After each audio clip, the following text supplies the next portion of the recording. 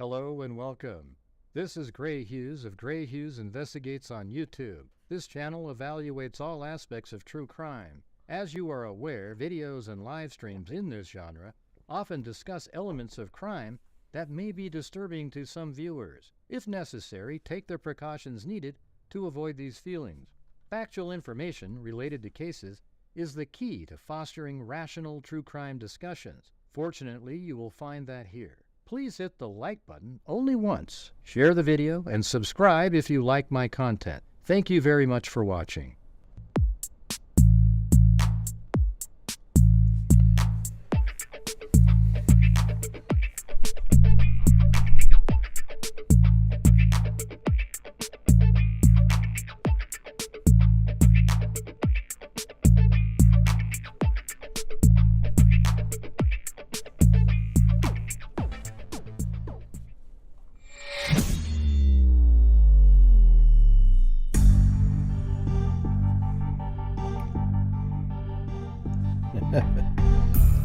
What's going on, freaks? Good morning.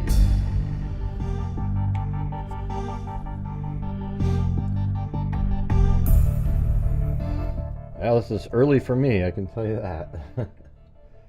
I usually sleep for another couple hours at this point.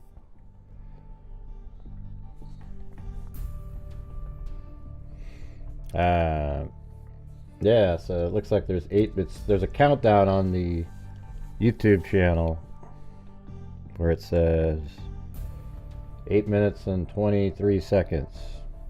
So I guess we'll have to see what happens. Because apparently it started an hour ago, so they're probably thinking, or not an hour, well, about an hour ago. So maybe they're thinking that it'll take about an hour to do the behind the, closed doors kind of stuff, and then they'll go live with it. I don't know. Anyways, I saw Lawyer Lee on Banfield talking about how it's just so significant that the van time change, because Richard Allen, he wouldn't have been able to see the van, and it's just garbage. It's absolute garbage. You can see the van better from the crime scene, okay? You can actually just see the van driving by from the crime scene. So all it means is he was distracted at a different time. I mean, it's so amazing, you guys. Just the way that all the defense attorneys, how they talk. It's almost like they're auditioning to try to get a job or something. Suspensing common sense. It's wild. But anyways, this is the Kohberger hearing. So pretty soon here, we're going to have the live Kohberger hearing on investigative genealogy. I think the defense is going to, they're arguing that it's against his constitutional rights. I wonder if they're just trying to, sort of an argument that's been done before, that, his DNA should be protected or something like that. Or if they're going to try to argue that the prosecution or the FBI, via the FBI used methods that were against the terms of service of the websites, but it was a backdoor method so they could quickly get access to more files, or more people to use inside their investigative genealogy search, and made it a lot quicker. But I think it's just all hogwash, you guys. All it is a lead. The investigative genealogist merely, looks through the DNA, comes up with a lead, and then it's up to law enforcement to take that lead and to match it or not match it, determine whether or not it's legitimate. And it turns out, after they, first they put the DNA into CODIS from the knife sheath. After finding the DNA on the knife sheath, they put that into CODIS, and they could find no matches. Then they elected to do IGG or FGG, forensic genetic genealogy, or investigative genetic genealogy. That led to a person, the Kohbergers.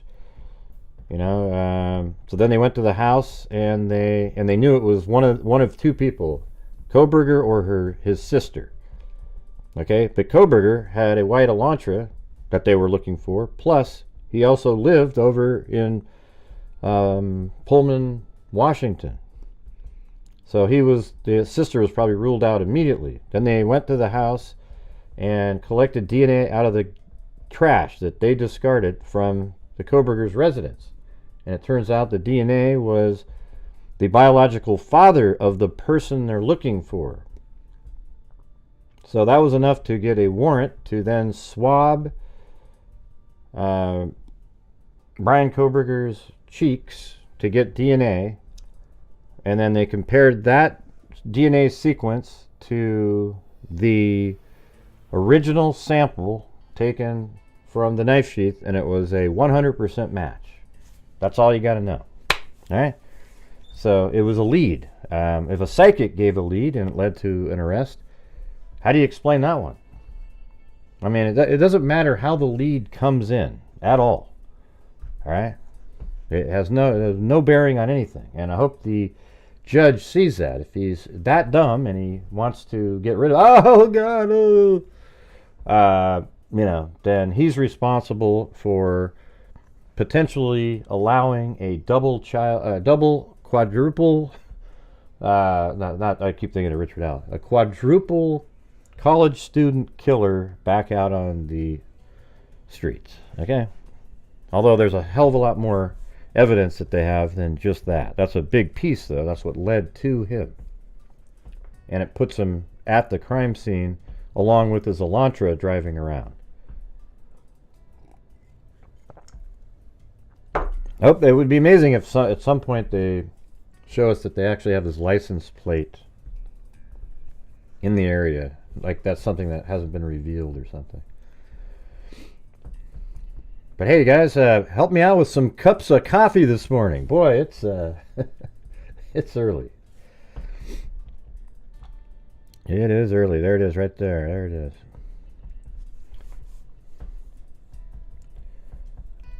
Yeah, or become a channel member, etc.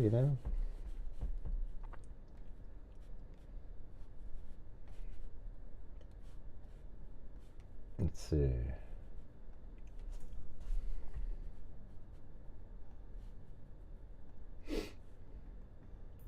Wow, look at that. Is that right now? Ted Bundy sent me another cup of coffee. Holy crap. Can you believe it? We've got a serial killer that's sending me coffees.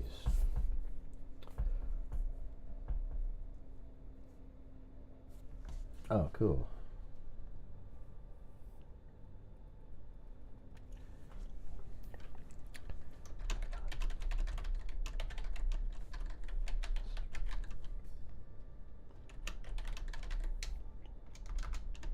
Oh, okay, it's going to begin soon. Okay, I was like, whoa, there we go. Yeah. I'm actually messaging a court clerk really quick.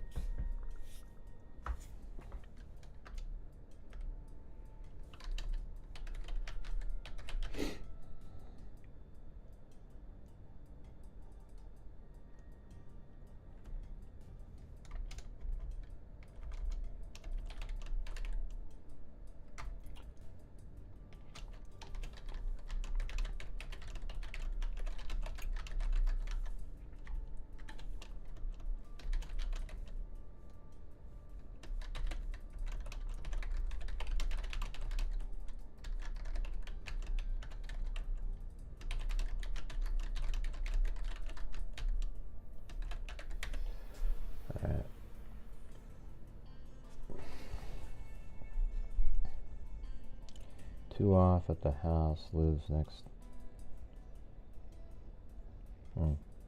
What difference does that make? Yeah, the taxi driver has nothing to do with anything, nor does the DoorDash individual. Bryan Kohberger is the killer, everybody. There is no doubt. It's just, will justice be done in this case? Gosh, Gray, it's innocent until proven guilty. Yep, I agree that that's how the legal system is. I'm not a judge, nor am I an attorney for Bryan Kohberger. I am a private citizen who, my opinion is that Bryan Kohberger is 100% the killer. Okay? And I'm not biased or anything like that. It came about by looking at the information, and it just absolutely boxes him in. He has no out whatsoever. The DNA is a big part of the case because the DNA was found on the knife sheath inside the bedroom of Madison Mogen on a knife sheath. The knife sheath was on the right side of Madison Mogen. She was on her stomach. She was closest to the room portion, in the middle of the room, and Kaylee was on the bed, sort of in the corner, sitting up, sprawled over, and the knife sheath was on the right side of Madison Mogen, and apparently on the underside of a clasp, they found some DNA, and a single source of male DNA, and it led to Bryan Kohberger. That's it. You know what I'm saying? However, when we get to trial, and if there's something that, like I was looking for something like that in the Richard Allen Delphi case, right? Like I was looking for that one thing that went, whoa, holy crap, okay, well, here we go. That never occurred, all right? So we're looking for that, in the Kohberger case. Is there going to be something that literally makes it so that he cannot be, like, completely exculpates him? You know what I mean? Like, it's exculpatory information that literally says that this cannot be him because of this factual piece of information. Like, for example, if he's sitting at a McDonald's at between 4 and 4:20 and he's on camera and the McDonald's is in Pullman, Washington or something. Something like that. What they try to do is smoke and mirrors stuff. I was out and about. I was over at this park stargazing, The 2000 Space Odyssey was playing in the background while I'm looking through my telescope in a cloudy day.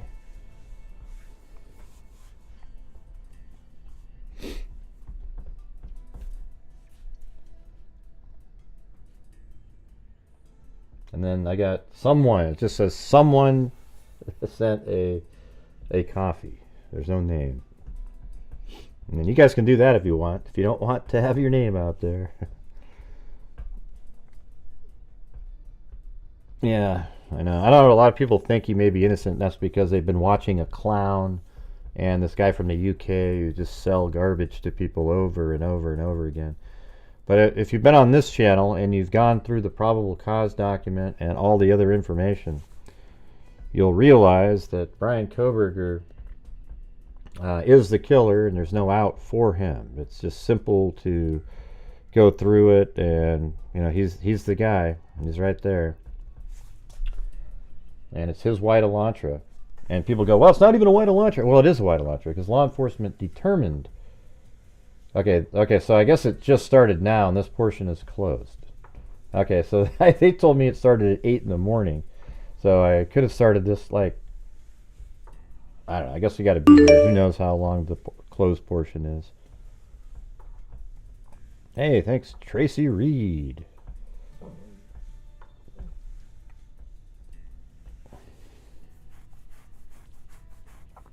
And by the way, I have no idea how long the closed portion is. It could last for 3 hours. So I guess what we could do is let me open up let's get my 3D model of the house out. We can show you exactly how this played out and where the knife sheath was for those who are a little newer. Hey Steve, what makes you believe that he's innocent? or like he may be innocent. I mean, I'm sure he may be innocent. I don't think so at all. I'm 100% certain. I don't have any doubt. There's nothing in my mind that goes, what about, Brent Kopaka? Yo-hoo-hoo-hoo-hoo. Yeah. I don't think like, I don't have those thoughts.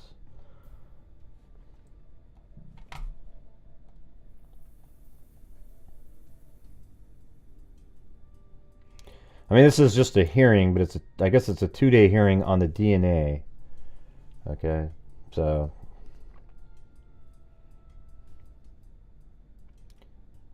oh right, you actually believe the Kopaka stuff? Come on, man. Jeez.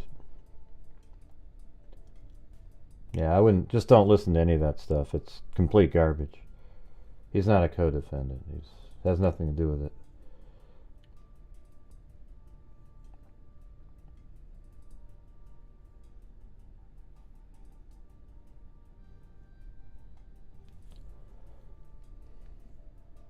Bryan Alpaca. There you go. Bryan Alpaca.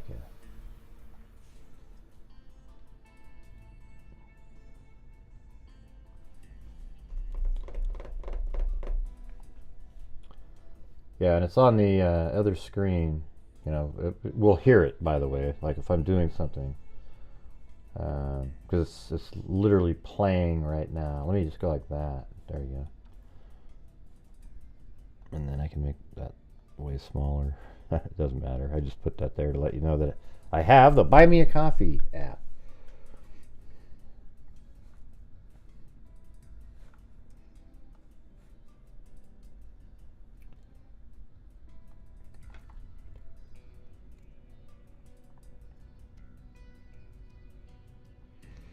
Still loading up here. All right, here we go. So this is the house, right, you guys? There it is. I made this a couple years ago when it first started. It took a month or so, or even longer to make it. But this is the house right here. I don't have the ground put in or anything like that. But yeah, this is the front of the house. This is where everybody was parking. And you know, it's kind of an odd looking house. It's not really complex inside though. It's just a weird shaped house. So they built this part later. Like I think the roof used to be right here, and they built the 3rd floor later. But this is the 2nd floor, is where the sliding glass door to the kitchen is. And then there's a here, I'll just show it to you how this. So I have a human being with a camera stuck on their head here. So if I switch over to the head camera, that's looking at the front door. And then right when you open up the door, you go in, and to the right is a storage room that wasn't used by anybody. That's the window on the right that you can see from outside in the parking lot. And this right here is a laundry room and a bathroom. And then this is the room that Bethany Funk lived in, and that's the window on the left side if you're outside in the parking area. Okay?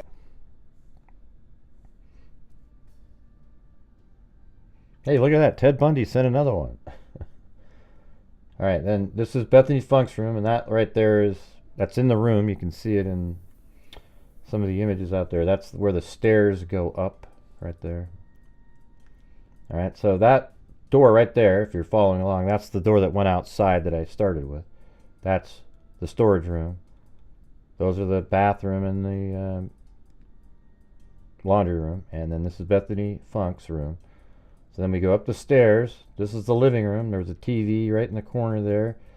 This window here is the window from outside that is on the 2nd floor on the left-hand side if you're in the parking lot. Then you go down this direction. And down the end of the hall, this is the room that has Xana and Ethan. I think Ethan might have been found on the bed, and Xana was found on the floor.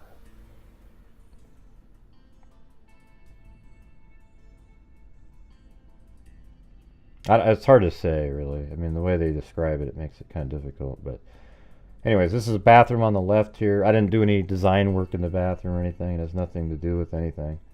But this is the house. Let me go out to the top again. This is Xana's bedroom, Xana Kernodle.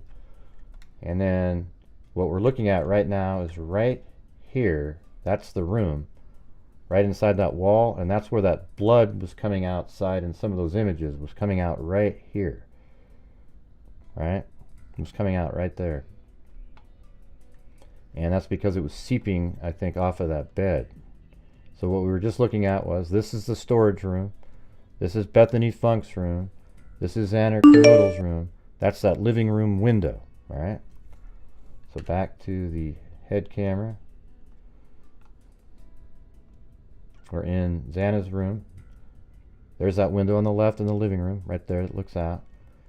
Now we take a right here, and then this room on the left here, I think that's what it looked like when Kohberger was walking by, and Dylan Mortensen was in that room looking out that crack. Okay, but we'll just go into the room. I just have this set where it does this tour through the house. So this is Dylan Mortensen's room here. And then right through Dylan Mortensen's room is the kitchen. So when Kohberger walked by and she saw him, he went right down the hall and then out the sliding glass door. But we're going to go up the stairs now. See? And then when we go up the stairs, we get to the top, we're going to go into Kaylee Gonzalez's room. And there's a sliding glass window there that goes out onto the deck. And then her dog was in the room. Doesn't look like that. And then this right here, right when you come out of her room, this is Madison Mogen's bedroom. And that's a window that shows the deck. Now from this window, if I actually had terrain and everything like that, if you were parked outside, you can be parked right there and look right into Madison Mogen's bedroom. I think Madison Mogen was the actual target in this case. And then this is how they were on the bed here. So you have Madison Mogen right there, and there was like a knife sheath right around in this area. And then Kaylee Gonzalez is sitting up in the corner, hunched over like that. Then after that, I guess you would go back down the stairs like this. And then I have it set up where he turns and leaves like that, but I'm sure the sequencing isn't like this. But this is how it would look when he's leaving.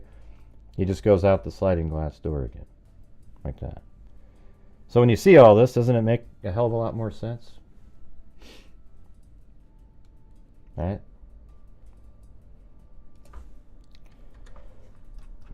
And what we're just looking at from the front here, this is the front of the house. So again, storage, Bethany Funk, Xana Kernodle, living room, Kaylee Gonzalez's window. This is the window above the stairwell when you're coming up. This is the bathroom window. Then we go around to this side. This is Dylan Mortensen's window, and this is Madison Mogen's window. So, I mean, you can just see right here. This is about where you'd be parked. And you can see right through that window. You can't really see through Kaylee's too well. You know, you can see kind of a really sharp angle.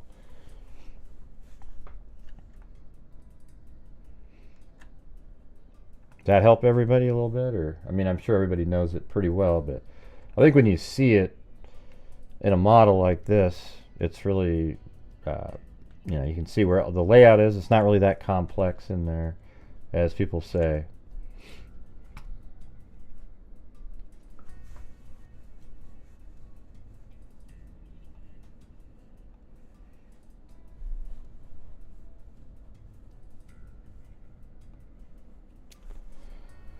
Yep. We speculate off of fact. Yeah. Yep. That's how we do it here. You have to have facts, and then we speculate based on those. And that's why we're accurate. To the dismay of the trolls out there that hate my guts, you know, we actually do it the right way over here. It's amazing.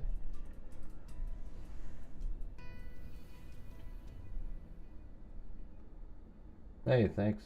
Miss Northside.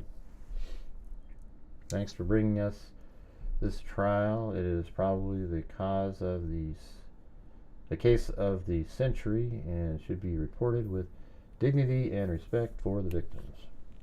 You always respect the victims. Well, thank you. Yeah, I mean, that's one of the things I think is weird. It's like you've got all these people, they make these, whenever there's these cases, they jump on the side of the killer. And then they start looking into the family members. It's just the weirdest thing I've ever seen, you know. But somehow it's really interesting to people, and they love watching it.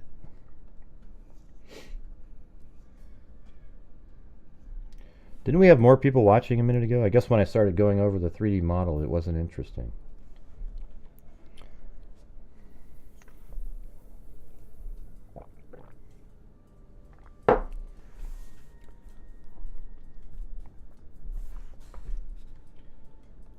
Yep, and let me get to...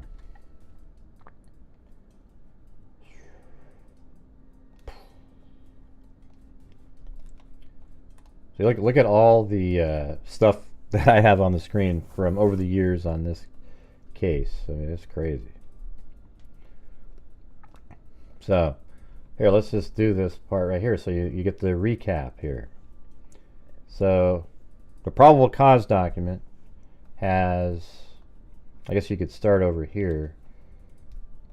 The white Elantra is, moving around in the area. You see it on camera right here at 2:44, and then at 2:47, the phone was turned off, like literally turned off, or put into airplane mode. So that means he knew what he's about to be doing, right? And then apparently at 2:53, the white Elantra is seen driving like this, down this direction. I think it kind of went like this, and then down and out, and then back, and then onto the highway. Then drove down. I guess it was seen on Floyd's cannabis. I don't know how that plays in, but they mentioned that later. But then it really starts right here at 3:26. Whatever he was doing for those 40 minutes, I don't know.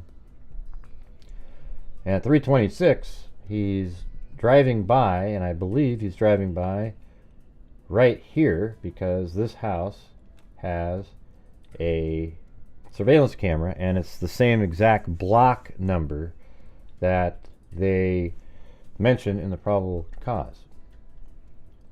It's like the 700 Indian Hills Road, and that's in that block. Okay, so drove by right here. I've driven this route actually, and it's exact. The timing is exact, you guys. I've driven it. I started a clock at 3:26 right there. You drive up, you come around like this, you go through this intersection at 3:28, exactly how they have it.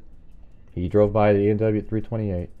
You drive like this, then at exactly 3:29, and within seconds, 3:29 and 49 seconds, you drive right by Linda Lane right here, and you see it on footage, the white Elantra driving by. Then it comes around like this, and then it makes the first of the initial 3 passes. It goes like this, and then I think it's like 3:32 or something like that. It drives back here, and then it drives through, around like this, and then back out again. Now, the camera at 111 King Road is going to film the entire thing. That's a better shot. It's going to film, it's every time it leaves, it's on this building right here. So when it leaves, you'll see it, and you also see it. They'll be using this 1330 Linda Lane camera that shows the vehicle behind here. In fact, that's what they use. So after it does another loop at 3:39. The first one was 3:32. I think I was saying 3 something. My brain might have said something different because it's early. So the first one was like 3:32, then 3:39. Then the third pass was at like 3:57, if I remember correctly. But the third pass, it comes around, does the same thing. Then the fourth pass, it comes back here at 4:0, and actually between the second and third pass, the vehicle appears to be over here near this Exxon gas station at 3:45. So between pass number 2 and 3, it's right here driving this direction. Okay, and that road does come back here again. Then it 3:57-ish. It does its third pass, then its fourth pass. It drives by, comes down, and then in the document it says, at 500 Queen Road, the vehicle turns around in front of 500 Queen Road and then goes back out. And that's exactly what you see on this Linda Lane camera. You see the white Elantra come in, stop, back up, and go this direction.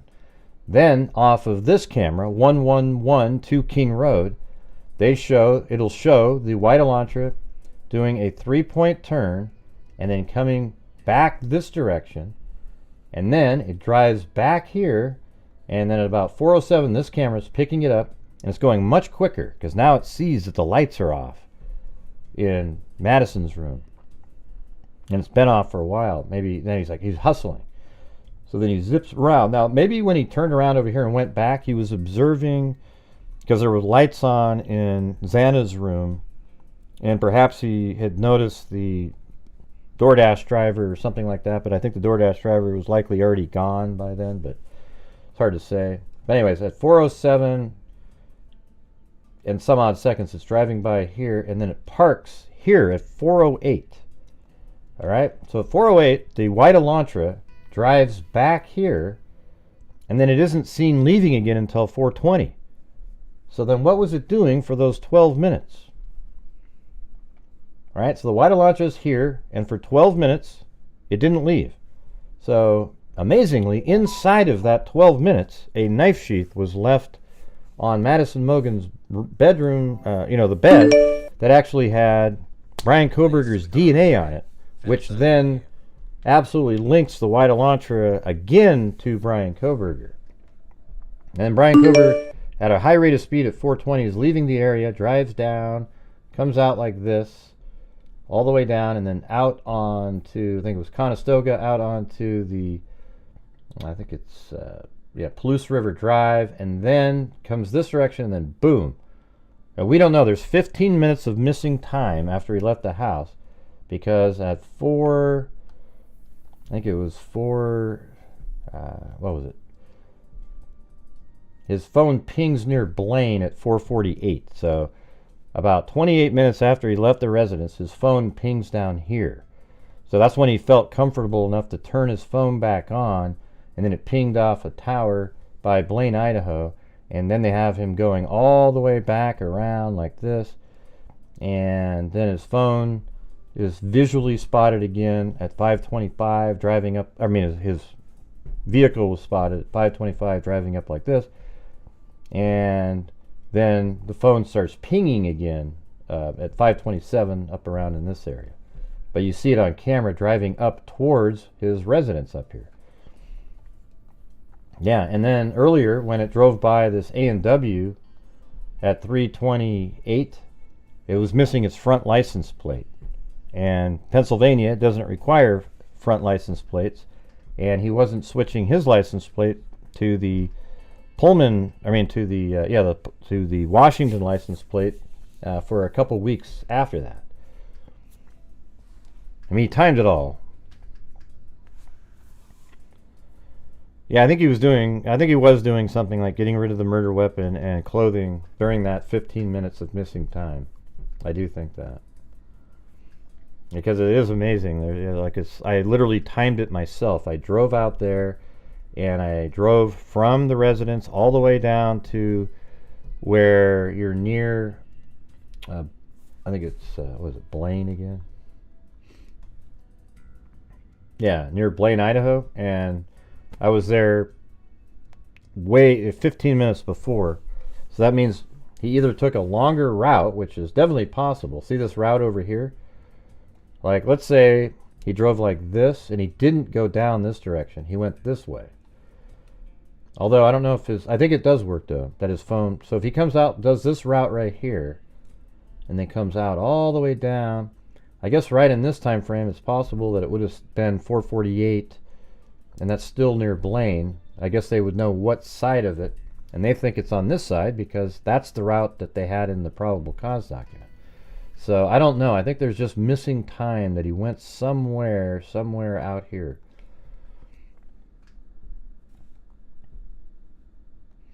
Yeah, if you want, we can all just stare at the screen. I was just trying to provide some information during that time.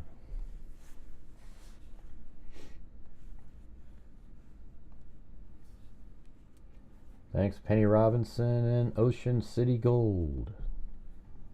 Oh, very kind. Let's see. Love watching and listening to you, Gray. Been with you a few years. Keep up the excellent work. Thanks. And that. And then Penny Robinson. All right. Thank you. Thank you for the work you do. Yeah, and there's just so much more. I mean, Bryan Kohberger, he won't say. What he wanted was for the prosecution to give them all of their ping data so he could tailor an alibi for himself. He should have to give his alibi prior, right? Don't you guys agree that he needs to go out and say, this is where I was, and then law enforcement can either disprove or prove that he did that. But he wanted to listen to see what they had for their cellular data so that he could come up with something that sort of matched. I can tell you what doesn't match is exactly what they said. Now, his phone pinged right here at 4:48. It's impossible for him to gone over to Wawawe Park and then be back here at 5:25 or 5:27 when his phone's pinging here, okay? You could argue, oh, well, that white launcher isn't his. Well, his phone started pinging, moving over here. It's impossible.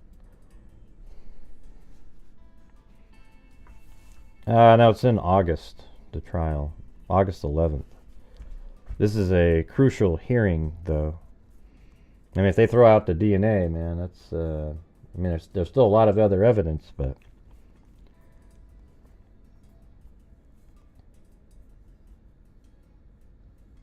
Mm-hmm.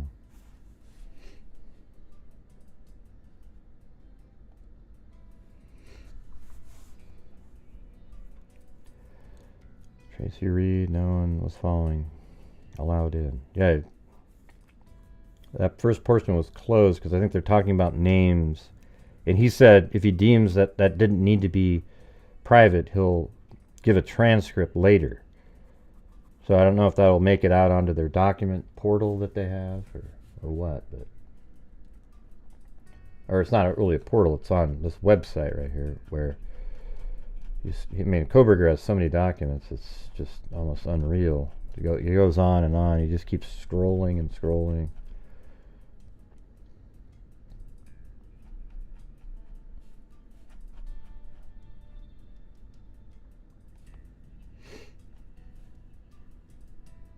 Weird. Isn't it amazing to see like Lori and Chad Daybell and Kohberger all just in the same little section?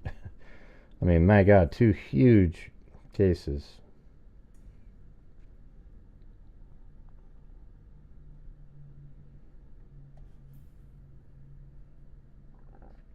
Order denying motion to unseal IGG suppression briefing and hearing.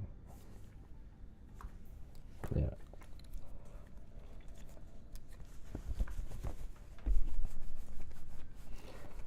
Yeah, there's channels out there that are going to try to sell you a whole different story because that's where their bread and butter is. Everybody's innocent, man. Every one of these guys. There's never been a killing in the United States. People just die randomly, you know? They just sort of die and it just sort of looks like something bad happened to them. There's never a killer out there. Or it can't be the guy that was arrested, you know, because all cops are corrupt. Everything's corrupt out there, everybody, so it doesn't matter who's arrested, man. They're innocent. You notice none of them are out there defending Rex Heuermann, though? You know why? Because Rex Heuermann looks like an ogre. You know, that's why. Kohberger, Luigi Mangione, you know, one thing I am confused about is the hobgoblin Richard Allen, why people are so hell-bent on trying to defend a double child killer who's been found guilty by a jury of his peers. which everybody said, Gray, he's innocent until proven guilty, and then as soon as he was proven guilty, he didn't do it, Gray. What's going to happen in the Kohberger case? See, the thing is there's people that only have the Bryan Kohberger case as a case. Okay, so I just want you guys to listen to what I'm telling you here, because this is how it works. There's people out there that only cover Bryan Kohberger. That's all they've got. As soon as they touch something else, and I know the feeling, sometimes I'll do a cold case and get 150 people watching, and it's not great. But these people, all they've covered is Kohberger, and then we'll jump on something big if it shows up, Like, there's a lot of people that were covering Kohberger every single day, and then they jumped on the Delphi case right when it became sort of big, the trial part. Now, look at, I'm the expert and everything. And then they switched back over to Kohberger. And the thing is they have it set up for themselves that even if Kohberger's found guilty, they'll have years and years of content because they've set it up where he's being framed. And now they can make video after video of him, something, quote, just isn't right here. You know how it goes. It's amazing. And they're doing the same thing in the Richard Allen case. Same thing. Every single thing is a huge deal to those defense people. And then there's people that try to ride the fence. They kind of go like, I'm just spitballing here, you guys. What about this and this and this and this and this? All implying that he's not guilty. But then at the end they can say, well, I was just spitballing. I've never really knew, but of course I'd have to have a British accent when I was doing that. All right, there you go. This portion of the hearing is closed. God, that's interesting to look at that over and over again.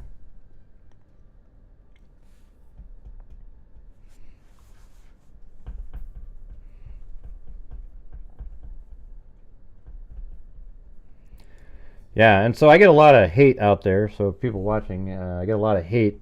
There's whole YouTube channels dedicated to trashing me into oblivion. Because on my channel I try to actively bring in super chats and try to raise funds and so forth. And a lot of it's because my channel, I try to make a difference out there in the true crime world. And what they always leave out, these trolls that just attack. Like, for example, if you go, I was just on Court TV 2 days ago. And in the comment section, it's just one trash fest after another because they're basically almost stalkers. But what they leave out every time is that this channel has donated $229,000 right out of the income from the channel, not like fundraisers, etc. $229,000, all verified, every single nickel proven on the screen. And they leave that out because it doesn't fit the narrative that they want to tell people. Pretty classic, almost the same thing that happened for 4 years. The last 4 years. A Russia collusion, complete garbage. All right, let's see. Hey, thanks, RMSMM2.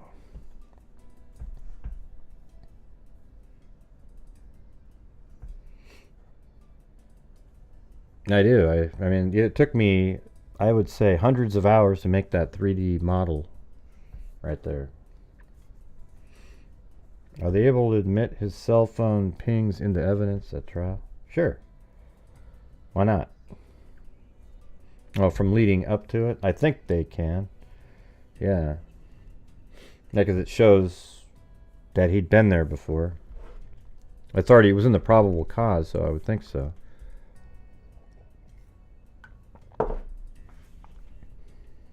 Yeah. Unless they ruled differently later, and that wasn't significant enough in the probable cause to that it would have made it less than 50%.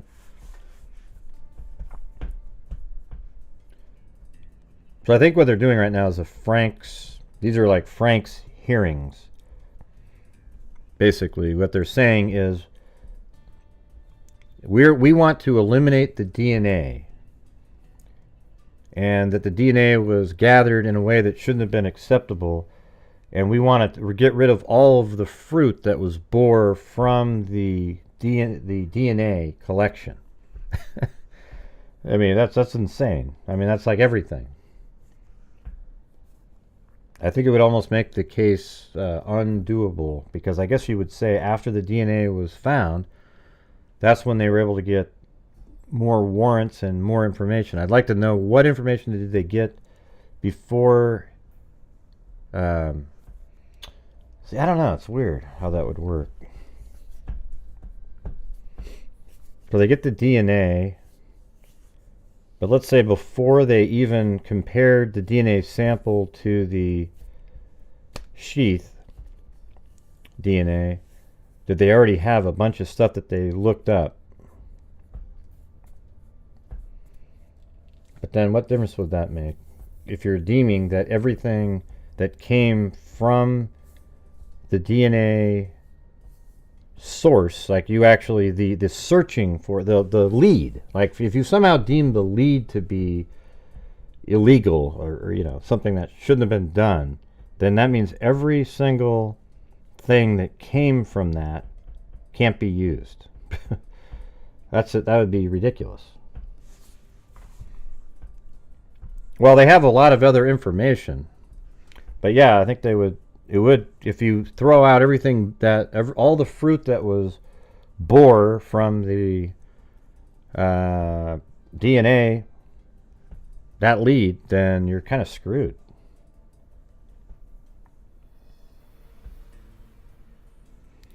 Well, thank you guys.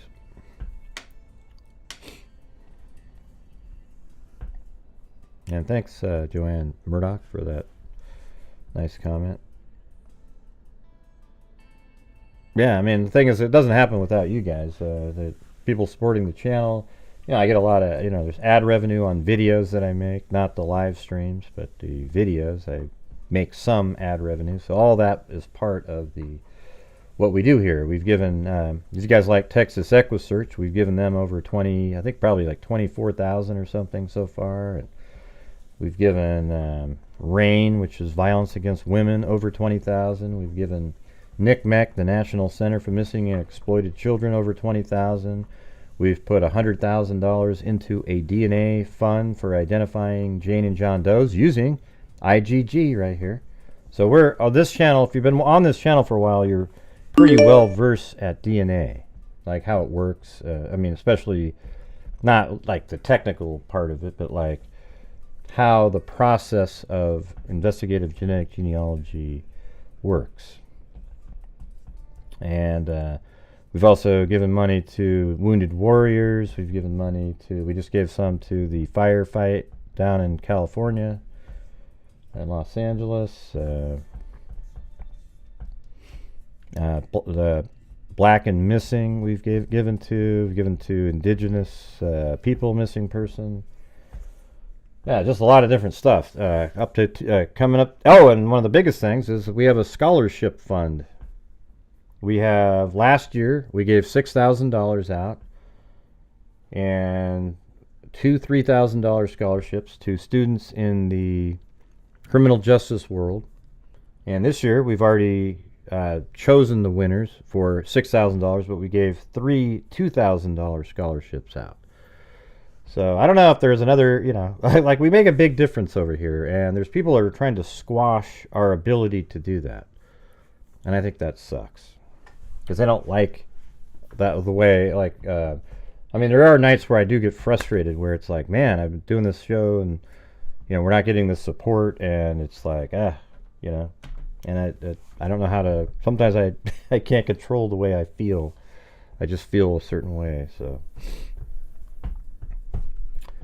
Let's see. Bryan thought he could carry out the perfect crime. Well, you know what I think, you guys? I think that that Kohberger was going to be... There's two options. I think that Kohberger possibly left the knife sheath for... Oh! What the heck? Hey! It's Lisa Wilkerson! How you doing, Lisa? Hi, Gray and freaks. Hope everyone is doing great. Well, how are you doing? Lisa Wilkerson, remember she was having the, well, we've talked about it on here, going through chemo and everything like that, and then she had surgery, and things were looking pretty good. So how are they looking right now, Lisa? Doing real good. All right. That's excellent. Yeah, and then they did this surgery to remove everything, and then she has to do some more chemo, and been following, trying to keep, I don't want to bug her to death or something on the, sending her different, only 2 treatments left. Awesome. It's so cool. Man. Very cool, very cool. Excellent.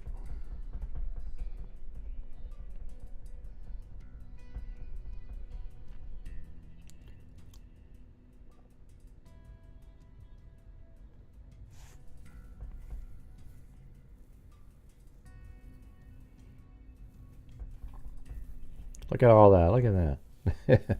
That's freaking amazing, though. Yeah, because there was a time there where you weren't feeling good, and just now they've got you had that surgery to pretty much remove everything, and then you get 2 more. You did some chemo here, and boom. All right, I'm pumped. That's very cool.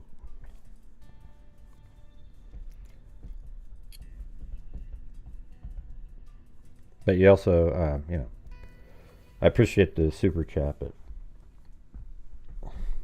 feels strange.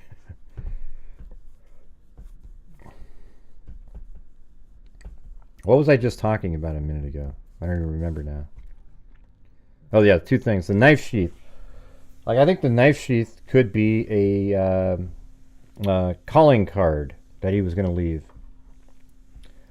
I think he was going to leave the knife sheath there, and it's like a K-bar knife, and he'd be later on when he was arrested, it'd be Kohberger the K-bar killer. Like he was going to leave the knife sheath at various scenes, or perhaps other types of knife sheath, whatever it is, right? But then it also makes sense that he left the knife sheath there accidentally, and that helps explain the Zanner-Kernodle comment, the comment made to Zanner-Kernodle, where, so you would think of it be like the killer comes in, he attacks Xana and Ethan first, then he goes upstairs. Wait, let's see. No, he goes upstairs first, and then he comes down, so he kills Madison and Kaylee first. Then he comes downstairs and he kills Ethan and Xana. And then when he's putting his knife back, he's like, oh shit, where's my knife sheath? Then he goes upstairs, looks for it, but he can't find it. And then on the way back down, he hears Xana whimpering, and he can't leave somebody alive that saw him, so he then goes into the room and says, I'm here to help you. And then he kills her. Then you hear the thud. Then he walks by the room with the cracked door of Dylan Mortensen, and then goes out the sliding glass door. See that? See how that works with nicely with that? Hey, thank you very much, Jill D. The defenders of these killers were probably picked on growing up, so they feel they need to defend anyone that gets accused. Yeah, maybe. I think you might be right there. Thank you, Jill D. But how cool is that for Lisa Wilkerson? Awesome.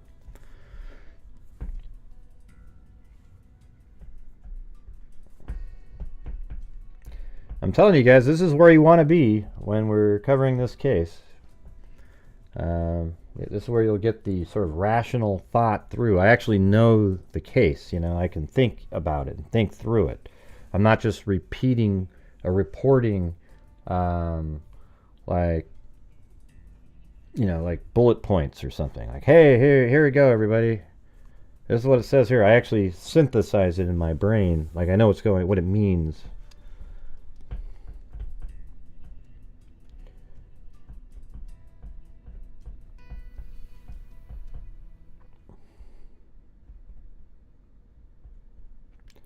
I think leaving the knife sheath as his calling card is a very good thought, too. Yeah, so it's like either one of those things.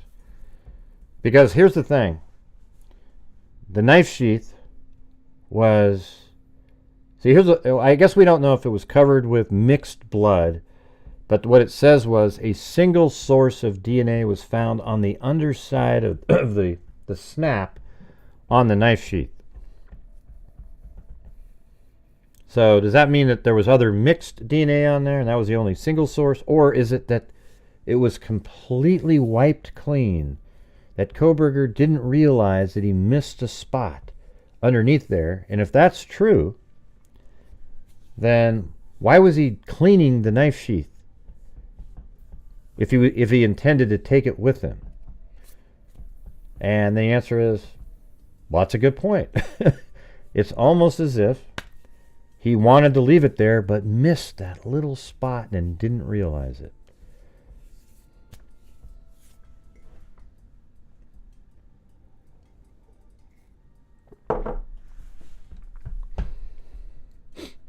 So I guess we can go back to here again. Anybody have any questions about this right here? I was there when they tore it down too. I had my drone up in the air. Didn't get the greatest shots on it, but it wasn't bad. I should have been more aggressive. Brought it right into the scene.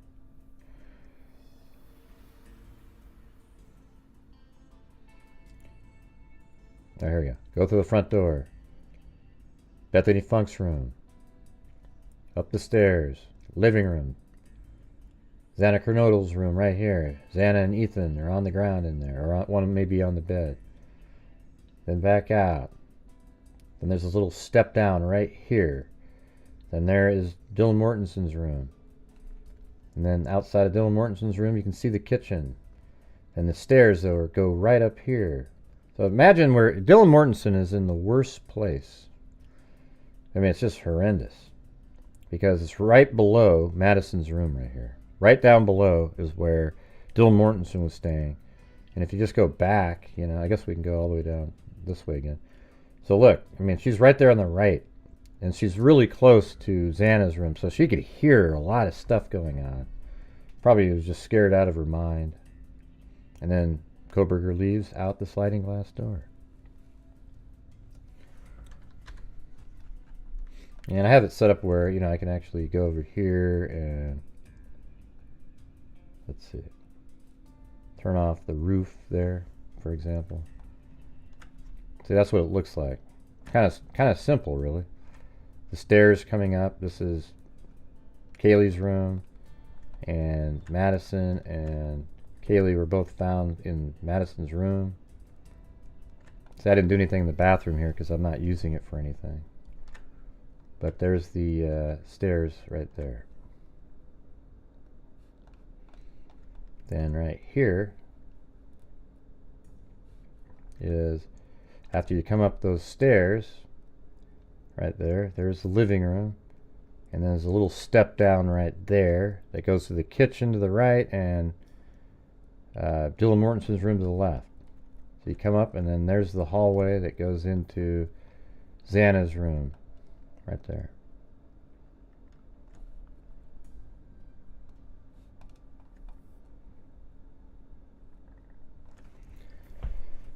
Okay, well, let's move it back to... So I don't know how long that first part is. We could be sitting here for 3 hours. So if you guys want to talk about anything, type it in.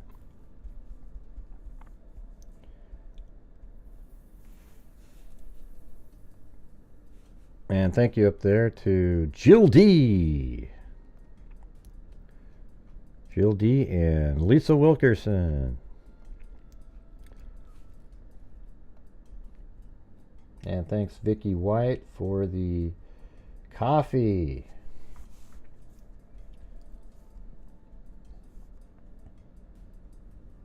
Mm-hmm.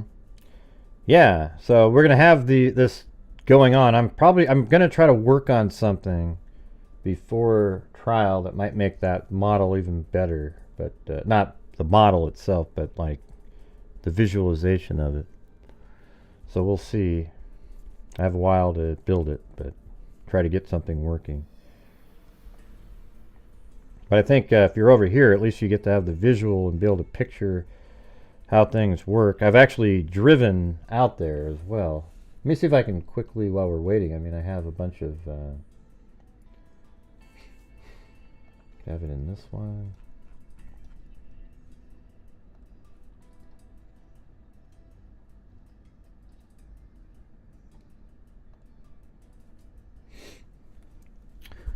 I've been out there, and I have 360-degree video. I think some of it might be interesting to look at if I can find it really quick.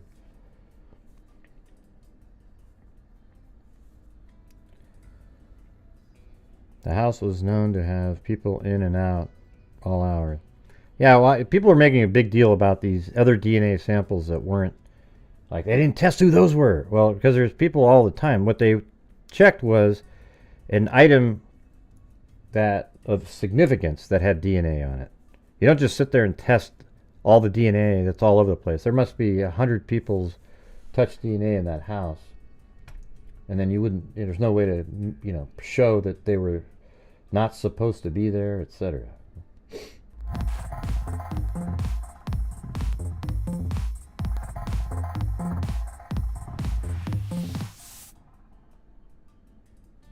Thanks, Bryan. Well, thank you, Alley Cake.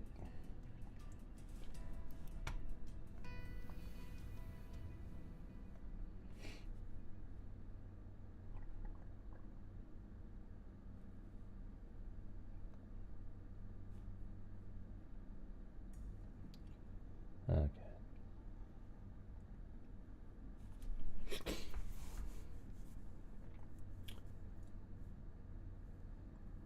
Insta 360. Oh, there it is. Idaho.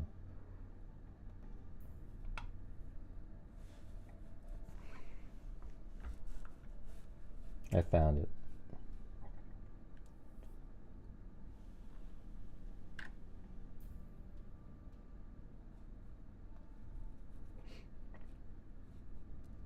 There it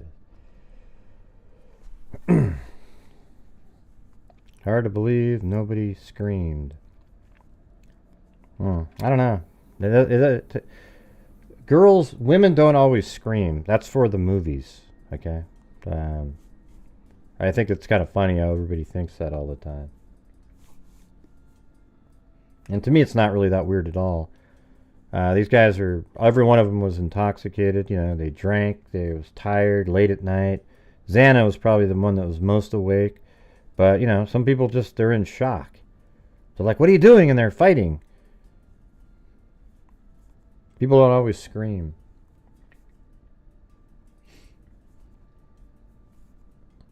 And he, for especially Madison and Kaylee, probably killed Madison.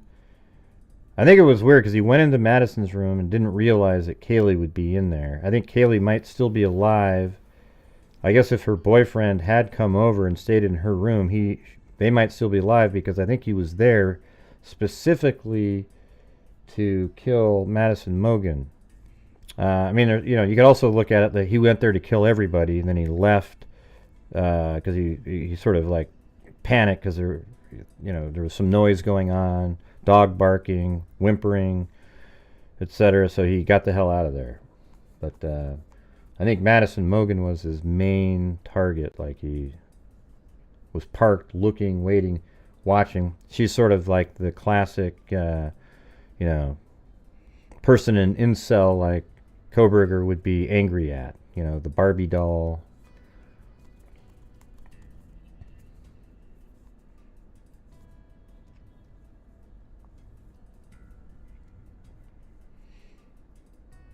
Why is this taking so long to open up?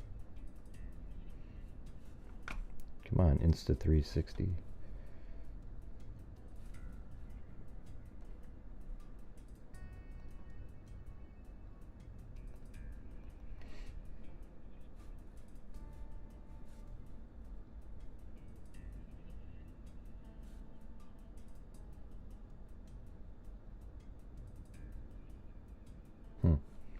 Not sure why that's not opening up. Let me do the Control-Alt-Delete.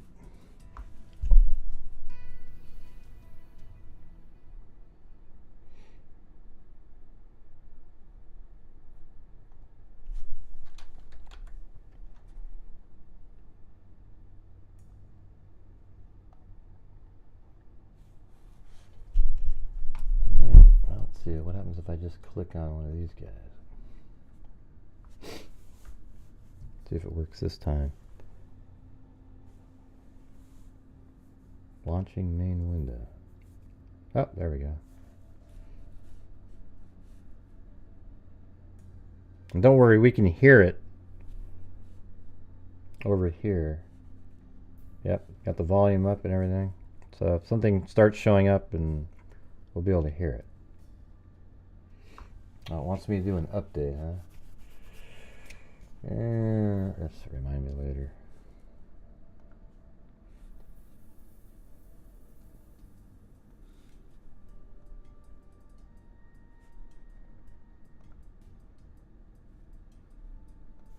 Oh, there we go. Idaho 4. How about that one?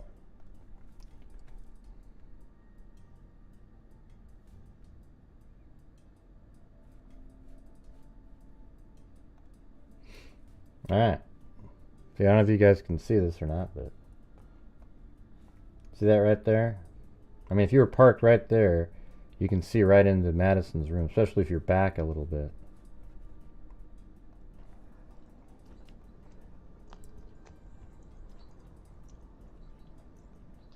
Yeah, I've got, my new camera's better than this one.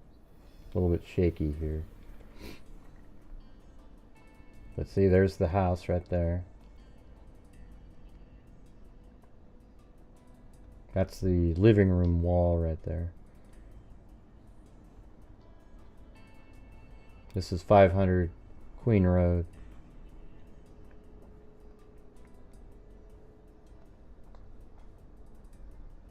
See, there I am walking. But look at, look how steep this is right here. See this? And there's the house when it had the boarded up windows. Again, on the bottom right, that's the storage, front door. Bethany Funk on the bottom left. Xana's the room right there. We're about ready to walk by 1112 King Road. That's this building right here. That had a camera on it at the time, and it films the vehicle driving back and forth all around here, and that's why law enforcement was able to determine that it was a white Elantra.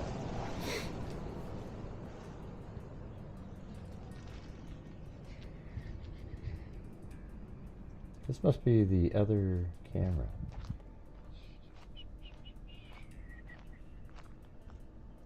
That's right, I did walk by these guys over here. See, now this is really steep.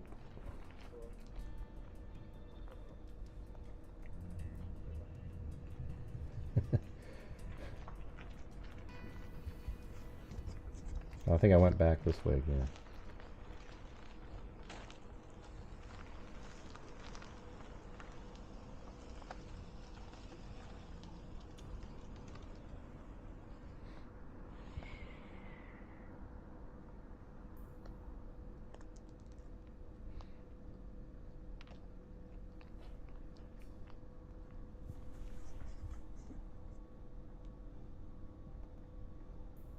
Yeah, let me try this other one here.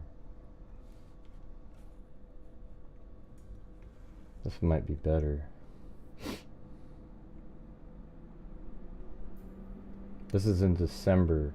There you go. This is what it looks like out there. This is way better. Alright, let's see.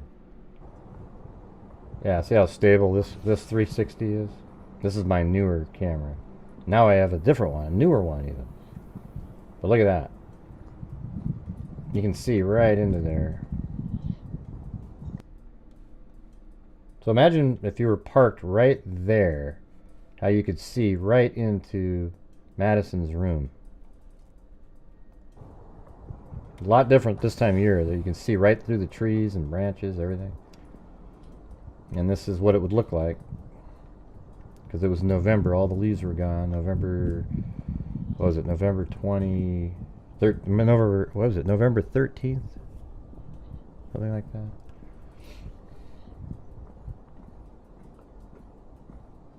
But look how steep that is. Now you get a really good angle. Look at that thing. Crazy, right? And this is where he tried to turn around or park. I don't know how they know that.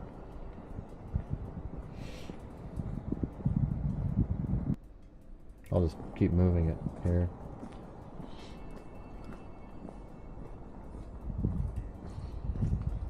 Alright, so see, this is 1112 King Road right here. And right back there, there's that little light fixture was a camera back then. And it filmed all the cars going back and forth here. Yeah, it seemed like it was pretty cheaply built, but, you know, it's not really relevant to the case itself. Right. Did you see the house? I mean, you could hear through. Was it even insulated? Well, the house came down really simply. Just, you know. Well, just what you thought you'd be doing on a vacation, huh?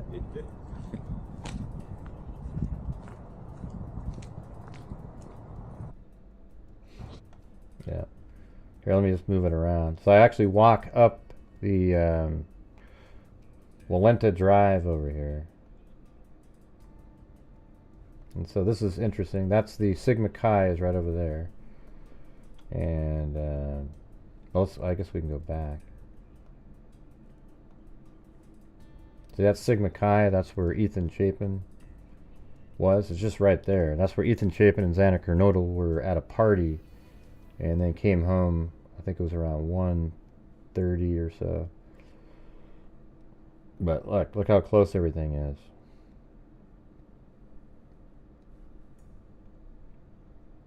And then we're up here.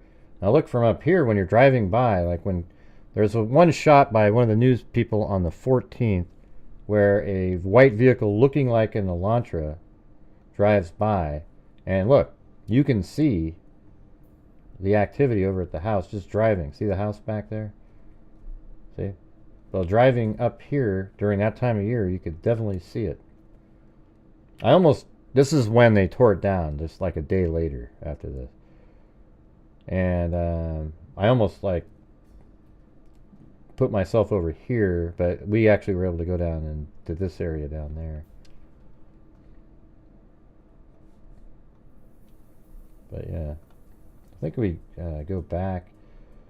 Let's see. Do I go all the way around? Oh yeah, so look, this is where the white Elantra was driving, right back here behind 500 Queen Road. Hey, Ted Bundy sent me another coffee. I've had more serial killer coffee this week than... Now look that's how steep that is. Look at that damn thing back there. That's like a 30-degree angle. And right here, there's a camera that's right over here, underneath here.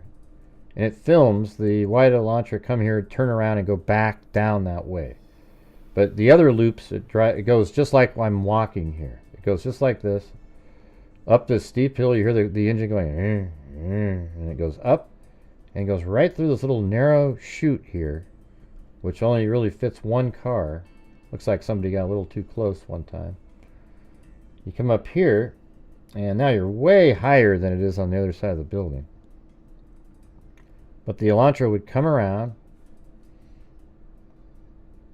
and right over here, I think it would wait each time it did its pass. It would wait up here and look and monitor what's going on inside the house.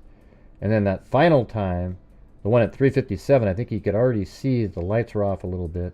And then when he came back at 4:04, he saw that there was some activity in Xana's room. But he decided he's going to go for it. So he sped up and then he parked probably like right here. I mean, look at that spot. If you're right here, you can see right into Madison's room. There's a spot right there. And it's perfect because you can have your car facing that direction, get out of the driver's side, go down, do what you're doing, get right back up, and boom, you're out of there. You don't have to back up and go out. You're facing that direction. So you probably parked backwards right there.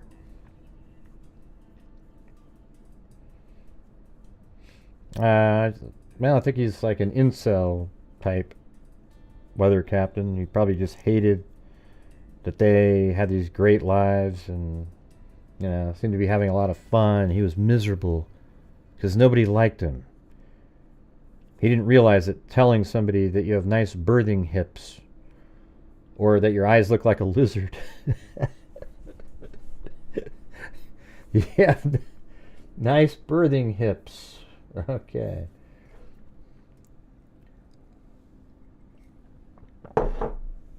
You have such nice birthing hips. What a joke. Who the hell? Yeah, we're comparing it to my line, you guys. So if you're new here, I was in a bar one time. Guys, I think it was like 20 years ago. And there was this cute waitress, or bartender, I guess. And I had her, she came and sat with me after she was off the shift.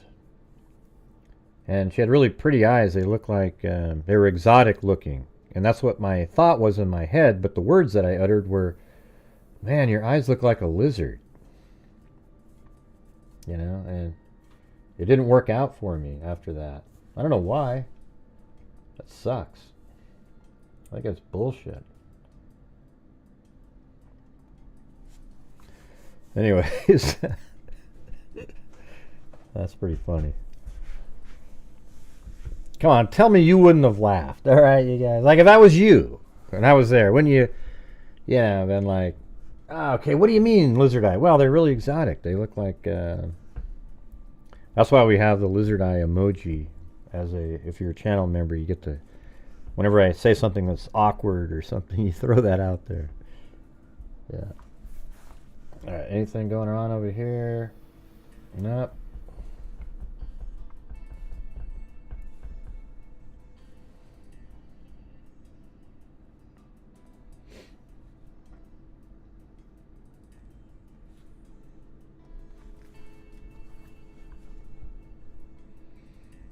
It was you. Was it really? It was me.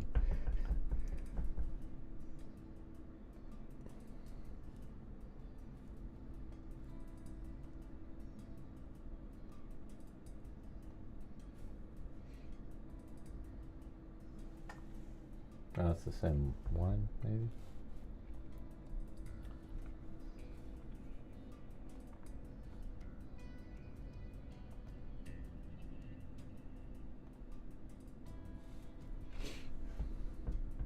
That has much better stabilization. That Insta 363.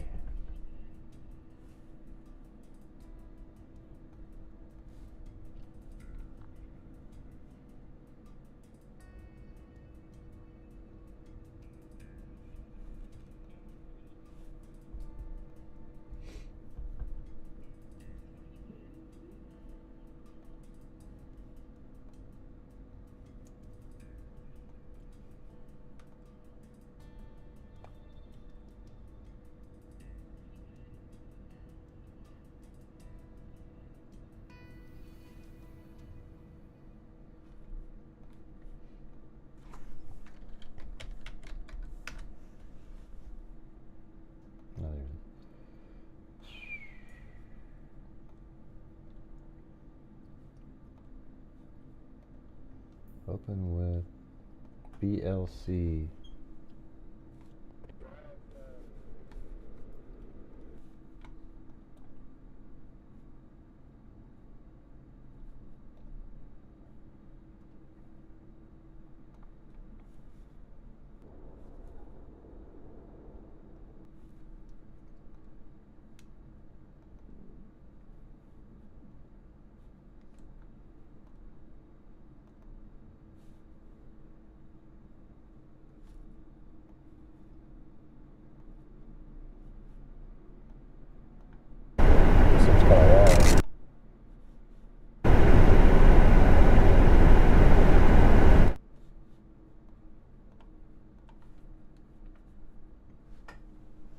I'm just trying to find some clips.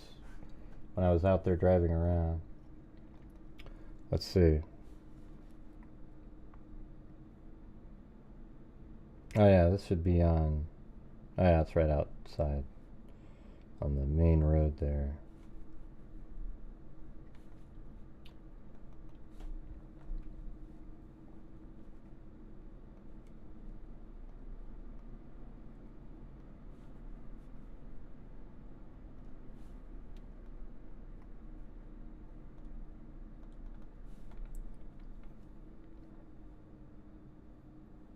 See, this was us when we were driving the route in the middle of nowhere back. It's absolutely crazy out there. There's nothing. Completely pitch black, you know. So I don't know how he was doing it. I mean, you have lights, but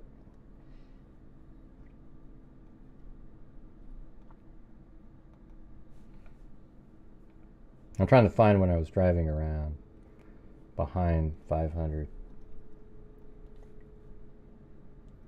I know I have it somewhere in here.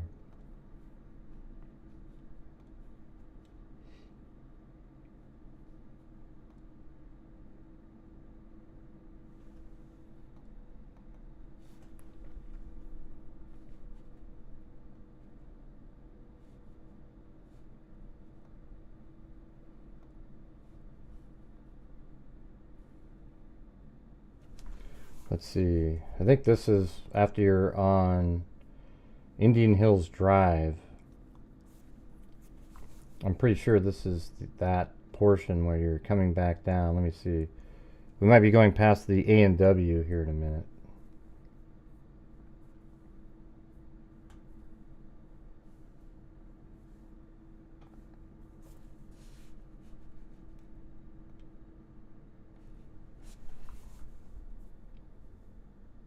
I don't know, it's hard to tell.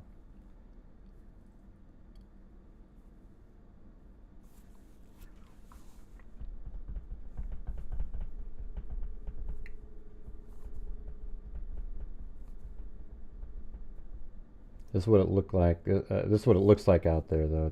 Yeah, late at night.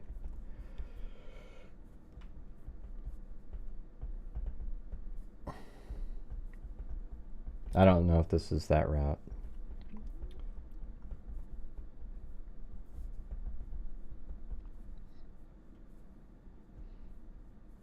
I'm just trying to find one where I drive behind 500 Queen Road. And I think this might be back behind where Indian Hills Drive is. I guess we'll see. Let me just move it forward.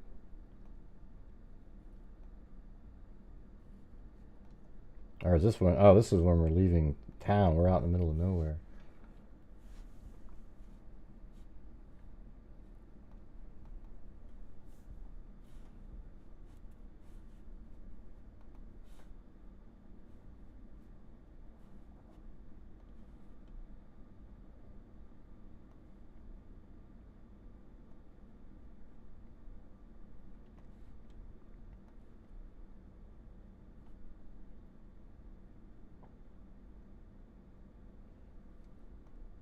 I'm going backwards. So I think this might be the Indian Hills Drive situation. Yeah, right. So you go up here, and then it takes a left, and this is it right here. No, it's not on yet. It's just waiting. It's still a private hearing at this point. We're just waiting for it.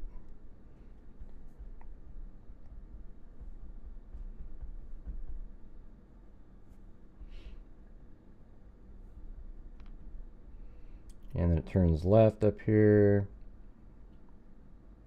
And then I think it takes another left, and that's Indian Hills Drive. So this is exactly the route that Kohberger's white Elantra took. How do you know, Gray?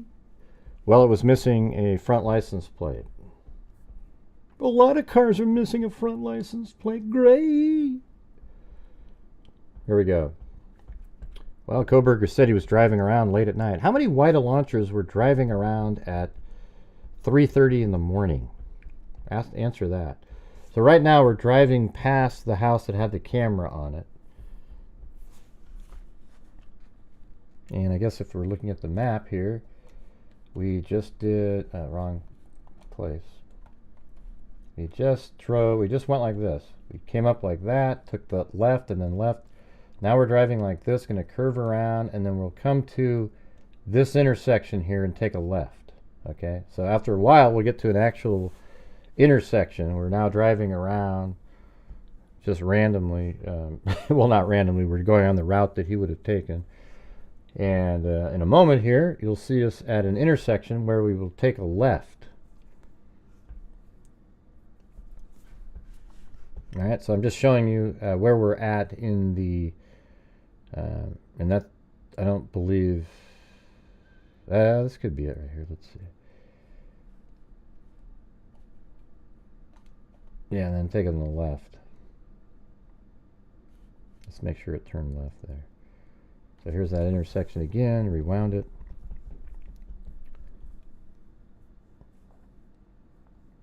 Yeah, I just put a stabilized GoPro on a mount that's on my dashboard. Really smooth.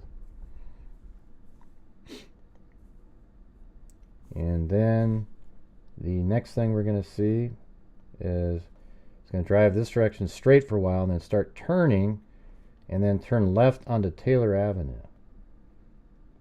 So here's the left onto Taylor.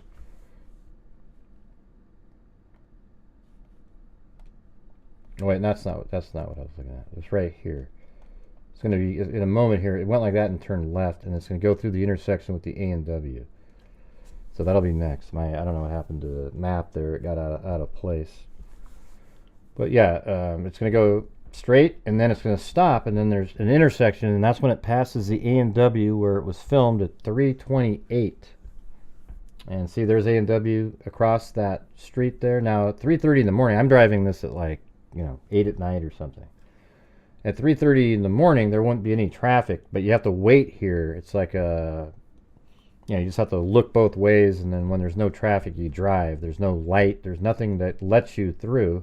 Must be a nightmare if you want to go straight during 5 o'clock. So there's A and W right there on the right. That camera picked up this car right at 3:28, right? So if you look at your watch right now, it's 9:17 on my time. And this is the same route that Kohberger's white Elantra took, and his cell phone, because it turned on later. And then in a minute here, you go up this road right here, and then there's this big drop off down to the other street on the left as it gets higher and higher and higher and higher. See how there's a drop off? And then when it gets to the stop sign here, you take a left. Now we're on Taylor Avenue. So that part right there is right here. We went just like that, and now we're on to Taylor Avenue. And I had to stop. Now at 3:30 in the morning, there wouldn't be any traffic really, so you just would turn. And then in a minute here, we'll be driving by Linda Lane, which was at 3:29 and 40 some odd seconds. So probably right around coming up here. It's hard to see at night, but I think like this next road coming up, maybe that one right there. It picks the car up at 3:29 and 47 seconds. And I timed this all out. It's absolutely perfect. You just wouldn't believe it. It's amazing. I mean, whoever the driver of the Elantra is, which I believe 100% is Kohberger, they're the killer in this case. How do you know, Gray? The timing. The timing. You can't get out of it. It's inescapable. All right, so right now it's going to turn up here. I don't know if I guess we do make it around. Yeah. Oh, I went all the way up there. Jeez, why did I do that? Well, this is where they're going to, this is where we were when they tore it down. You can actually see the house right over there.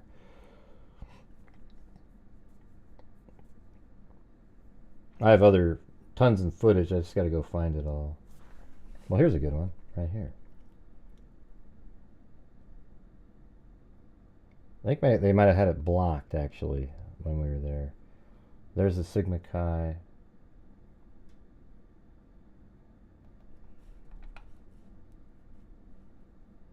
And I guess, see, there's people were getting there, getting ready to film.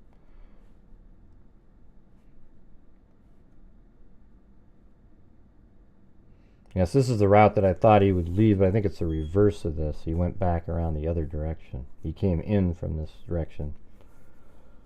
He only merely left on Willanta Drive later, but he came in on Willanta Drive on his other loop, so it's kind of like the reverse.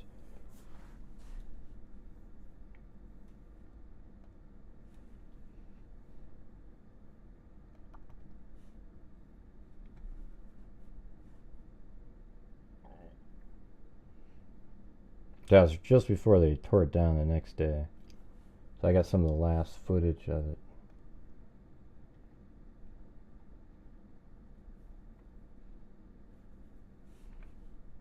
Hey, thank you. Mark Willis! Good to catch alive again. Good to chat Crazy alive work again. hours. Crazy work hours for the last 3 months. Oh, wow. Well, hey, good to see you. Hey, I'm going to try to do more fishing this next year, a little bit in the summertime. I need to sometimes get away from my computer a little bit. It's just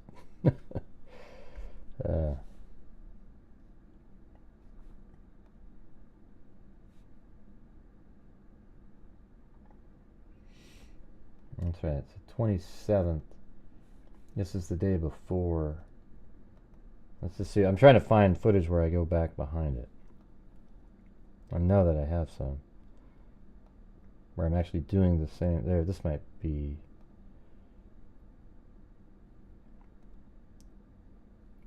This could be it. All right, here we go. This is the route that the White Elantra took. Right now it's passing 1112 King Road on the right, and then goes through the intersection.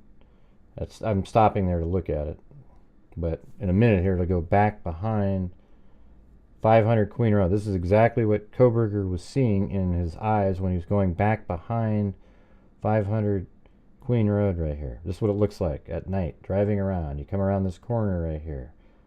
Then you make this little jog around right through here, and then up around like this, and then around, and then you'll park the car, and then you'll be able to see Madison's room basically from right over here. Let's see.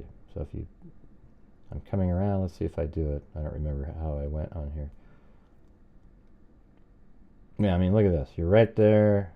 I don't know if I show how easy it is, but you can see right into that room, especially if there's lights on, something like that. But that's the exact route that he took from behind there.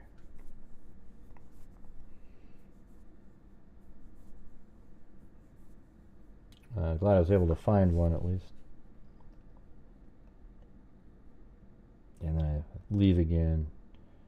And then I have him turn left and go up Willanta Drive. Now I think it's actually the other direction. This is how he left, though.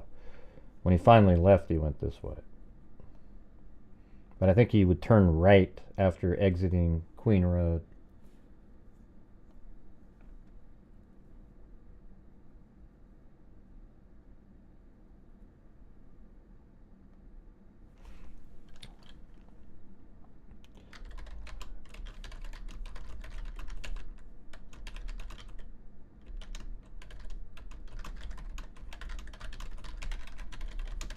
By the way, I have the audio on the court. So if somebody says, "Hey, we're in session," boom, I just flip over there.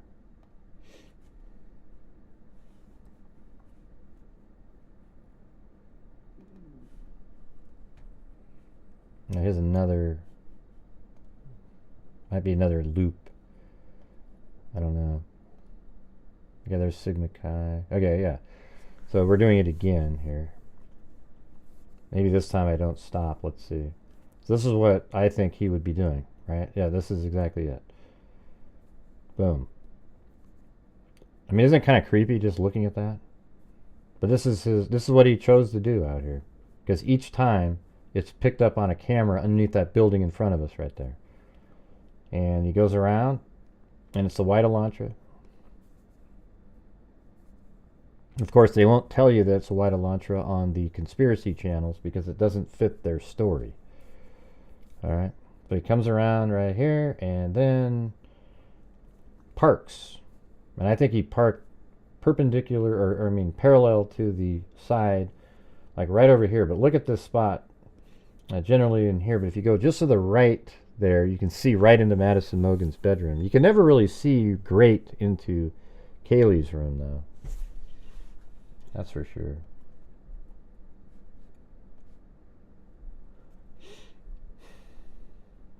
What's this one? Oh. That's just like... Hold on a second. Oh, potential spam.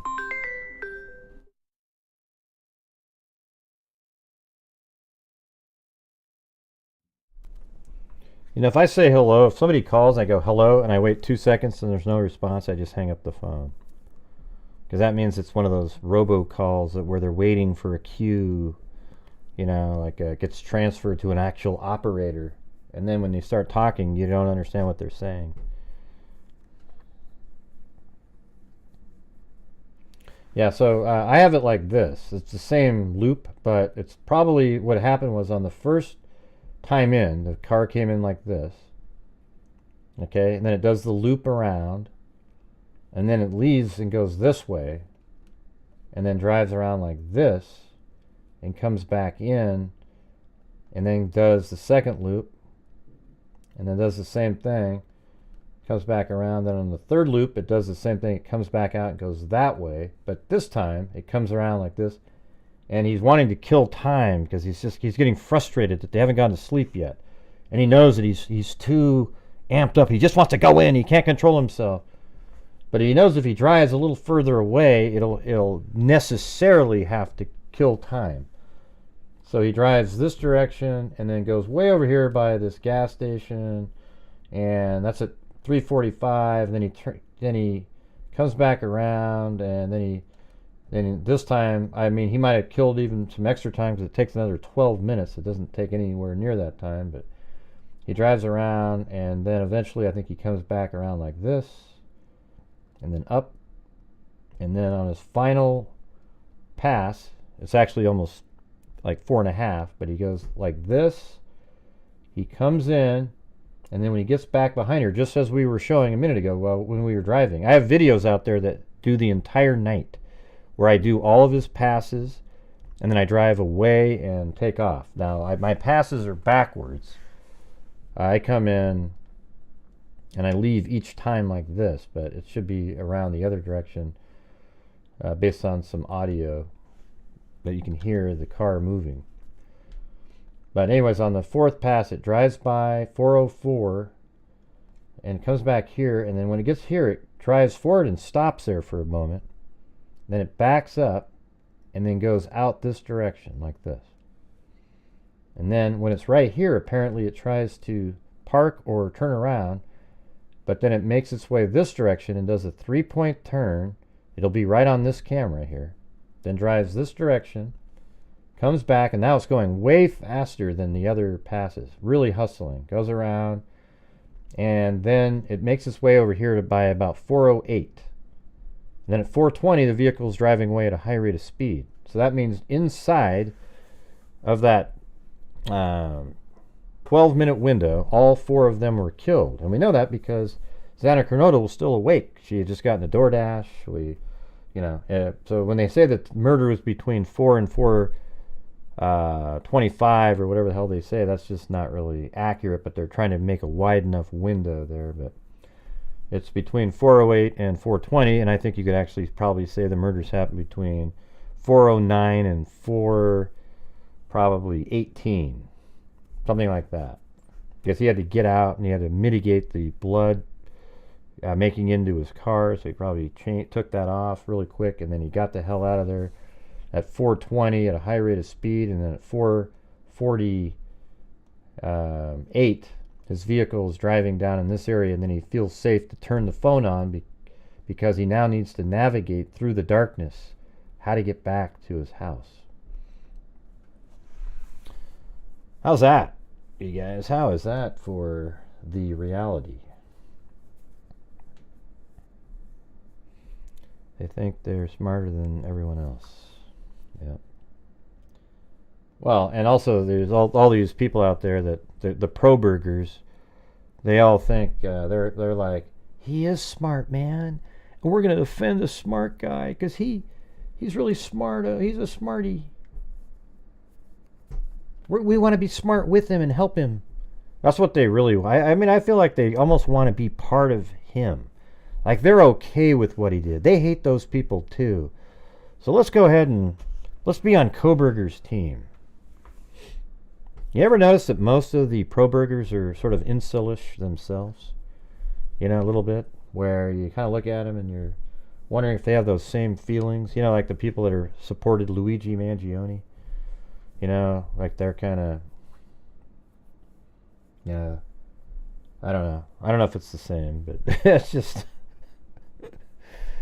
that guy's a psycho. Just exactly like Kohberger. Just because you don't like insurance companies too doesn't make it right. You know what I'm saying? Yeah, the probable cause documents already, like, just locks him in. He's the guy. 100%.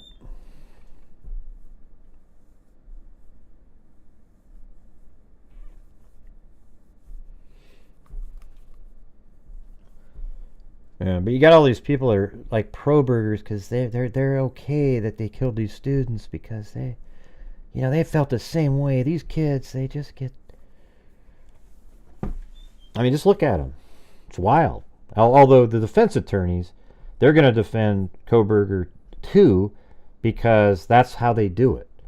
You know, that's how you know that they're not genuine people, because every single big case, they like to defend the actual killer. You ever wonder about that? And I don't know if about you, but when I've watched some of these people, they have facts incorrect, but the people watching them don't realize that. So then I realized that, man, how many times did I watch them where I didn't know the case well? Did I just accept what they were saying because they were lawyers at one point, and I just accepted it? But I was also told crap in those ones too. I just didn't know it.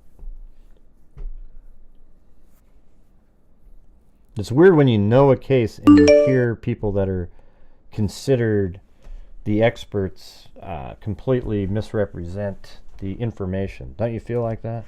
It's weird. And if you're on this channel, you'll know the facts of the case, and then when you hear the misrepresentation, you'll say, wow, that's wild. Why would you do that? That's right, Holly G. That's right. And thanks, Paulette, for the coffee.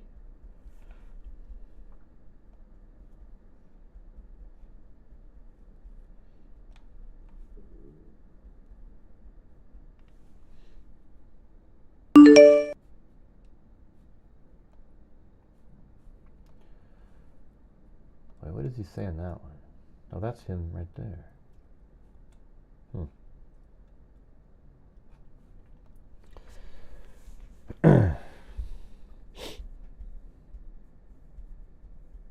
Right. But then you go watch the loons, though. That's the thing, Mary C. I need you to be watching my channel. I know it's fun to argue with the loons, but yeah. Like in, the Richard Allen stuff that's going on. My God, you guys. Jesus. All the defense attorneys. Oh, this is absolutely astounding. It ruins the entire timeline of the prosecution. This new information. And it doesn't at all. It doesn't do anything. It just changes the time that Richard Allen got startled by a van. I know, that's right, Mark Willis. It is overwhelming.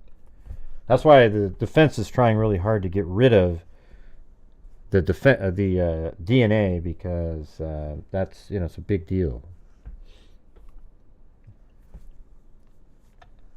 So if you're just coming in late, the Defense is trying to squash the DNA evidence in the Bryan Kohberger murder trial case. What they are going to use to try to get that thrown out, I do not know.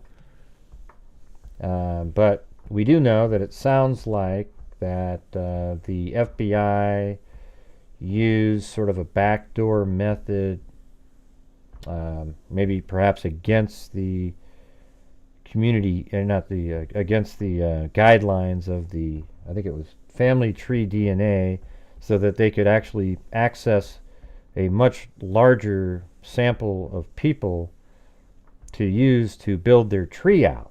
But for me, it's irrelevant. It's not illegal. It's just against the guidelines. The terms of service, I guess. Who cares? They got a lead, a name, that the DNA on the underside of the buckle of the knife sheath, they got a sequence of DNA from. That led to them finding a name. That doesn't mean that that's the killer. Then they had to investigate the name, and then it turns out it all made sense. That made it enough to get a warrant. Then when they got the warrant, they arrested, or I guess the arrest warrant, they arrested Kohberger. After they got the DNA from the house, they collected DNA out of the garbage can. Well, I mean, if you want me, I'll do the order again. I mean, first they take the DNA off the knife sheath and they put it into CODIS to see if there's any matches. There were no matches. Then they did IGG. It led to a name, a family name. It could have been either the Bryan Kohberger or his sister. And Bryan Kohberger made sense because he drives a white Elantra and he lived in Pullman, Washington, right next to Moscow, Idaho. So it probably eliminated the sister almost immediately. When they collected the trash, they got the father of the suspect DNA. They were able to tell that that was the centimorgan, or the amount of DNA that it shared with the contributor to the knife sheath was the father. So that was enough to get an arrest warrant for Kohberger. And then upon arresting Kohberger, they got a swab of his cheek and compared it 1-to-1 to the DNA that was on the knife sheath, and it was a match to a point where it's like irrefutable, octillions. Okay, that means you'd have to have, septillions of planet Earths with the same number of people on them, with the same sort of DNA structure to maybe find one other match. Now you can forget it. Yeah, so it definitely is Kohberger. That's his DNA on the knife sheath. Now people go, well, it's just touch DNA, Gray. What does that even mean? How does Bryan Kohberger's touch DNA get onto a knife sheath? And then there's a white Elantra that matches the one he drives, driving around outside. Tell me how that is not him. So let's see. Brent Kopaka hung out with Kohberger and had him hold the knife sheath for a little bit. And then he stole Kohberger's white Elantra in the middle of the night, drove around, and then he also had Kohberger's phone, by the way. Give me a break. Jesus. Catch you guys. Come on. Think through this stuff a little bit.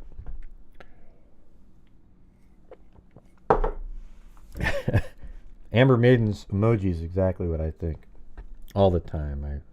I do face palms. That's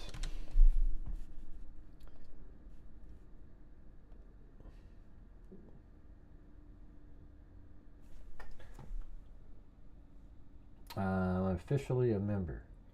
So Ted Bundy said they're officially a member. They're trying to give me clues. I don't know. Does anybody know who Ted Bundy is? They just sent me another one. And we got Paulette Leonard there. Right. Amber said yesterday, I wouldn't normally say this, but thank you, Ted Bundy. That was pretty good. That's pretty good. Man, so when is this first section going to be over?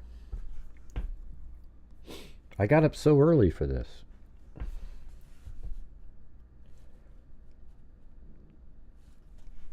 The court is on a break. Oh, well, maybe after the break. This might be good news right here. That's pretty interesting how they keep changing it for us. I mean, whoever runs this court is pretty good. Okay. Oh yeah, let me get the working on.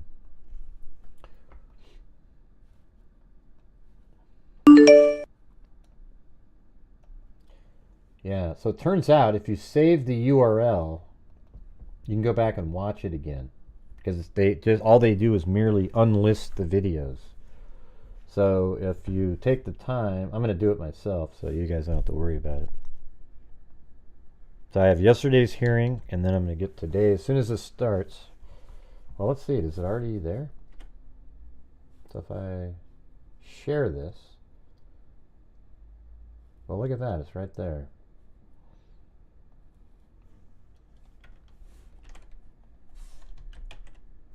How cool is that,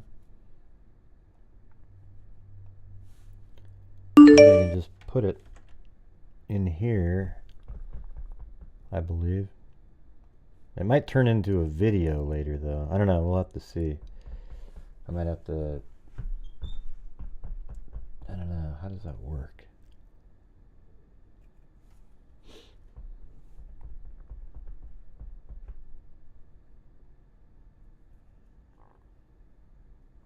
That might be it right there.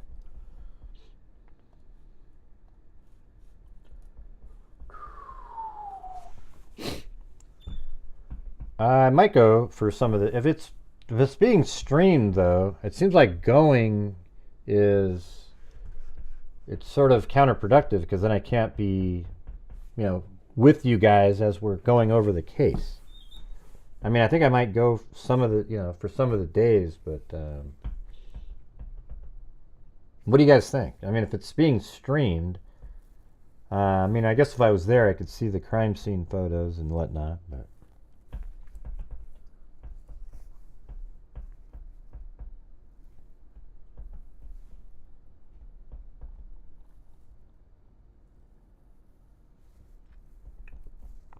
What do you guys think about that? I mean, it's valuable to go to the trial if there's no other sources. But if it's being streamed, I'm not sure what the point is, because then you're while it's being played, you're just going back to repeat it to everybody. So that's something I've been thinking about. But it might be interesting to go there and stream it from there if I get a good Wi-Fi connection, and then I can just sort of be talking, try to get interviews and whatnot with people.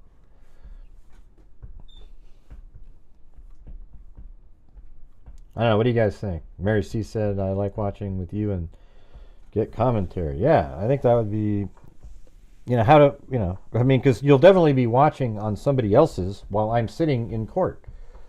So why wouldn't I be here playing it? I don't know if I'm going to get any extra.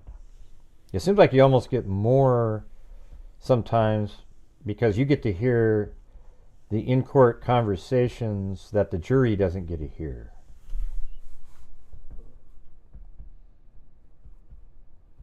Yeah, there's no guarantee I'd get in. However, if they do not stream it, then I will go. Okay, but I think they are going to stream it. It just has that feel to it, doesn't it? Yeah, I mean... Hey, thanks Annie and Susie Clue for the coffee, and thanks for the couple coffees by Annie there. Thank you.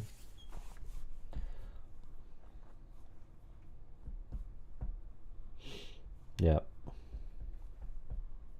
The court is on a break. I'm hoping after this break, I'm not sure why they would even mention that they're on a break, unless the break means that when they come back, we're live. Okay. Because why would we care if they're on a break if it was closed? You get what I'm saying? You feeling what I'm throwing out there?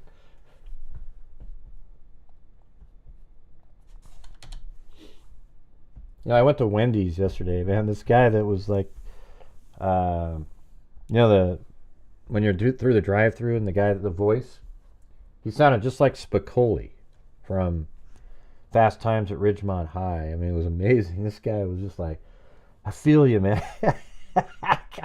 I'm like, hey, can I get some medium fries? And he goes, all right, I feel you. I feel you. He was just like that. It was so weird. It was the weirdest thing ever. But I liked it kind of because it was just different. It was more fun. It was weird. All right, brother. Yeah. All right. We're in this together. Okay, that's awesome.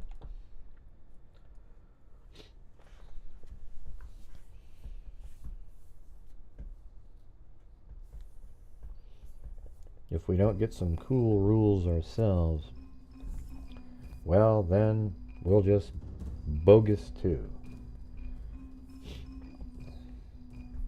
We're just bogus too.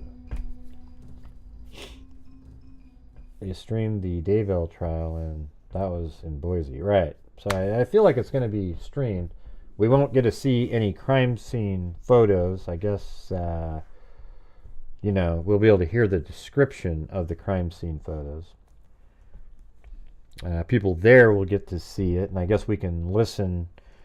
We can find interviews with people. But I think I might go there on weekends or something, where we can go around and, just do live streams, walking around, etc. Maybe go there Friday night and then Saturday, Sunday from there, maybe then Sunday evening, go back home. It's like a 6-hour drive, something like that. Oh, that was Spicoli. He said, if we don't get some cool rules ourselves, well, then we'll just be bogus too.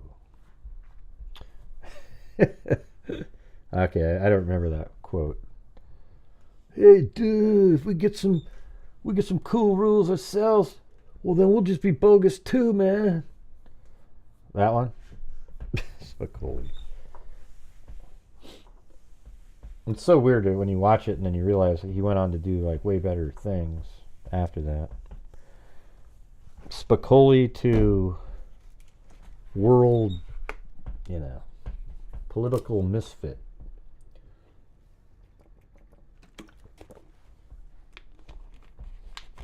Well, the court is on a break, so we should hear something soon. If it says back in session and we're not live, that means they had a break and they're still on the hidden stuff. But I have a feeling that they wouldn't put in the court is on a break unless that means after the break they're coming back to do the live stream. Hey, Amber Maiden, gifted a membership to Kimberly Sheets. All right.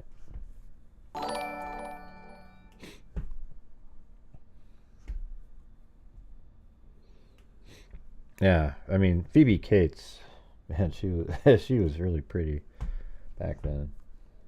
I mean, I don't know what she looks like now. I haven't looked her up or anything, but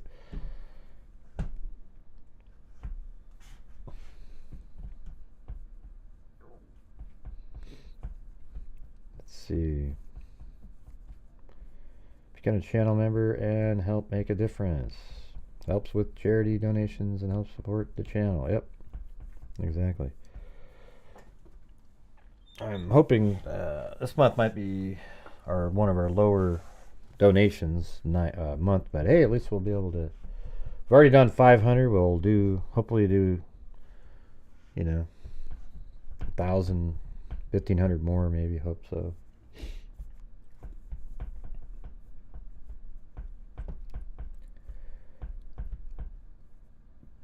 I think I'm going to focus mainly this year, though, on our scholarship and DNA fund. Those are the two that I think is sort of like a tangible, making a difference. I hope it gets really busy again where I can help the other ones too, but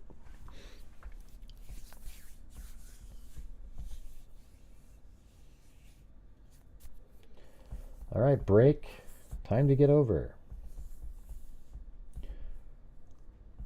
And we only got 225 people watching. I guess it's just not interesting.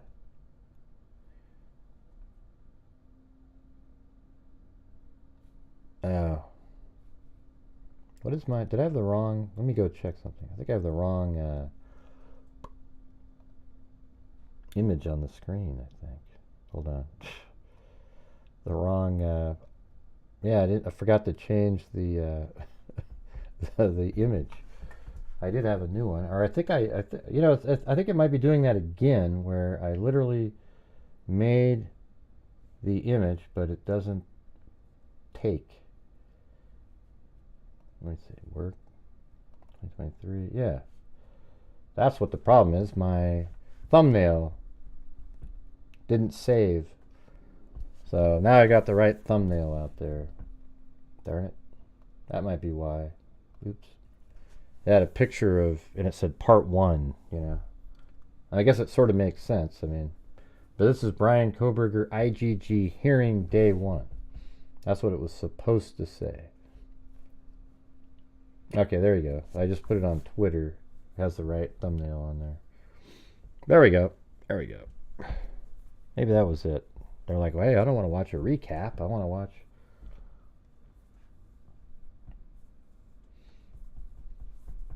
Sorry about that. Can you guys check to see if the thumbnail reflects what it should have said?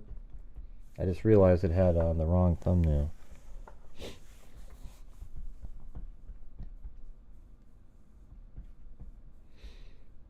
Yeah, but it's not. I mean, what Amber says, they're missing out. You do so much good job making the PCA make sense and how damning it truly is. Right. Yeah, but they don't want to hear it. A lot of people, they just want to hear how Kohberger didn't do it so they can hate the cops and prosecutors, etc. There are cases out there where prosecutors are, have, done bad things. We see. I've seen it. Justin Ross Harris case is one of the ones where I was like, God, this is horrendous. This isn't one of those. Okay? This isn't one of those.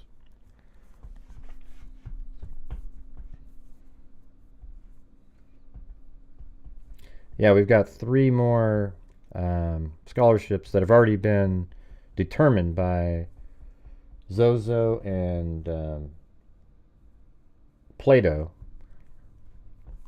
and the winners have been picked already, and they'll be getting their $2,000 apiece. What do you guys think of that? I mean, how can you not make a better difference than something like that? Helping educate the future law enforcement, I guess you call it, they're in the criminal justice world. Yeah, and then last year we gave 2 $3,000 scholarships. So that means we've given 12,000 in scholarships out in 2 years. Prove it, Gray. Let me see the receipt, you bastard. Well, why don't you go up onto the website, and you can actually see, we actually show it on the screen when we're doing it. Like, you can actually see the scholarship. I might do like a community, a members only live stream where we can watch the 3 video submissions. Because this year we just did video submissions because it got too labor intensive reading 500 written. And it's amazing how many less people do it when it's a video. Strange.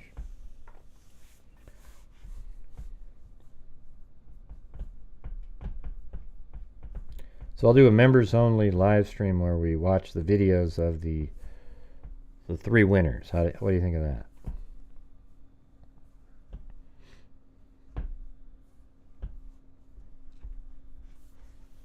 Yeah, there you go.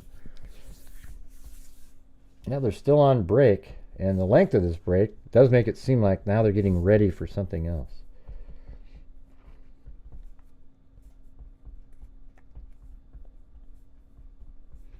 I hope they're still there, the videos.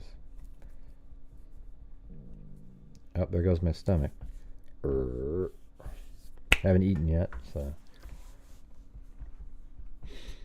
They should never pardon people who assault cops. Here comes CK trying to jump in with the anti-Trump comments. They just can't let it go. You know who they shouldn't pardon either? Family members who benefited from, selling access to the Chinese. Isn't that weird too, CK? Jeez, isn't that disgusting to pardon family members? Whew. Wow.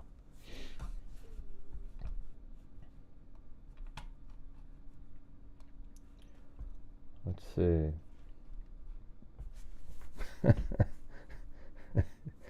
Yeah.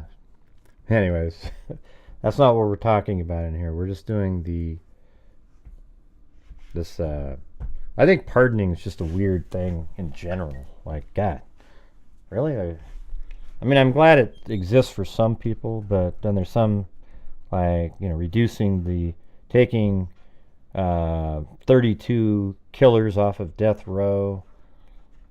No, I don't know. It's kind of weird.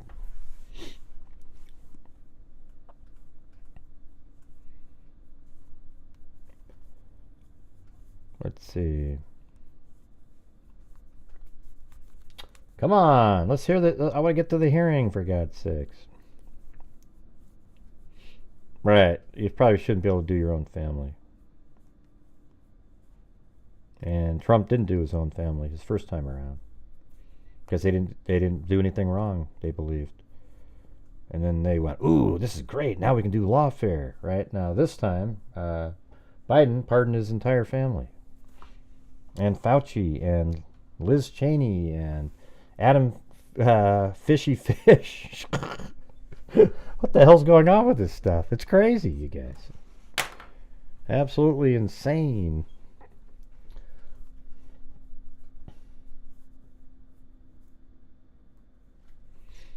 The problem is on social media, if you don't, like if I said, oh yeah, I voted for Trump, the people who didn't like Trump now don't like you. Instead of just saying, oh, we just disagree on that. Hey, everything's fine. That's what I don't like about social media. It sucks that you can't just have your own opinion on something like that without being canceled because you're so much smarter. You just don't realize, Gray, come on. I do the same thought process on everything that I do, same logic, common sense, etc. So you just don't agree.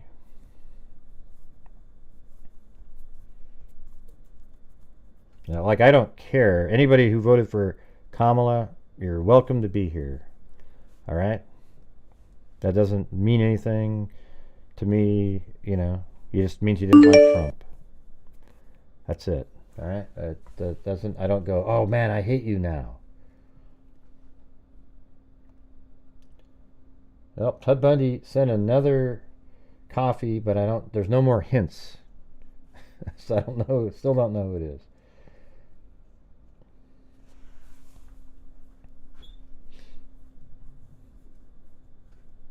I think it's mainly on the left, though, that if you voted for Trump, there's way more hate by people on the left. That's just the way it is. You can see it. You've seen it in the media. You've seen it everywhere. You're an absolute imbecile if you voted for Trump, in their eyes, and should be shunned and avoided and canceled and thrown away. And it's just obvious. That's how it's been. There is some people on the right that do that, but it's nowhere near the same. You can't really compare the two like that.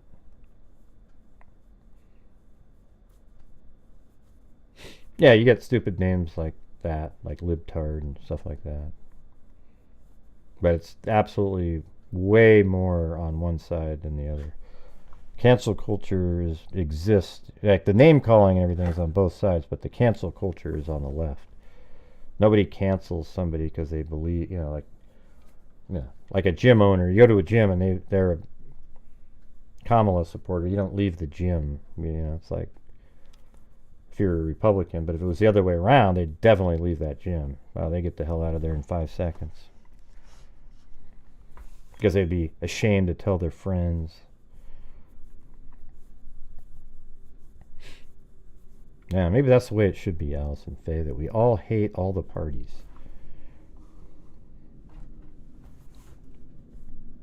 But don't you think it's funny how that idiot CK shows up in here? And they made that comment just to sort of derail the chat. And it worked. Look how the chat all switched around and that person disappeared, never to comment again. Don't you find that strange? They were just in here to be a disruptor, a troll, you know. That's what they do. And now we're down to, well, we actually increased. Maybe my new thumbnail.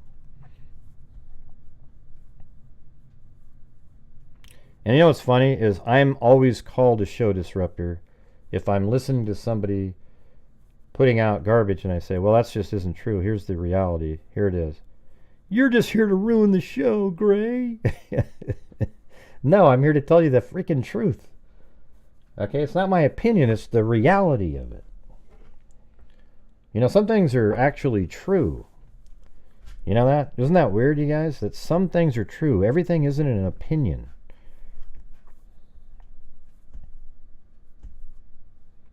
Yeah, let's see.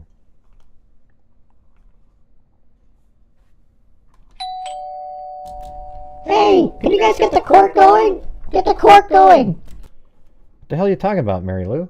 I was trying to get the court going. Well, how? They can't even hear you, though. How in the hell would they hear you to get moving? That's a good point, Gray. That's a good point. That's what I thought. The truth is not tolerated these days. Yeah. Yeah, you got to be conspiratorial if you want to really make it. You know, you gotta sell people a bunch of garbage.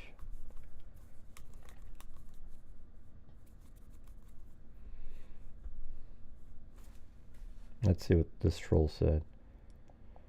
In your case, it's always an opinion. Yeah, well, it's completely bullshit, Big Daddy Shane. I know that you want to believe that, but I go based on the facts. You, however, are one of the idiots that watch people like the UK guy that's always saying, let me spitball here, and the clown, etc.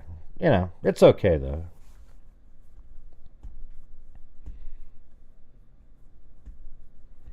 Yeah, and when I do have an opinion, and it's always based on the facts of the case.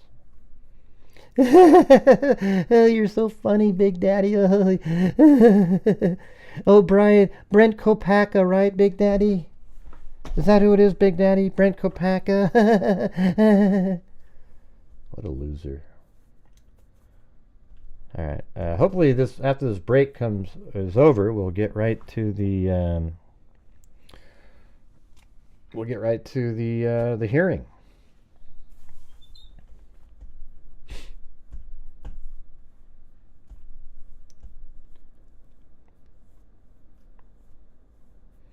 Yeah, so here's what you do when you're following a case. If you put all the facts together, and then you have them, and then you base your speculation based on the facts, you're going to be really accurate.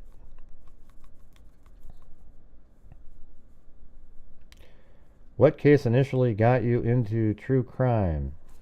Let's see. I'll use this downtime to interview you.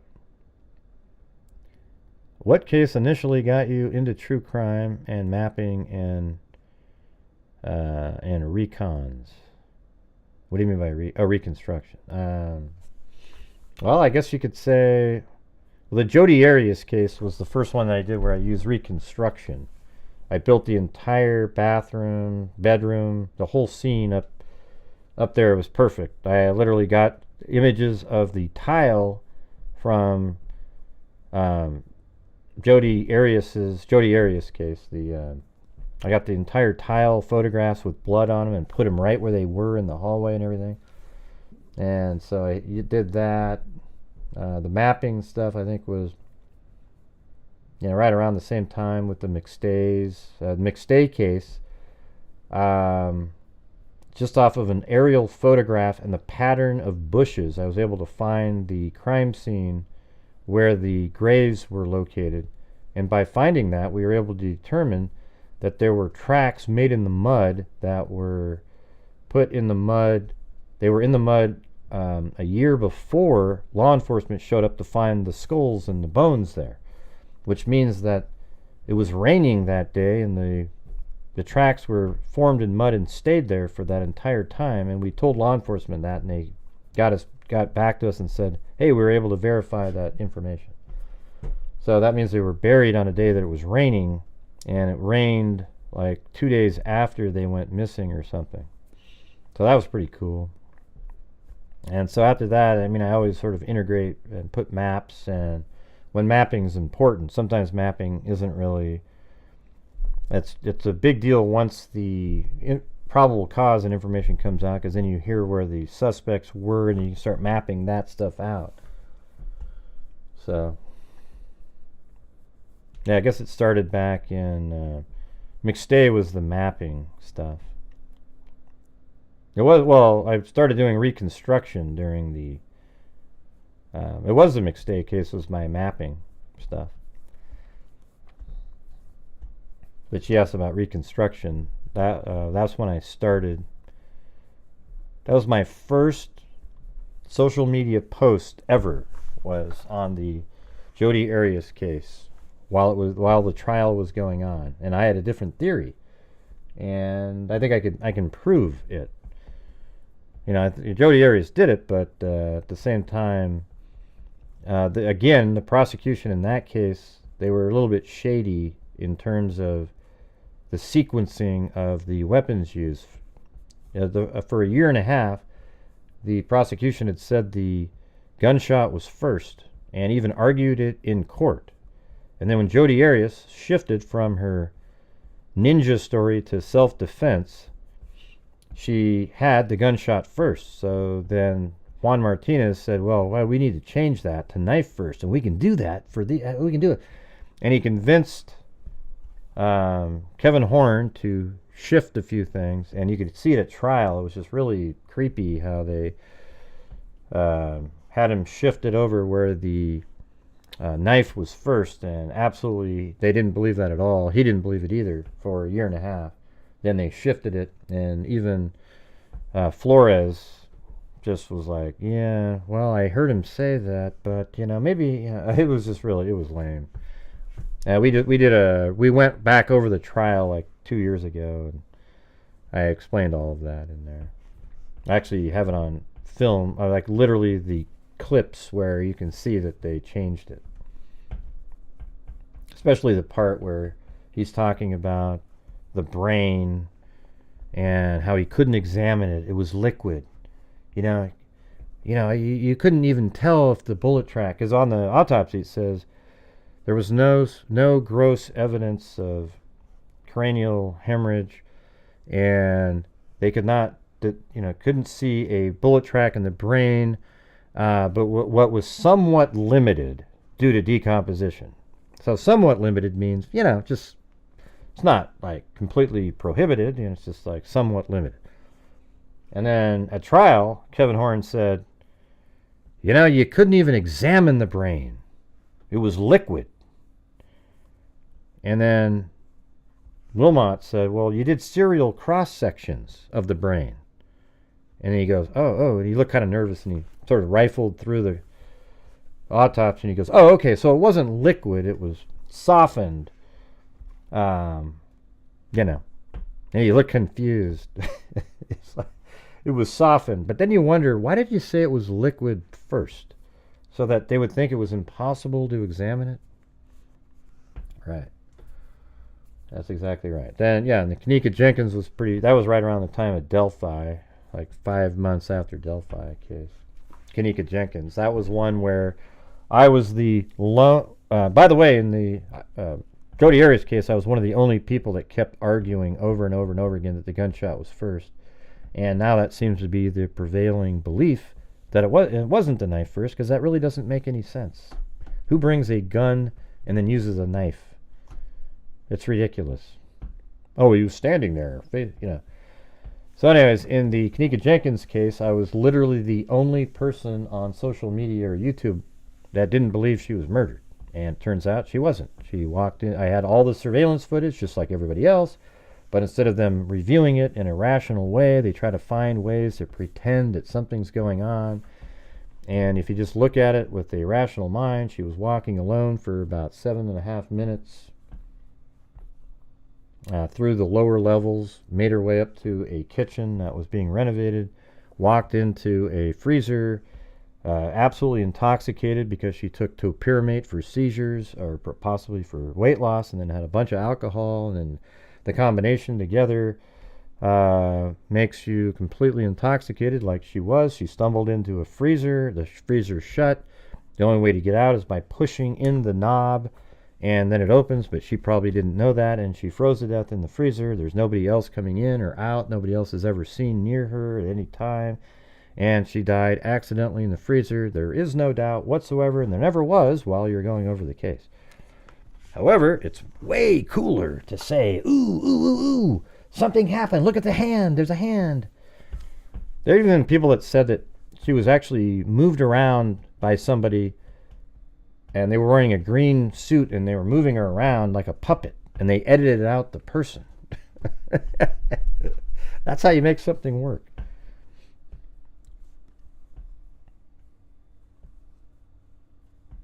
Let's see. Kayla said, you pay attention to even the smallest details of timelines and locations where most other channels severely underestimate the importance of those things and how much they can tell you about a case. Yeah, totally. That's exactly right. There's little things that go, oh, look at that. Little tiny little things. Yeah. Juan Martinez. Everybody thought he was so hot. Yeah, because he's the one going against Jodi Arias. If any one of you women out there saw Juan Martinez walking down the street, you wouldn't give him a second glance. But because he was battling Jodi, he's wonderful. You guys are crazy. I gotta tell you. All right, let's see if we get the...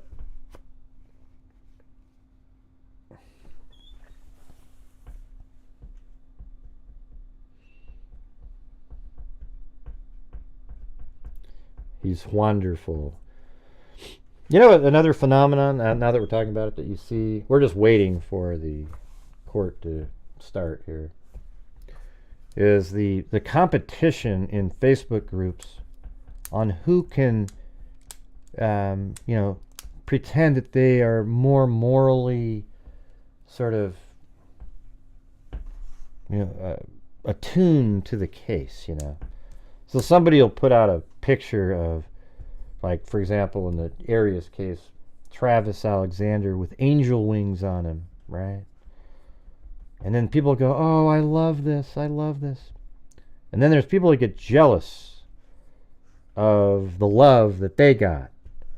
So then they make a post that has Travis with angel wings, and then Juan Martinez and Jesus all sitting looking down on Travis. And then they go, oh, I love this one too, yay.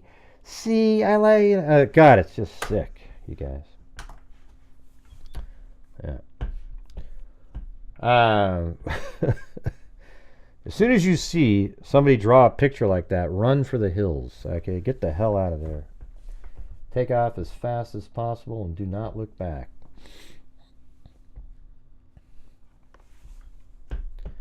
Yep, Debbie Collier. That's another case where everyone thought she was murdered and killed and put down, down on this place. But then this surveillance came out where she goes in and buys the same items that she was found, that she burned herself with. And everything pointed to that she took her own life, right? So then I actually spoke with the detective over there. Somehow he responded one time.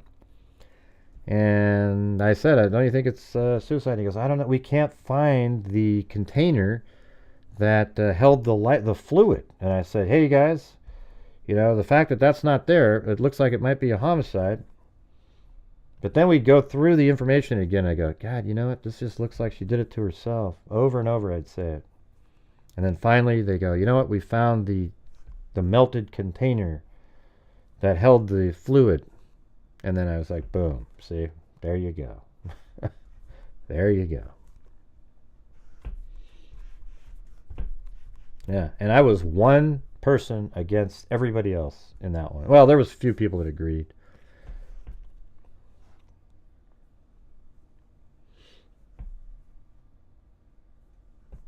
Yeah, it's really obvious. I think it's really obvious too, but I think it'll be interesting, the battle back and forth. That's kind of what the key is. Which case do you think turned out with a different outcome than you thought it would?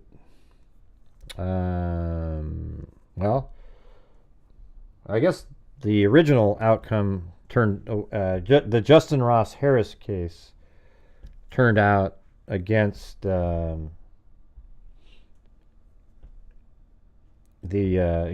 thought he'd be found not guilty because the evidence was just ridiculous. The prosecution in that case tried to falsely create different images, etc. And then he was found, and he was charged with malice murder. I mean, it was absolutely ridiculous. And then he was found guilty of malice murder. And I was just like, that was one case where I really believed that an absolute injustice was done. Yes, he was distracted like anybody else, but the prosecution wanted people to know that he was distracted for stuff that we all hate. So then we can all just agree that he killed his son in a hot car,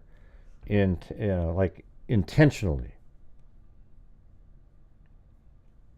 In here, where Lynette? I didn't see it. Oh, yeah, up there. Hey, thanks, Lynette. Thank you. I think I was talking. Thank you. Appreciate it. Look at jail. You throwing me in jail now? Yeah, and then guess what? The Supreme Court actually overturned the verdict in the Justin Ross Harris case. He still has to serve time for his sexting with a minor. But, he's not a likable dude or anything like that, but that was such a ridiculous overcharge and an injustice, complete injustice. He had the perfect scenario. He was somebody that didn't normally... I don't even want to go over it again.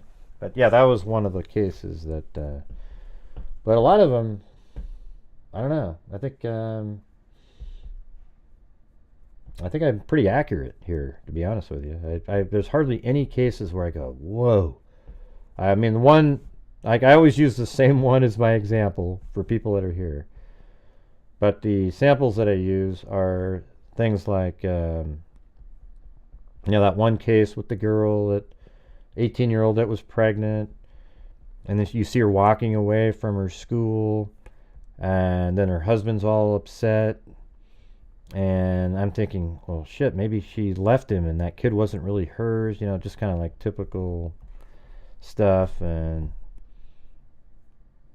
she's pregnant, about due, and then it turns out what the real answer was is she, on Facebook, was going to go buy a crib, went over to the person's house. The person whose house she went to buy the crib from strangled her to death and then cut the baby out of her and rushed it to the hospital, tried to make it look like she gave birth to it, and the baby died, and this lady got arrested and everything. But who in the hell would predict that? Nobody. But what was even weirder is during that same time frame, while they were looking for her, a baby shows up on top of a garbage can in the same city, and that wasn't even hers. It was just some other person who put a baby on a garbage can. Strange stuff. Strange stuff.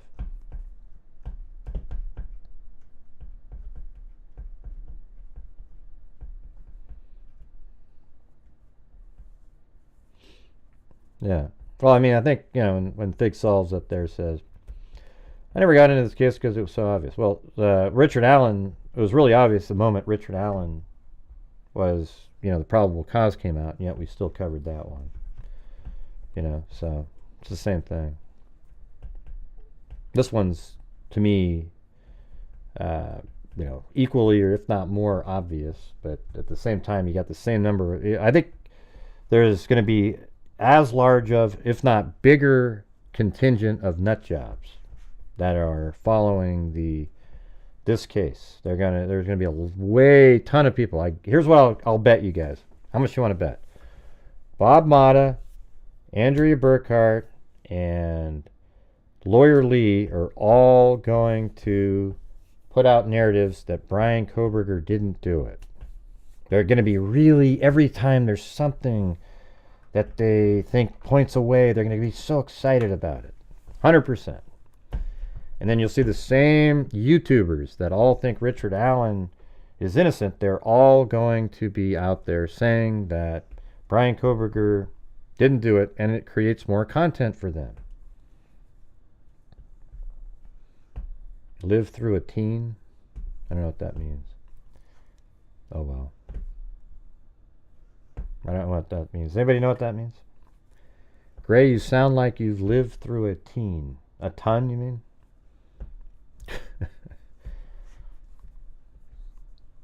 Oh yeah, Madison Bell was another one of the ones that we nailed. I remember the Madison Bell case. Now that threw me. Yeah, but we got it right, Mary C. The Madeleine Bell case is the one that I nailed.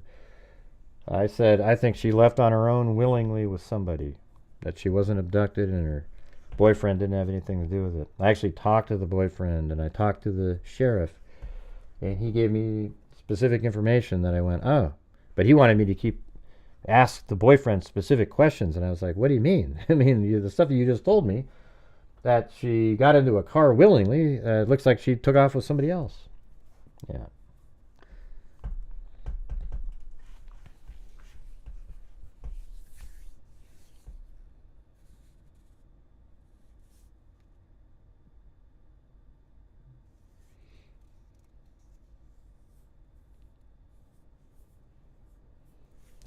Thanks, Lynette Eades.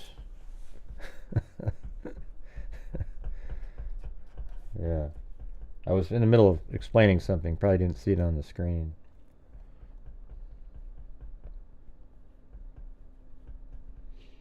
The court is on a break still. See, they're probably working through like how to abbreviate names and everything.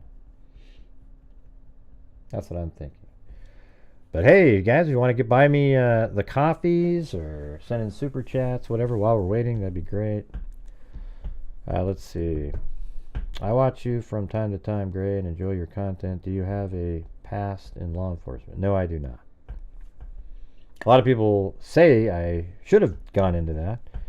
I've actually had, I had one detective, I don't know, I think it was like detective sergeant or lieutenant, whatever. He emailed me one time and he goes, yeah, Gray, I just wanted to say that there's cases that I have privy to the information of that we cover, that I know the facts of, and you, just by going through the papers, you're able to determine things that, that we determine.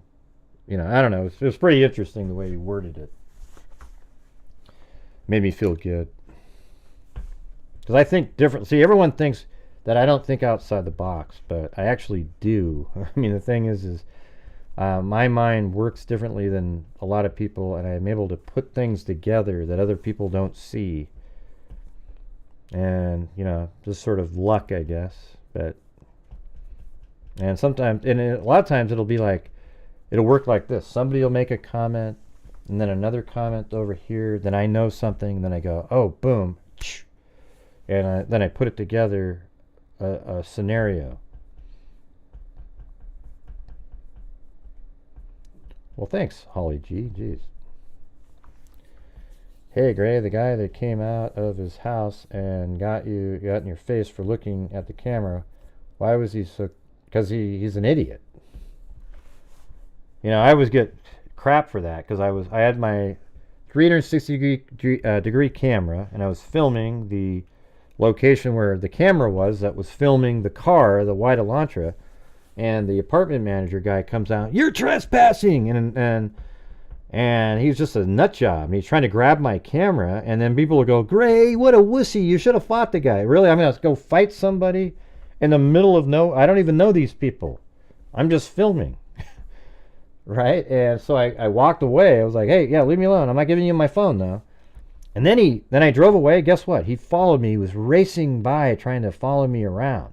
So I actually called the cops. I pulled over somewhere. They showed up, or they told me that, hey, no, there's nothing wrong with you doing what I did. I wasn't trespassing. I was in the parking lot of an apartment complex.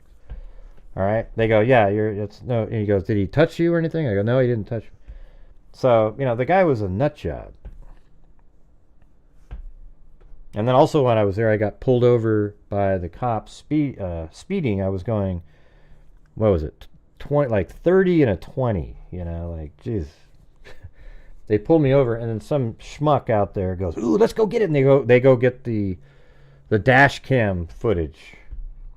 That's how sick these people are. They have no lives. Like, it's amazing.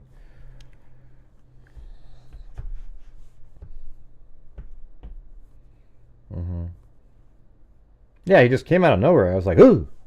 Like, whoa. He just kind of, give me your camera. And I go, no, I'm not giving you your camera. He goes, what are you doing here? What are you doing? He was crazy. And he's the person, by the way, that put out the Linda Lane footage, if you can believe that. That's the guy. He put out that Linda Lane footage because that was the camera. Yeah, I was kind of thinking at the time, I go, man, there's a lot of crazy people out here.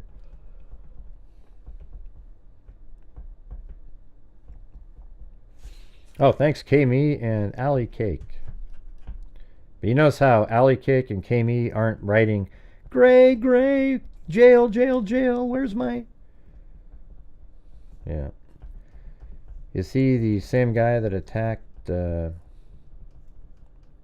several? I don't know. I know, I was out in the parking lot of a apartment complex. The police were like, yeah, that's no big deal. I've been to Idaho twice. What do you mean? Jesus. I just earlier in this show, I showed you some of the video that I took out there. Yeah, I think it's amazing. I don't know if it's YouTube or what, but when I went out there, hardly anybody was watching.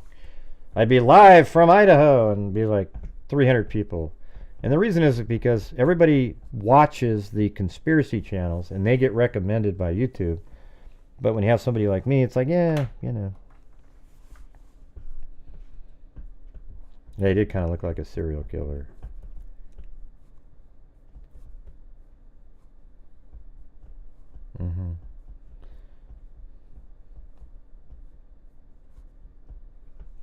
Yep, I went there.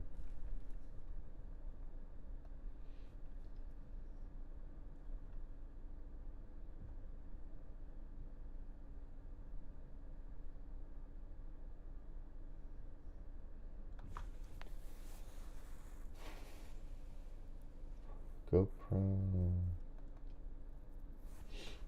When was I there? Was that July?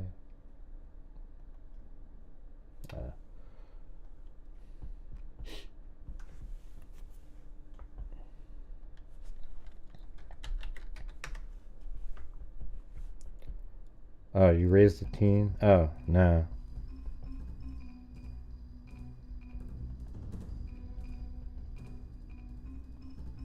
Where's my first trip to Idaho?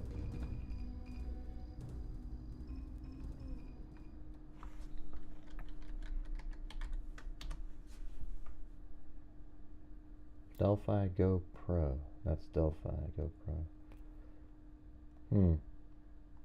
I might have that somewhere else. I think the first time I was there, I got some pretty good footage.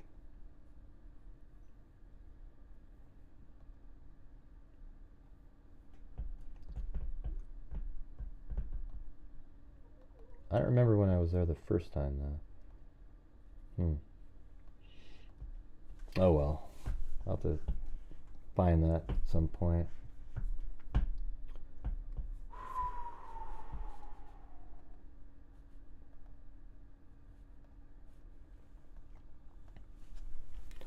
Yeah, we're just sitting there waiting. The court is on a break, it says. Oh, the portion of the hearing is closed. Okay. It's closed still. I guess it was paused. Thank God. I mean, you guys would have told me, hey, great, it's going, it's going. So now it's this portion of the hearing is closed. So even after their break, it's still closed. What happened yesterday? We don't know. All that was yesterday was a hearing about whether this whole proceeding would be on, recorded on or live for us to watch. That's all it was about. And he said, well, I think I'll have part of it closed and then the rest we'll have open. That was it.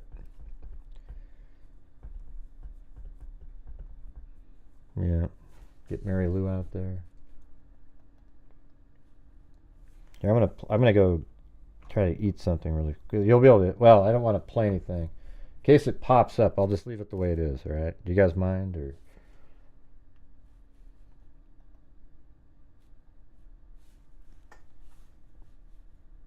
Ominous.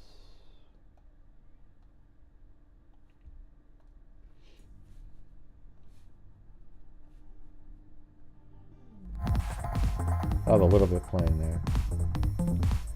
Keith Alessi said, never let the trolls win. All right. Well, they just try really hard. It's frustrating for me, you guys. And not only that, because I don't see a lot of people that count, like when I'm on Court TV and they put the video out, there's literally like 100 comments that attack me. This one person is a stalker. They just keep the same thing every single time. They just keep saying the same thing over and over and over again. But there aren't a lot of you guys over there saying, hey, you're full of crap. I think I saw Paulette Leonard over there one time. But it'd be cool if you guys were over there countering these idiots. But, you don't really have to get into that. I see some positive comments, but... Alright, anyways, I'll be back in a minute.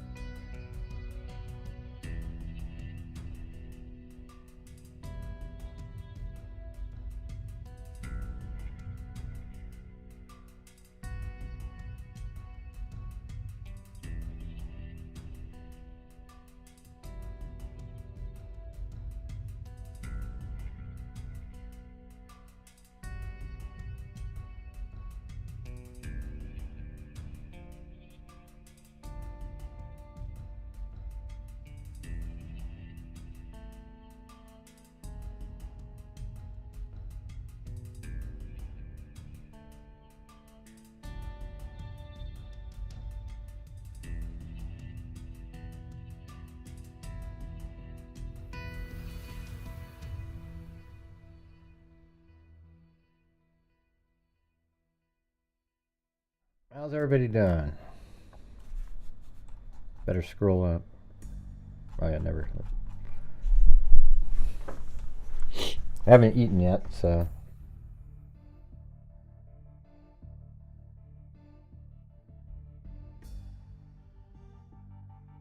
Stupid is being nice. You're an absolute moron.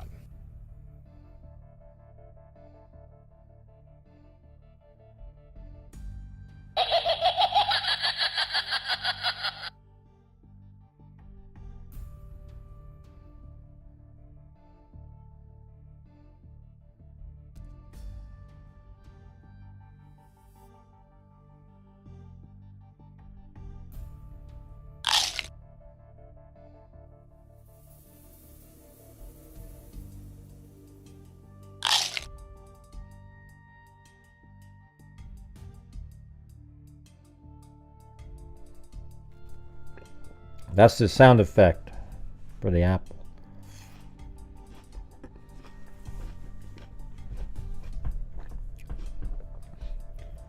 You have a sound effect. Jingle like this, watch.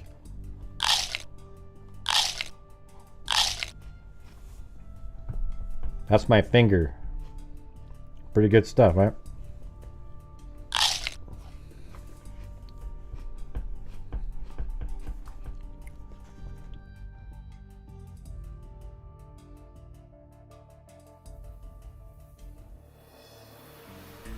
You guys like rye bread?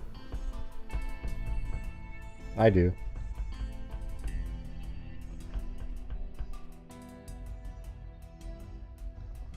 Yeah, that's a good Honey Crisp apple there.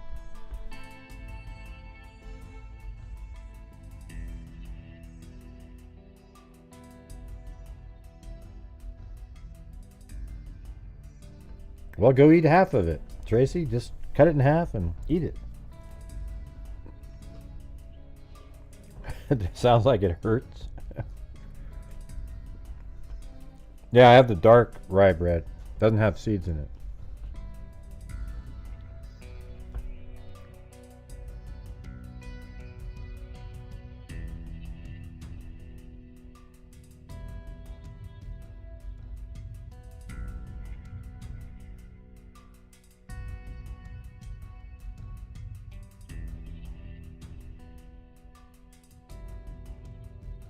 Dark rye bread right here and an apple. I need something because I get kind of shaky.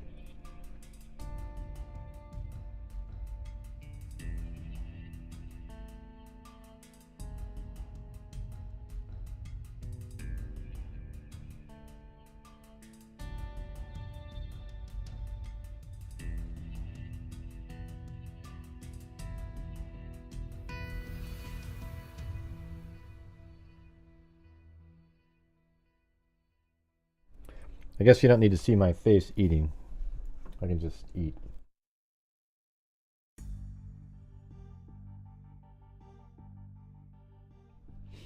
Yeah, I always eat an apple. They aren't like amazing Kreskins for guessing I'm eating an apple.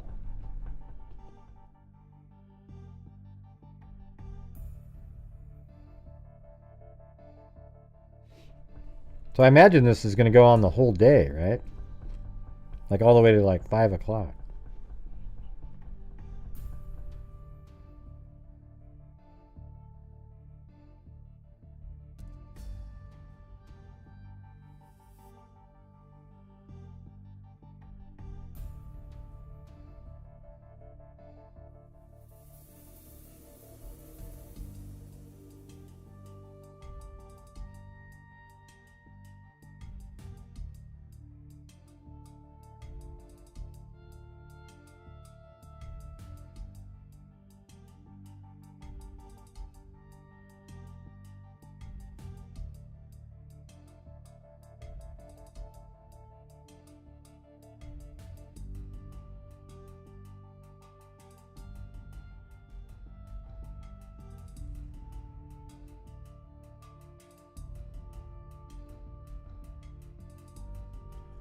Well, that's cool, Lynn. What for?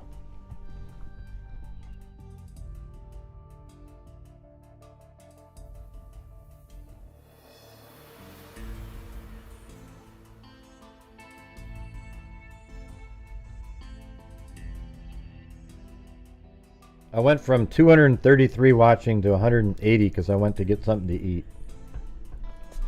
What a bunch of flakes.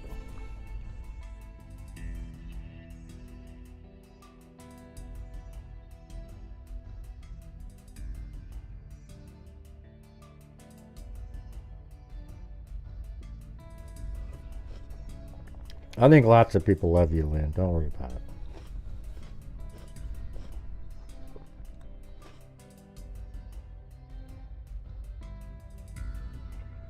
She's giving you her condo?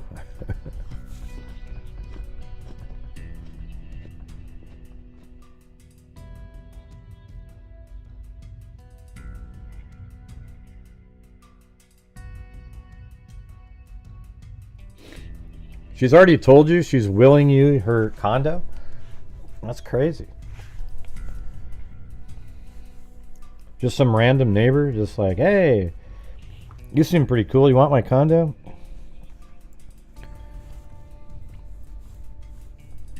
I suspect you guys are buddies.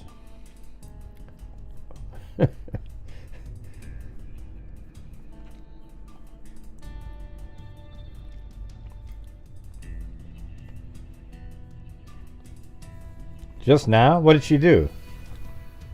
Wait, what does it say? Just told me she's going to put me in her will.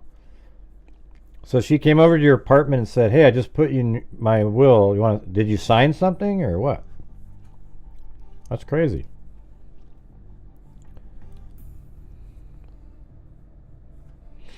Yeah, that's pretty awesome.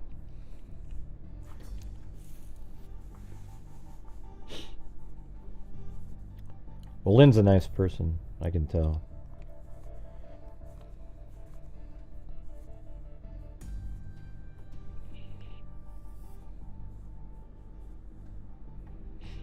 It wouldn't be on any channel, but this one. I wouldn't be on anyone but this one for the trials, especially Idaho. Go Freaks! All right.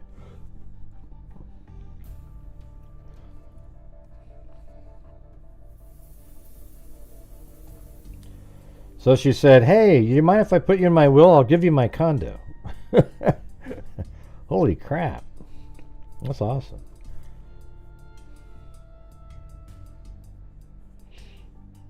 What are you talking about, Al? You met some lady on Facebook and she willed you her estate? What the hell?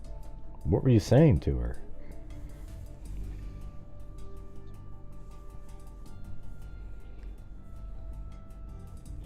Oh, there's my StreamYard get me a coffee. Please buy me a coffee link while we're waiting here.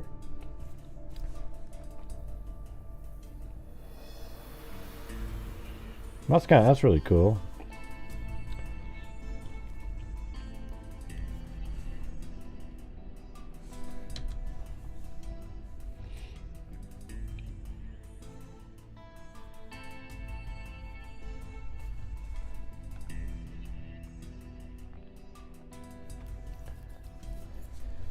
Yep. I've only eaten, I still got this much left of my apple. This is a good one now. This one's one of those ones.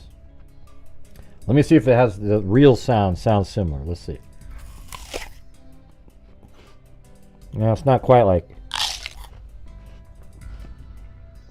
It's not quite like that, though. It's right there, though.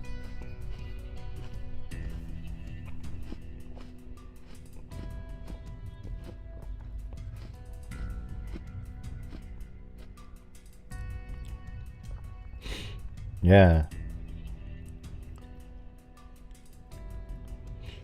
But just some random person, Allison? Or did you know her pretty well after a while? Like you became Facebook friends? Or did you already get it and everything?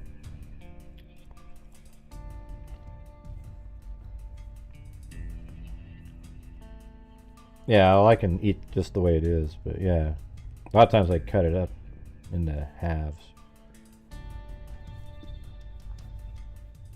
Get rid of the seeds.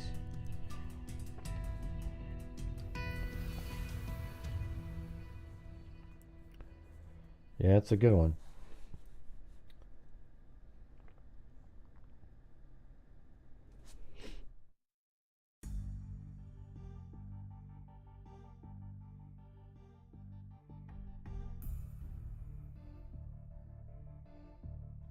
It's really juicy, you know.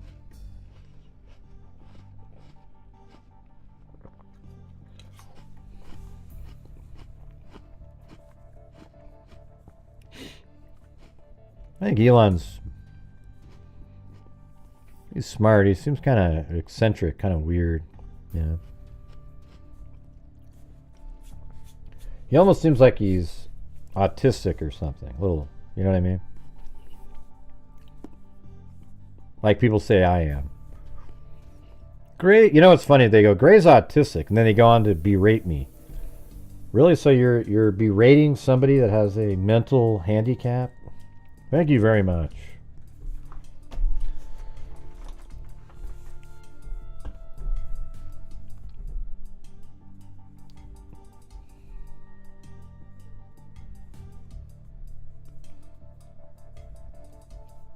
Mm.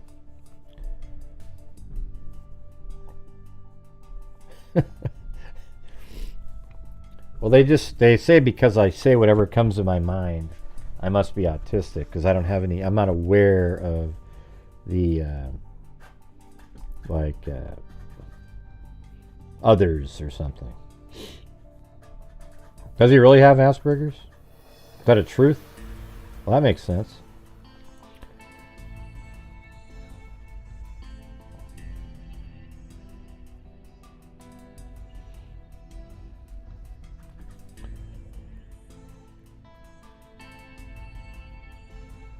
Yeah, I mean, I can't wait to for us to go to Mars, like they're saying, man.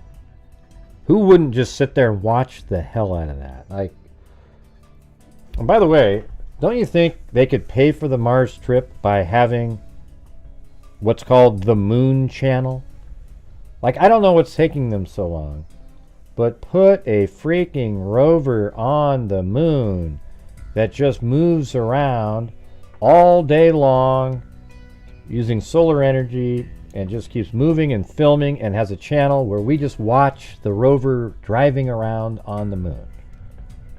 I mean, my God, I'd watch that 4 hours a day minimum. I mean, I would just sit there and stare at it. Just put a freaking rover on the moon and have a channel called the Moon Channel, and you just watch over and over again. Maybe you have it to pay. I'd pay $10 a month to watch it. I really wouldn't give a shit. It would be incredible. I think it's much bigger than Mount Everest. It's not even close. Well, you're watching something on the moon, man. It's just like every time it goes around and it looks into a crater or something, you know. Okay.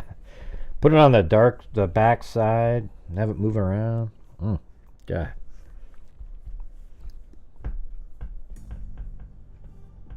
Oh, the trash.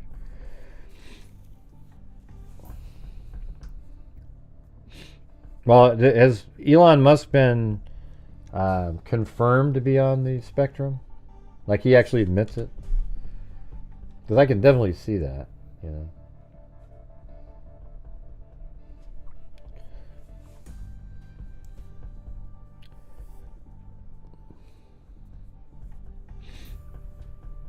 I mean, put a 1 if you would watch the Moon Channel at least every day. I think I would have it on all the time, hoping to see a UFO or some anomaly that shouldn't be there. I mean, my God, I would just be... I just watch that. And I'm just not sure why that hasn't happened. How easy is it? Especially for, like, Elon Musk to just fly a rover up there with a camera and use his Starlink satellite system to transfer the signal. I don't know, man. There must be some other reason.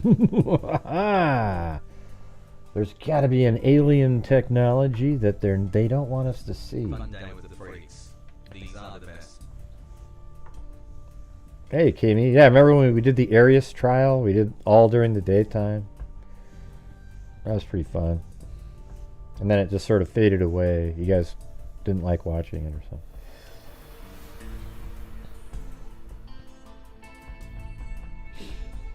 I just think looking at it would be amazing.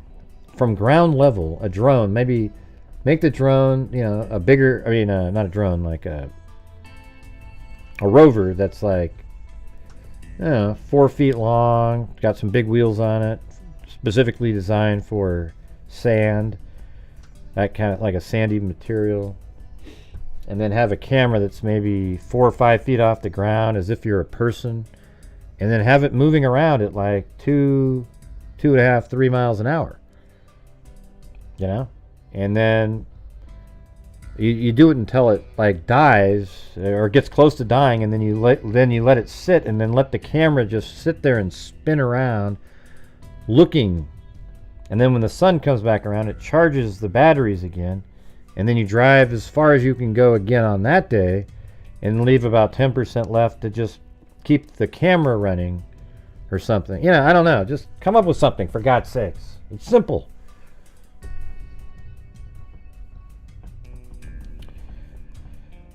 I'm talking about what I'm talking about, Juniper.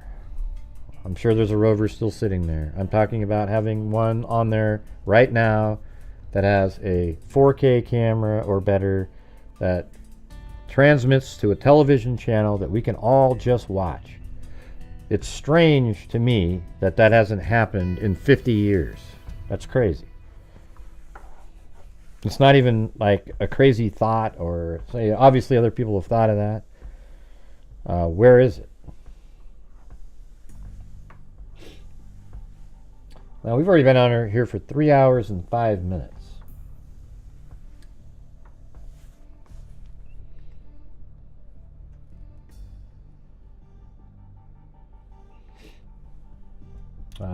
Let's see. Miss Northside earlier said, "Thanks, Ray, for bringing us the trial.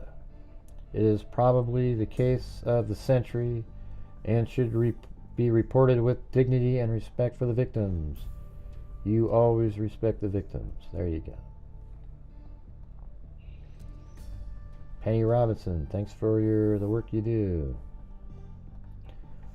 Ocean City Gold, love watching and listening to you, Gray. Been with you a few years. Keep up the excellent work.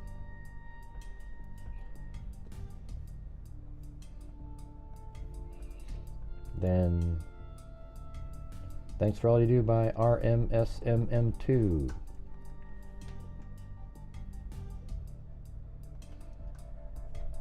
Then Vicky White, I'm looking forward to your presentations on the case.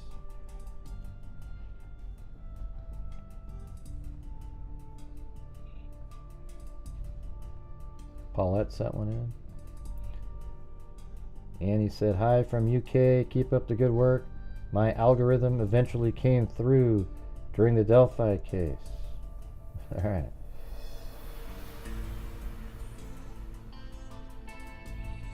And then we have a bunch from Ted Bundy.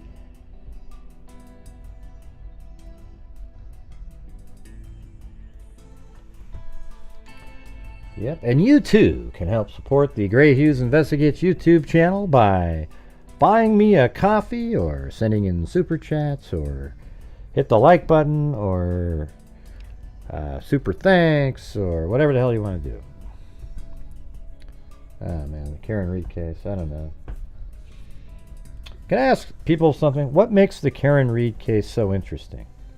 I mean, I thought it was mildly interesting when we went over it. We were looking at it like, okay, yeah, I mean, I think Karen Reed did not intentionally kill her husband.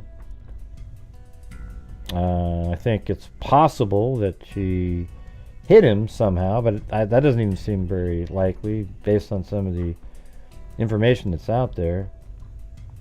I think it's a completely overcharged case. So I think they would have a difficult time ever convincing a jury that she intentionally tried to kill him. The whole conspiracy theories on how the family did, I don't know. It's just, I don't know what it is, but it's one of those cases that wasn't really interesting to me. Sorry. I think it's ridiculous that so many people are just glued to the screen, just trying to figure out this little. I don't know. I guess whatever it is whatever it is. People like what they like.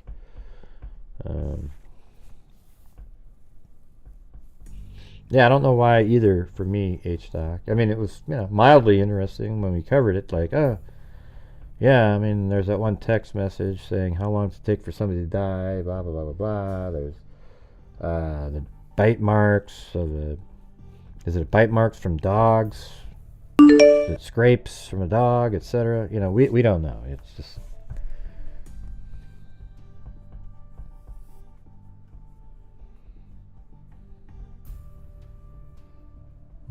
Yeah.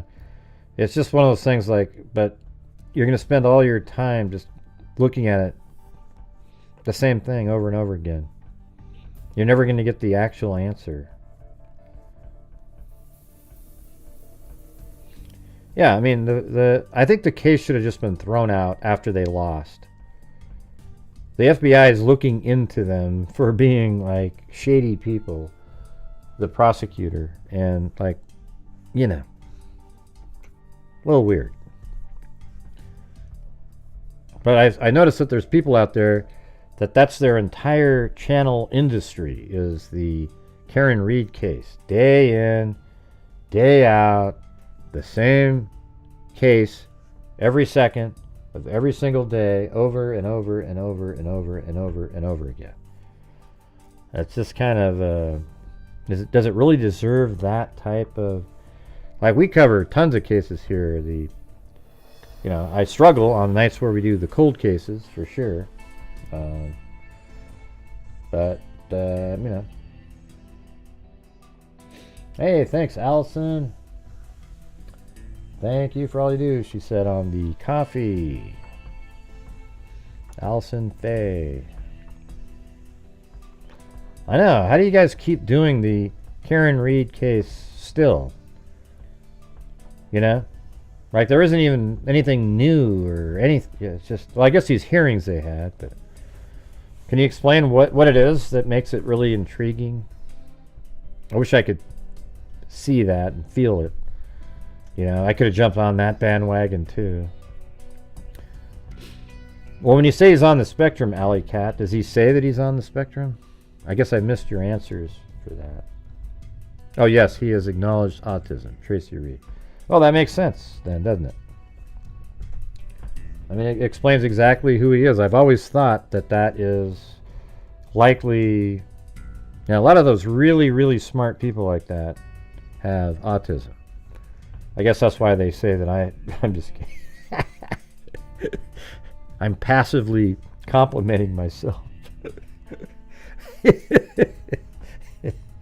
Yeah. I mean, they say geniuses are autistic, and I think that's why people say that I'm autistic. I mean, not to, yeah. That's pretty good. Is this going on now? Okay, this is still live. It's still playing.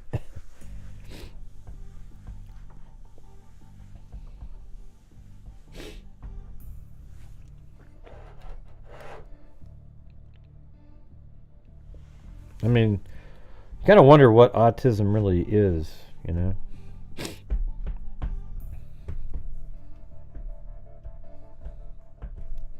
Could it be that a lot of people actually have some version? Isn't everybody on the spectrum? But there's just some people that aren't, there's just different levels, something like that. Yeah, I mean, it's weird how, I have a friend, he's just smart as hell, and he always says, I think I have a little bit of something. You can see, I can see that, but, I don't know. It's just...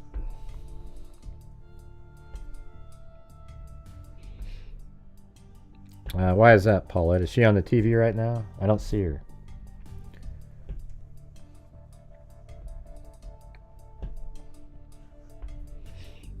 I'm not sure I'm one of the people who buys into that vaccines made people autistic. Because there were autistic people before vaccines. So, don't know. Well, thanks, Debbie. Deb B. I don't know. I think I'm smart at some things and not at others.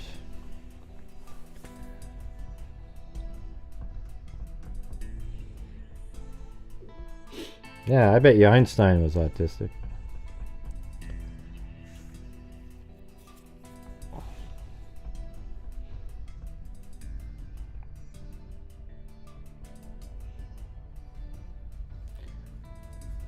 Before of how badly the investigation was done. Right, I guess it is for you guys. It's like Jean Bonnet, the Karen Reed case. The thing is, Karen Reed isn't really likable, you know. So it's weird to sit there and, you know, I just, there's no person in the case where I'm like, oh, I really want justice for. You know, like, I guess John, is there really justice that's needed, though? Is it possible he just, I don't know. What if it was just an accidental hit by Karen and she doesn't really even remember doing it? You know, like something like that, and then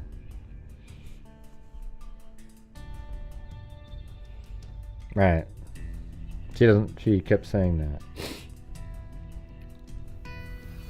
Yeah, I just covered it like one night. We went over the whole thing. The mapping, you know, the routes and everything. I mean, there's these huge documents out there, page after page, with links to various articles.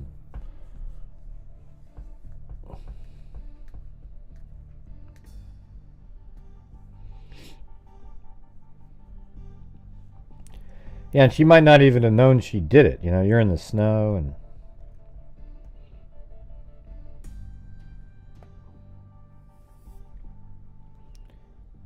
saying I hate you over and over. Okay, why are you telling us that, Lynn? My last car I bought was in Dedham, Massachusetts. Okay.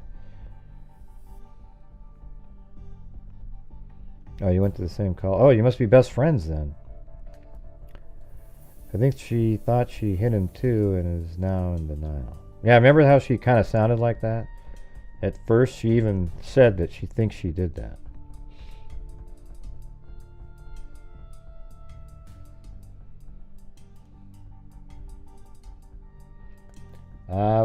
I don't know when it's supposed to start. Just it's supposed to start after the closed hearing portion's over.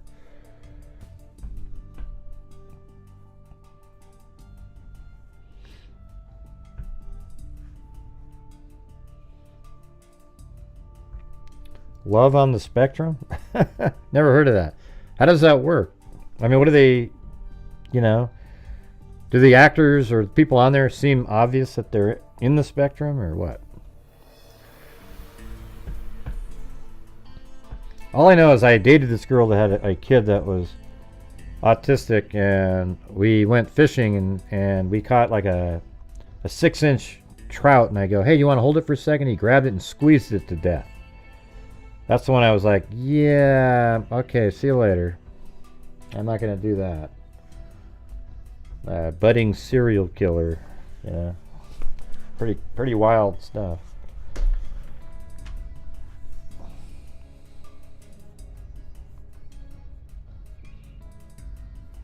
Oh, yeah? So it's called Love on the Spectrum. Maybe I'll write that down. Check that one out.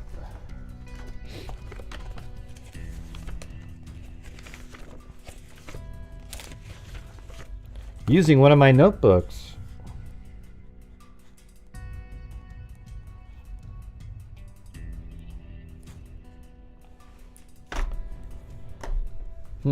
I guess we don't really know how long this first part is going to be, do we?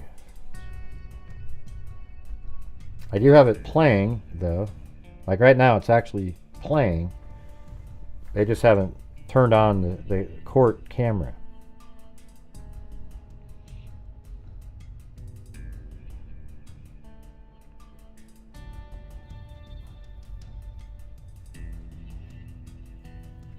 What kid?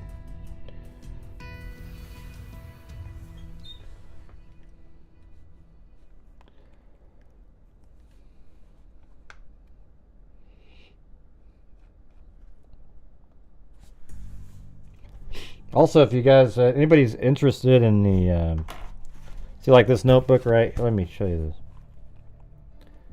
See this notebook right here? This is the Chloe notebook.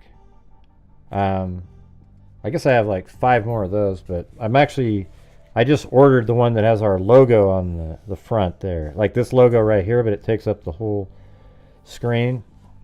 Maybe I'll still put the paw prints on there. But it has the logo, and then you also get one of these Gray Hughes, the Freak pen. See that? And then we have a stress ball, and then now a new poker chip that you can use, you know, put it in your pocket as a lucky charm, or hell, you can make earrings out of it. Just drill a little hole in it. And yeah. But if you send 30 to PayPal, you get that shipped to you. And they have this now been shipped to me. About 200 notebooks and I think a couple hundred of the poker chips. I think.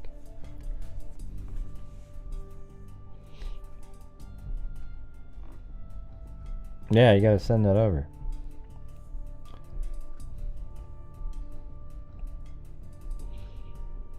I do have, I have his paw print. You know, I should do that. You're right about that. I should do that. I'm gonna scan in his paw print and make it an emoji. There you go. Yeah, we have a blue emoji.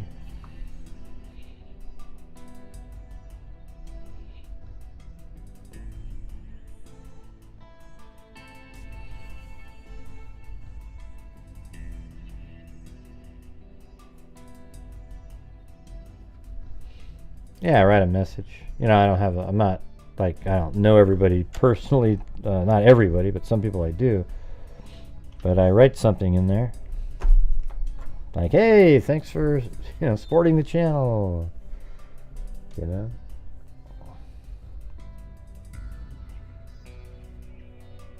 No way what? Yeah, there's blue right there. I was just sad the other day thinking about blue again.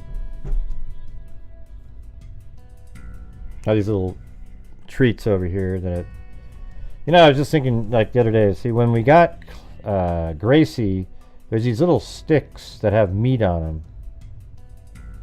And she loves those, and so do the new Chihuahuas. They just sit there and eat that. They just sit there. And I remember about a week and a half before Blue died, he got one of those, and he just, for the first time, I'd never seen him do that, but he just sat there for hours just sitting there chewing on this thing. He didn't have a lot of teeth left, but he was just sitting there and he just loved it. He was like in a trance almost. I think that was the last time he like really enjoyed something right then. But it was cool to have that. Like, he was sitting right next to me down here.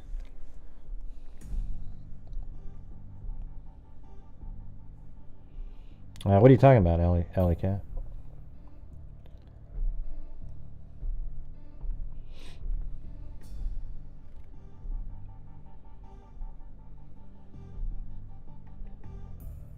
Yeah, I think she probably hit him, but it wasn't on purpose. Right? I think the prosecutors are dirty too, though, Alley Cat. All of them. Everything. The whole thing sucks. But if you're one of the people that sit there and watch it over and over and over and over and over again, you obviously have picked a side, so it won't matter what the other people say.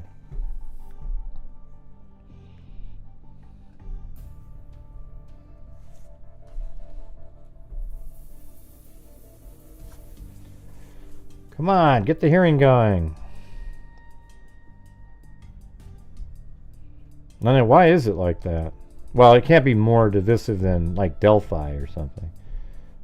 Delphi is just lunatic central on one side and then the rational people on another.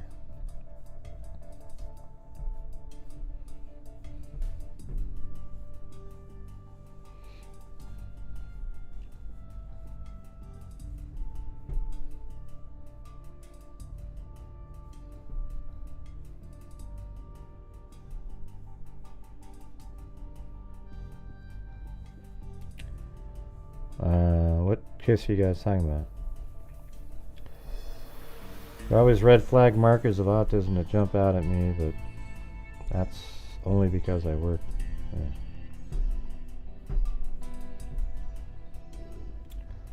Not a fan of that retrial and the turtle. Yeah, the turtle boy. Yeah. But it created a whole industry for, I forgot his name, a YouTuber. Just every single night, you know, call-ins, you know, like a vigil every single day about the same case over and over and over. 365 days a year.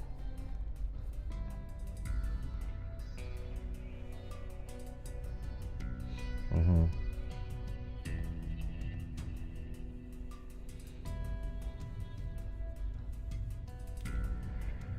Well, they overcharged her, though, in the case. So I think that's why people are fighting.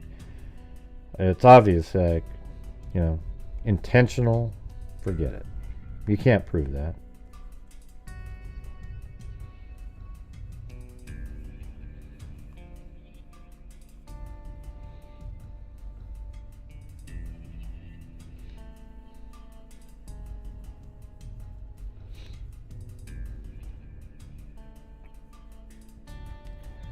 Thank you, Jeremy Pearson.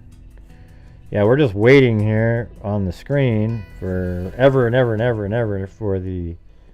this is... What are we on now? We've been here for 3 hours and 24 minutes waiting for the portion of the hearing that is closed to end.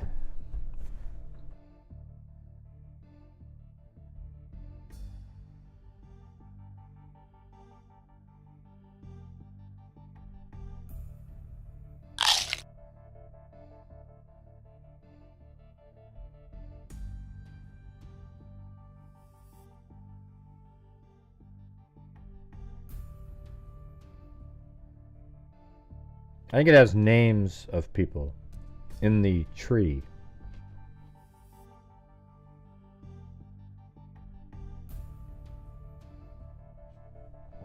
Hey, there's a lot of non-channel members in here.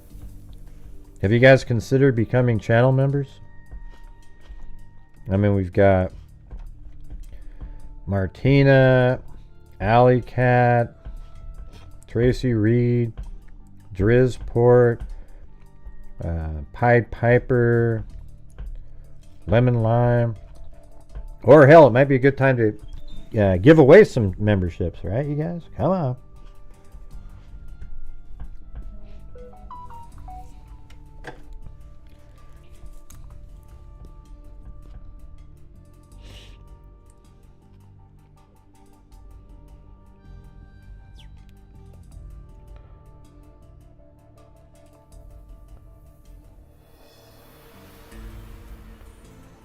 Or because I'm outnumbered.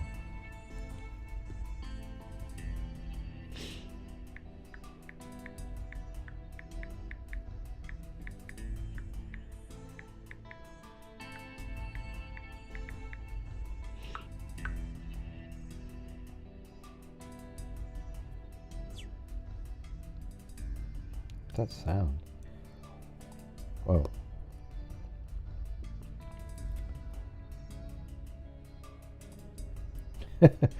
Dr. Colleen Fitzpatrick said, she sent me a text message. She said, "Hey, can I come on your show tomorrow if you don't already have another rock star booked?" She's implying that she's a rock star.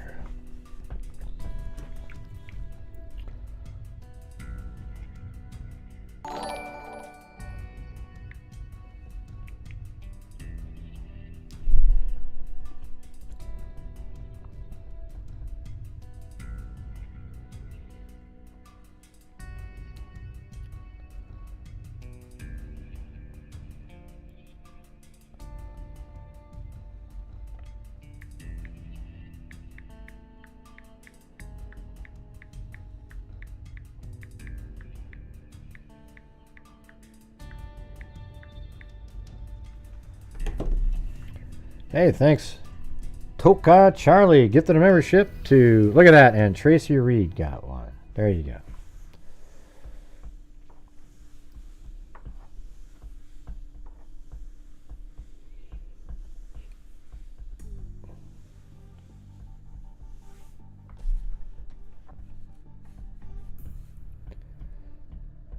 She is a rock star.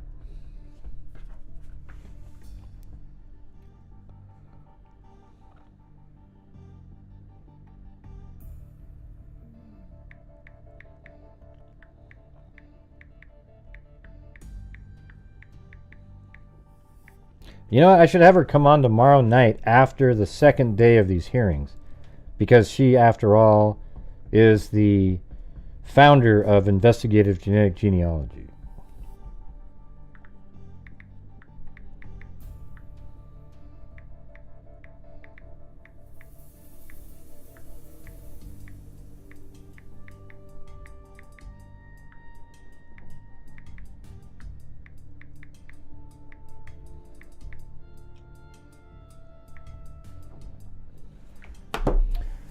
Pretty crazy. That'd be perfect, wouldn't it? Have her come on and go over what was discussed. Welcome, Mary C. Very cool.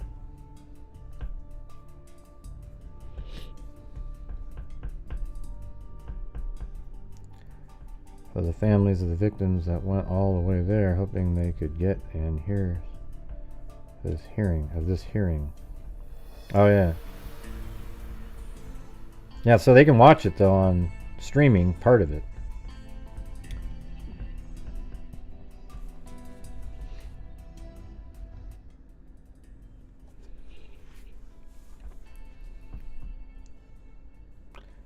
I haven't thought in this case I haven't given them anything. I tried to do it in the Delphi case. I think they may have looked at it, but I don't know if anybody did anything with it. And I'm pretty sure they've already, they pretty much probably have the same stuff. A lot of times I try to recreate likely what law enforcement has based on, like, you look at a probable cause document and they say, a surveillance camera over here filmed this, and then the one over here, and then I can show you where that went, and then I show you the camera, and, like back engineering what the investigation showed. And then sometimes we can find our own stuff.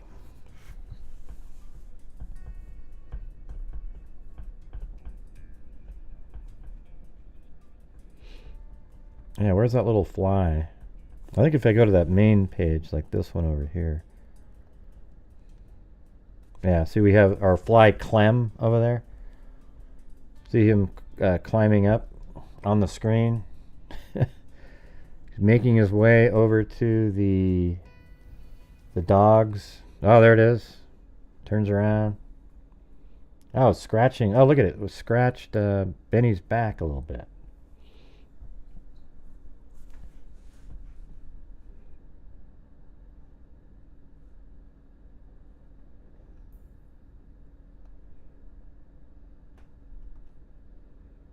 Yeah, nothing going on there. Yep, not much going on at all. I'm sure something will start up sometime now.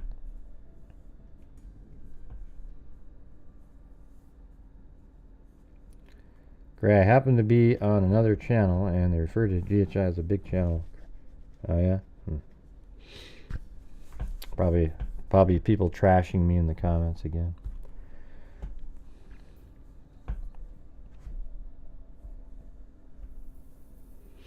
Oh yeah, well the one I have two different videos. One was it's 7 minutes, one was 9.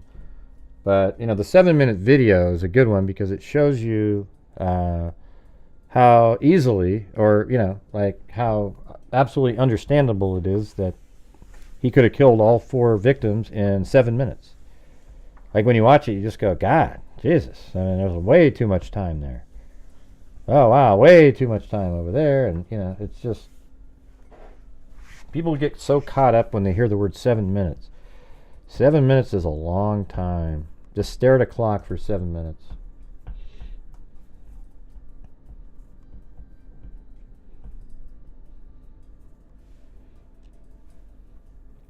They'd have to make their own version of it. So what I do is I have him, entering the house. I have a whole different video. Entering the house through the sliding glass door. Then I open up. He goes up into the bedroom of Madison, and then I stop the clock and I have it tick away for like a minute and a half. And it's like you're already going, oh shit, he could have done it way before that. Then he goes down the stairs, then he goes and then attacks, and then you have Xana and Ethan, and it just got like 4 minutes I have it there. It just takes forever. It's crazy.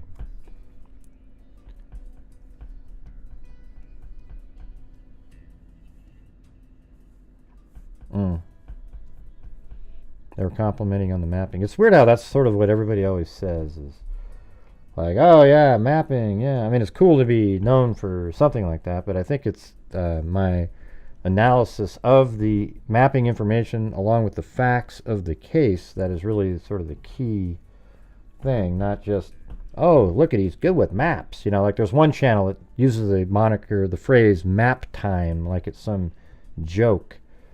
You know, like, ooh, map time, everybody, wee! Now, the mapping is one of the key elements of a case. It's not like map time. A map is sort of like the focus a lot of times. That's the main thing that show movements of people and the timing and how things turn out.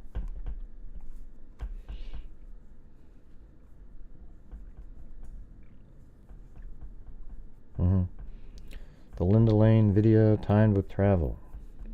Yeah.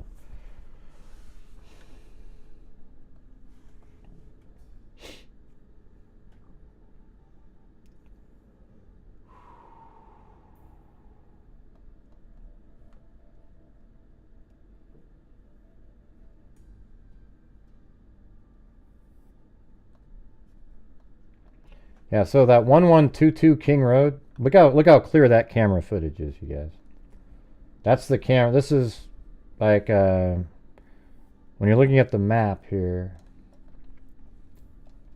That 1112 King Road is this. So this is the house where the murder 1122 King Road. This is 1112 King Road, and there's a camera right there.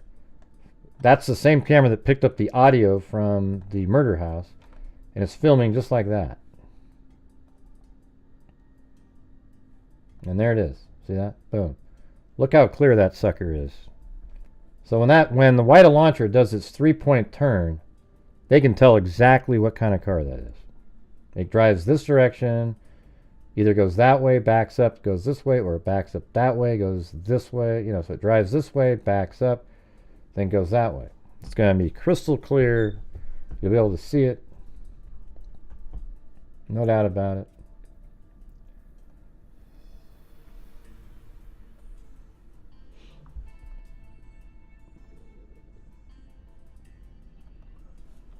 Let's see if what video this one is.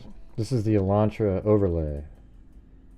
Oh yeah, pass 1 takes 36 seconds at 3:31 and 3:39. All right, so here's the one when the Elantra drives back behind the 500 Queen Road. This is where, remember when I drove behind the building earlier when I showed you? And there it is. See how it parks right there? And then watch this. I take a white Elantra 2015 down here. And eventually I think I move it up. I think I'm speaking in this. Alright, so I slide it right up into there and then make it look at that. I mean, it fits right on there. Look at that. Boom. Crazy, huh? Look at the window shape, everybody. Look at the window shape. Yeah. It's not a white Elantra Gray. It's a Chrysler LeBaron. Whatever the hell they say.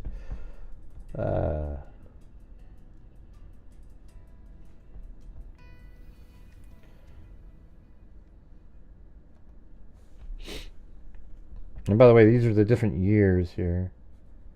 Oh yeah, so I go over this whole... This is when I was showing the white Elantra being pulled over, etc., etc. It goes the whole white Elantra video. You know what I need to do is like repost some of my old videos again. You know, they get sort of lost in the ether of YouTube and nobody sees them again.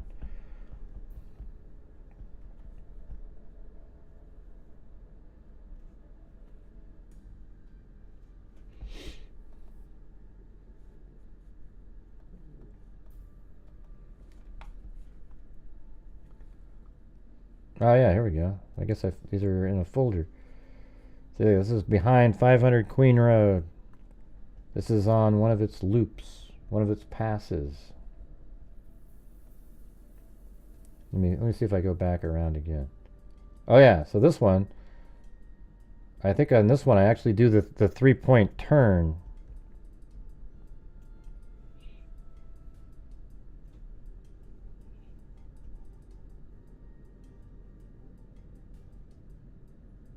So this is what it does on camera. It goes like this. This is the one I just showed you a second ago. It comes over here. That's why we got the side profile of the Elantra. Then it backs up like this, back here. I probably did it smoother than this when they did it.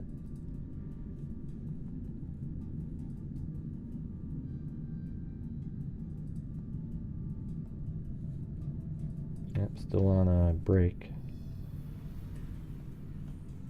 And then it comes back and it goes this direction. So it actually goes back the way it came, like this.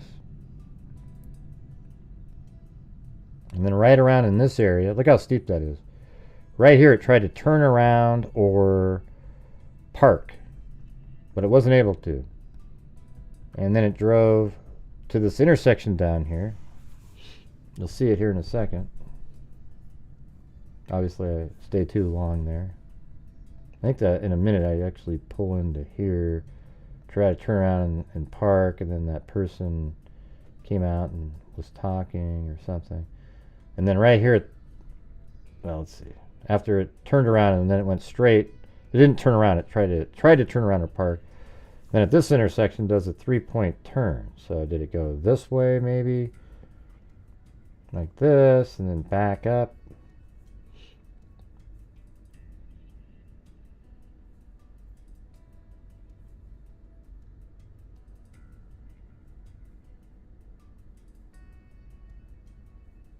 And see, that's 1112 King Road right there. With that right here, right there would have filmed that that turn perfectly. Thanks, H-Doc. And it drives back up like this. There was a car there. It was filming the house. And then now it's back behind 500 Queen Road, and it's going to do its final pass where he then goes into the house. So on this one, he turns and goes up and then around. It's kind of nervous when you're driving back here. It's so tight in this area. But, you know, with a smaller car, I guess it'd be doable. And then around, and this is behind there, and then this ends up in that parking lot that's behind 1122 King Road. So you'll see right there, those cars right there are all parked in the parking spot behind the house where everybody was killed. And then this is exactly right here is where I think he parked. And see how you can see right into Madison Mogan's bedroom basically right there? It might be a little bit farther to the right though.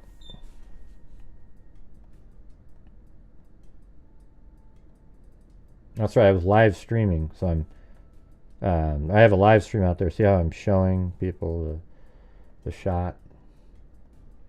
That's kind of creepy.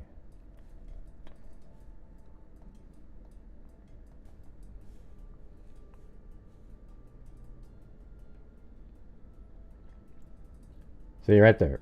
I would say what I always kind of say is like right. Let's see. So you look at right here.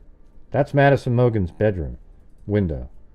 So if you were parked right there, like where this car is, maybe but back a little bit to here, you could see right there and watch and monitor.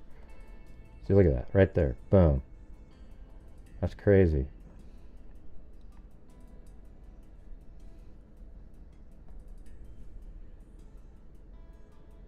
And that's Madison Mogen's room right there. That's the stairway window. And then Kaylee's is around the corner. This round here is Dylan Mortenson's window.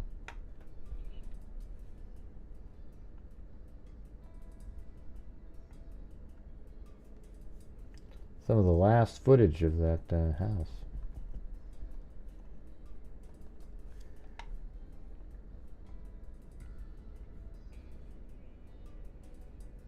Yep, this is right by the Sigma Chi going up on Wanta Drive. This is like the reverse route, though, I think. I might have to go back out there and redo it.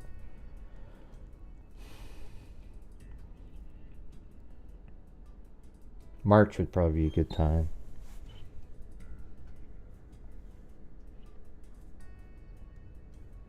And I think right here you take a left.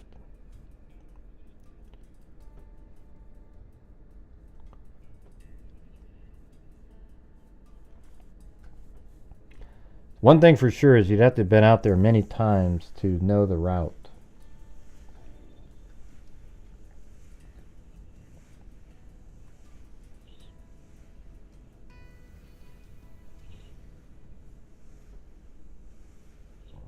Oh, there goes my stomach with the apples.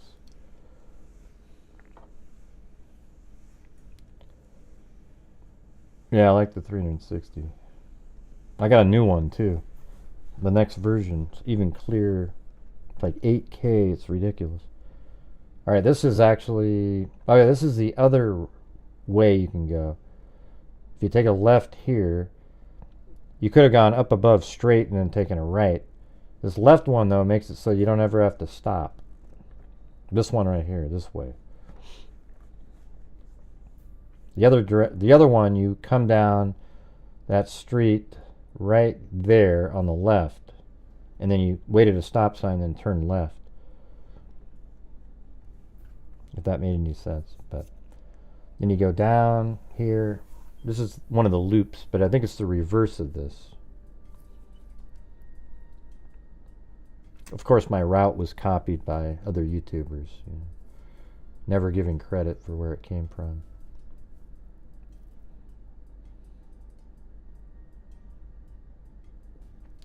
So here's the,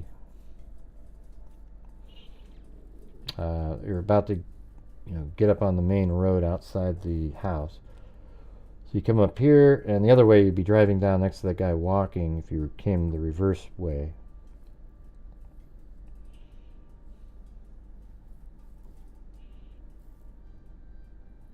And I think this is Taylor Avenue here.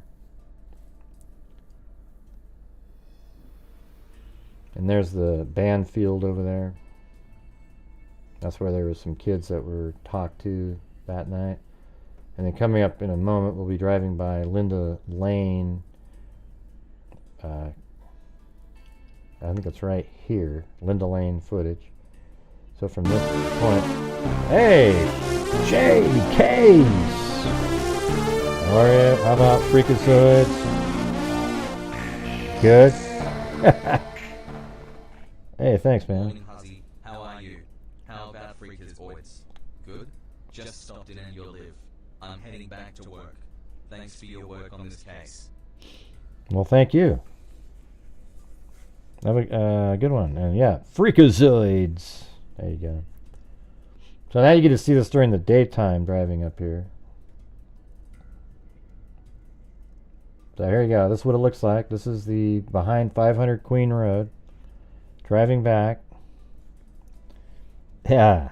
We actually gotta see the cat eye animation. And then it comes around like this. And see, he knew this area. To be able to do this, that means he'd driven this before. There's no doubt about it that he had driven this route behind this apartment complex. He knew that to do this. It was part of his looping, so he didn't have to turn around much.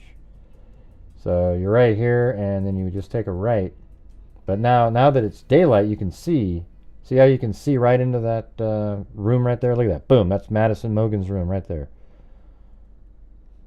So you just park right there, for example. And then when it's done, you get back in your car and you leave. Thank you, Jeremy Pearson. And even right there, look at that spot right there. Look at that. You can see right into Madison Mogen's bedroom.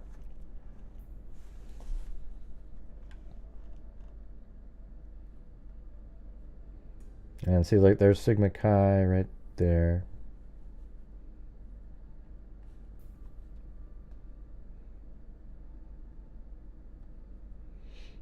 Oh, yeah. Now, this is Linda Lane here. Watch. So, the Linda Lane footage, it's right here.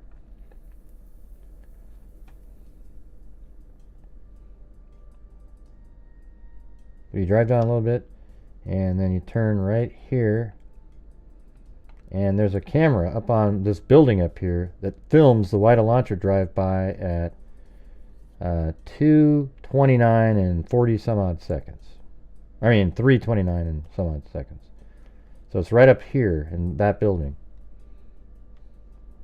And it's 3:29 and 40, I don't know, 43, 45 seconds, something. And you can see it right down there. See how that car just drove by? I mean, that's a miraculous moment there. But I mean, so that camera up there shows a car driving by, almost exactly like how we just saw that other white car. Looks like a Charger. Right there. See that? That's what that camera shows. The White Elantra drive by in that same direction.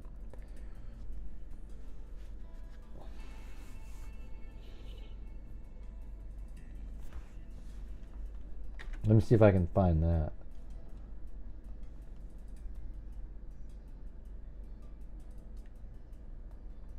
I think it might be this one. Yeah, there we go. Yeah, down at the bottom it says 321. So let's move it forward. 324. So it's 329. Here we go. So that's where we were just at. Doesn't that look kind of familiar? There's the road over there. And now we're at 328.25. Okay, I'm going to move it to 329.10. And so this camera is filming down to the road there. I'm going to even move it further. 329.30. So probably in about 17 seconds or so, a car will drive by. And that's the White Elantra. And if you time that up with when it drives behind 300 Queen Road, it's perfect. Absolutely perfect timing. Here it comes. You can see the lights of it. See it back there? Here it comes, and boom! The White Elantra drives by at 329.50. So I guess it was 329.50. And then the same White Elantra drives around. Here, I'll show you that one. Star.mp.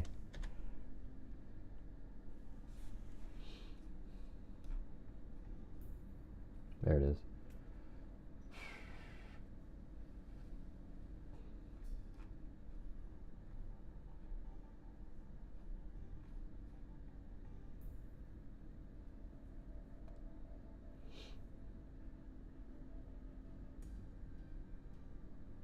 Okay. So it would be 4 to 5. Wait, no, not 4 to 5.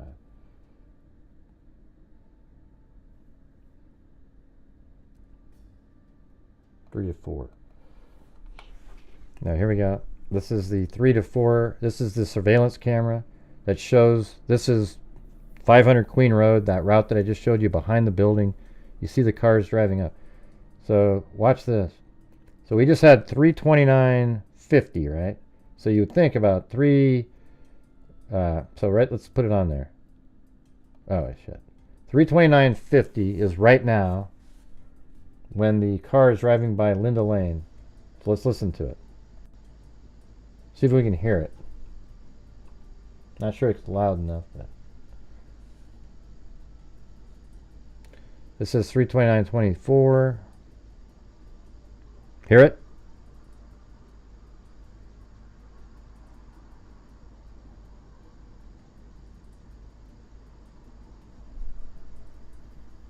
Let's see.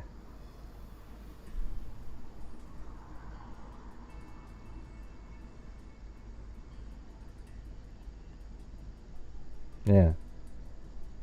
So you heard it. So maybe it's off by 4 or 5 seconds on their footage. But now look at it. It's 329.50. So you can just picture in your head, in your mind, that the vehicle just now drove by Linda Lane. It's probably about right here now. Now it's turning into there like this.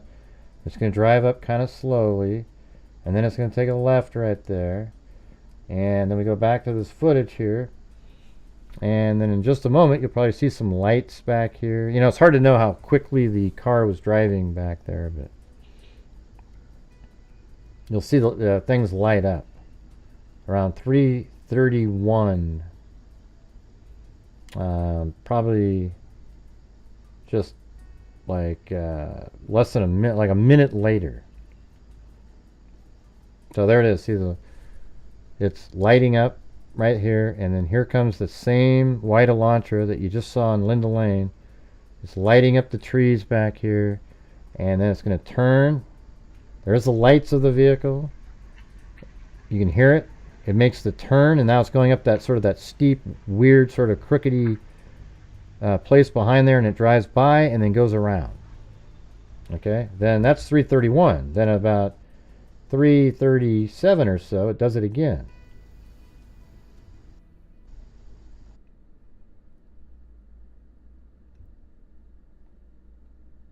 Or maybe it's a little bit later. 3:39. That's right. Not 3:37. 3:39.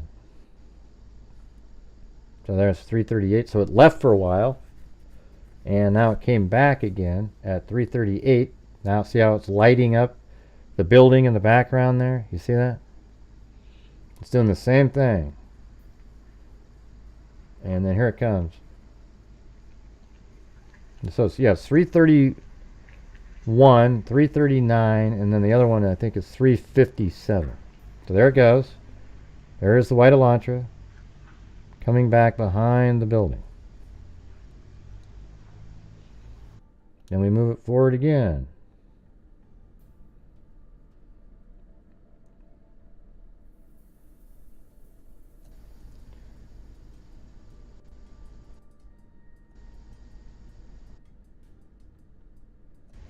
And then at 3:57:04, here it comes again. Right there. See that? Same car, same sound, everything's the same.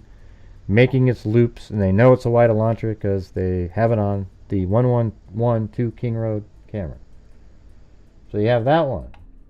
Then we have the final one, which is right here. Oh, by the way, that little beep, beep, beep, beep, you can, there's another one that you hear it. It matches up perfectly with the Banfield body camera footage. So look, at 4:04, I think it's, let's see, when does it do the turn? Alright, there it is. So it enters the area at 4:04, but notice how back here, there it is right there. That's when it stops behind there. Let me just rewind it a little bit. Alright, so 4:05 and 12 seconds. The car comes back there, but then it leaves the same way it came after turning around, and that's mentioned in the probable cause document. So people always try to pretend that's not the same car that they're talking about, but it's doing exactly what the probable cause said. So here it is, 4:05:31. There goes the white Elantra back behind, and then it decides to turn around because maybe they noticed the lights are on in Xana's room or something like that. Don't really know why he did this. But you see the white Elantra at the top of the screen right here. It's parked, and then it backs up. See that?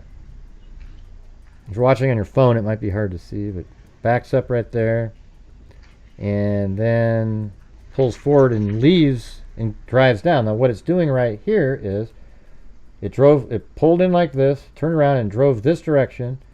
And what it does is it tries to stop, turn around, or park right here, but it fails. And so currently the car is probably about like right here driving, and then just in a moment it's going to try to turn around, stop, or park. You know, we don't know how long that took, but it didn't work. Then it drives this direction, does a 3-point turn here, then goes back this way and comes back around, and then you'll see it on camera again. And let's just move it towards that time frame. So it's just right and around in this time.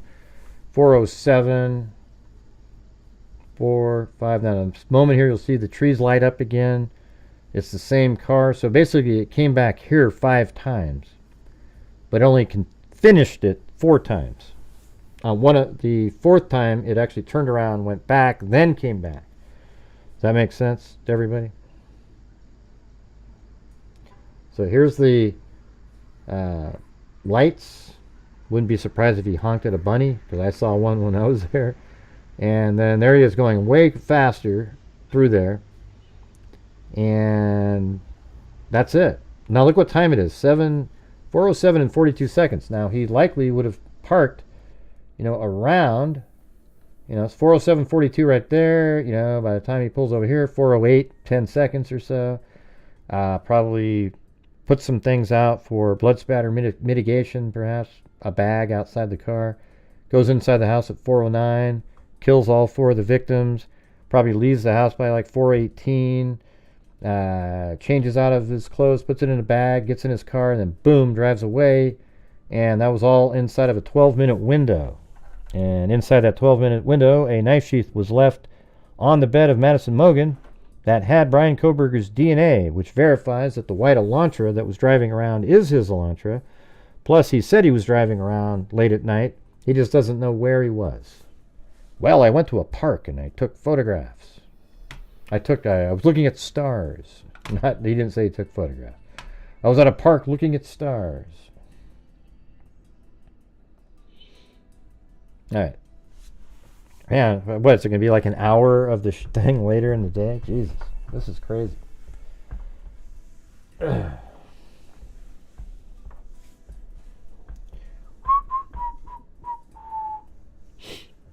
Well, hopefully there's people that just saw that for the first time and were like, oh, jeez, that's pretty crazy. Hey, thanks, Holly Griffin, for the Cash App.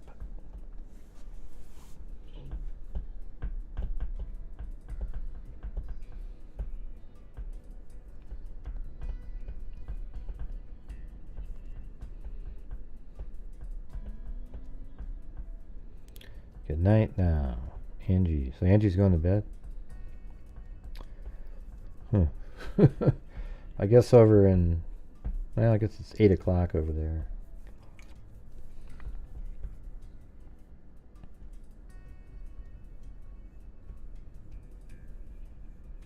Yeah, I mean, I've said that on the show. I don't remember. I think we looked it up one night on the show. Yeah, it was foggy. It wasn't really stargazing night. Not only that, the timing doesn't work for him. He could not have made it there and had his phone ping back in Pullman. It's impossible. His phone couldn't have pinged, for example, at 4:48 by Blaine, and then ping back in Pullman at 5:30 something. And then him also go over to that park he claims he went to. It's impossible. Doesn't work. Right, I need to go use the restroom, you guys. So here we go.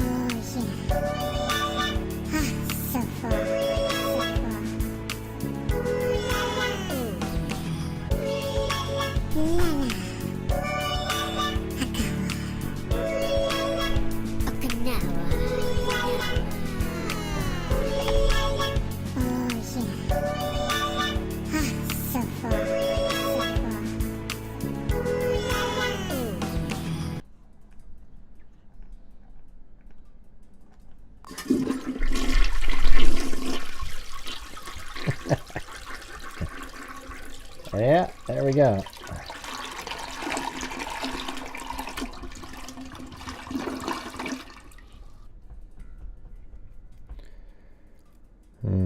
Let's see. I'm not giving Gray $10. Then I'm giving the grocery store $10. Either way, the 10 ain't staying with me.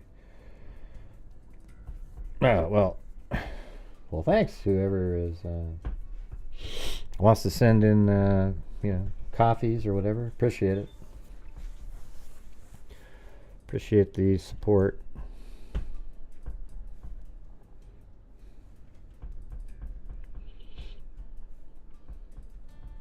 Yeah, thanks for choosing to hang out here on Gray Hughes Investigates.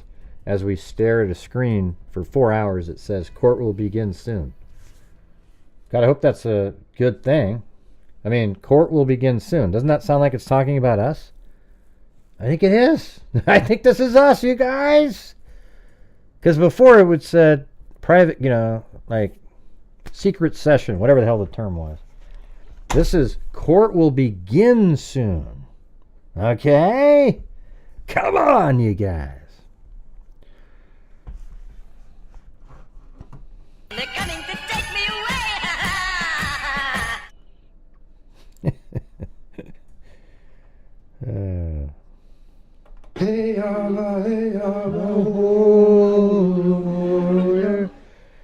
Hey, let's ask the EVPs, you guys. The Spirit Box. Spirit Box.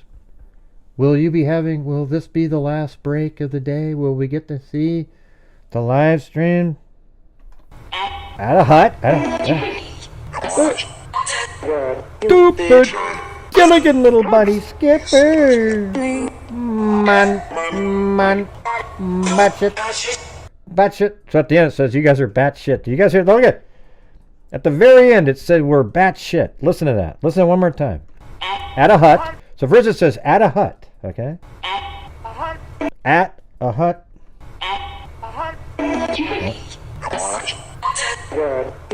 Stupid. Alright. Now right here. That shit right at the end. Boom! You tell me you didn't hear that. Man, that is some good investigation. Yeah, we don't believe in spirit boxes over here, you guys. Alright. Complete garbage. It's amazing how the spirit boxes seem to say whatever you want it to say, like a cloud in the sky. Hey, that looks like a bunny. That does look like a bunny. Where somebody else might have thought it looked like a turtle. Before you said it was a bunny. Then they go, oh yeah, it is a bunny. Because now you told me, I can see it. I can't unsee the bunny. You get what I'm saying? Right.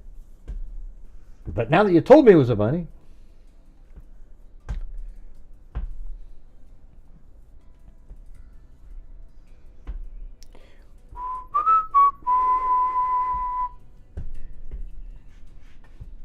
I think it is. Look at. Court will begin soon. They're getting it right this time. Right. Anytime you see a spirit box channel, run for the hills.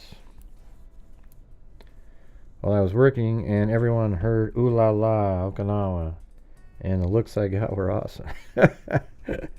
Yeah, ooh la la Okinawa. It doesn't say Okinawa, you guys. Let's be honest.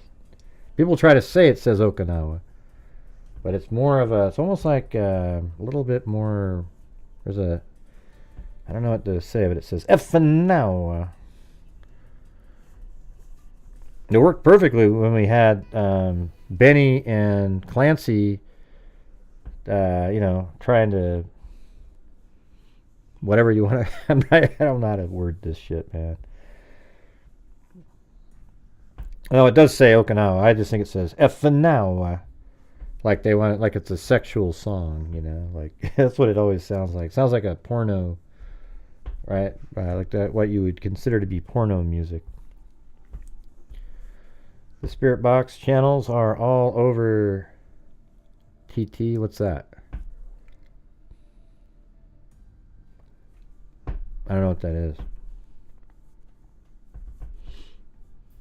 Yeah, reproduce. There you go. Thanks, Brooke Rose, for something a little bit more, like softened up a bit.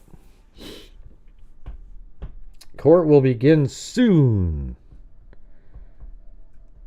Yeah, here, listen, you guys, listen. Listen, I'm telling you. Ooh la la. See that? Okinawa. Come on. It doesn't say Okinawa. Come on, give me a break. Give me a break. Listen. Okay, one more time, listen.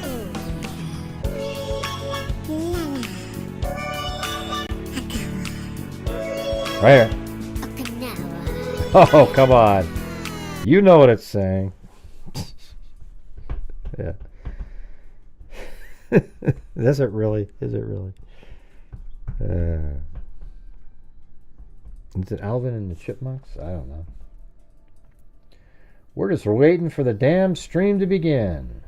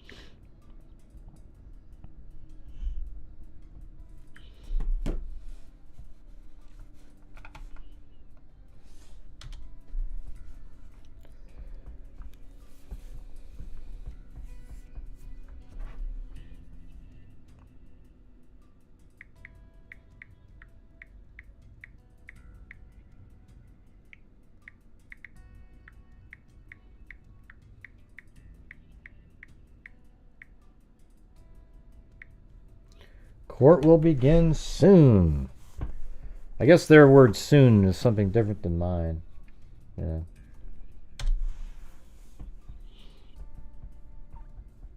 I think it might be Kevin MacLeod. Or no, I don't know. Actually, let me see. No, I think it comes from the software that what's the name of this thing? Called Voice Mod. It's one of the songs that's in there.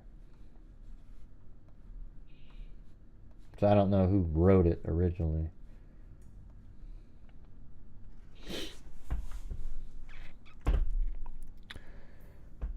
Yeah, well over here it's 12:02, so 1:02 over there. So this must be after, I think it's probably lunchtime, and then they're going to start this up.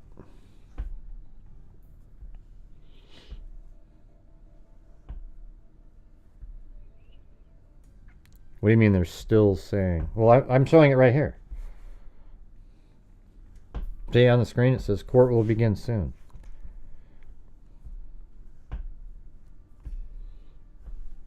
It says it right there on the screen. Do you know that part of Oregon is in Mountain Time? You'd be interested to note that in Oregon, there's this little spot. I think it's right here. I think it was Vail. Where's Vail? I think we should get rid of daylight savings time now.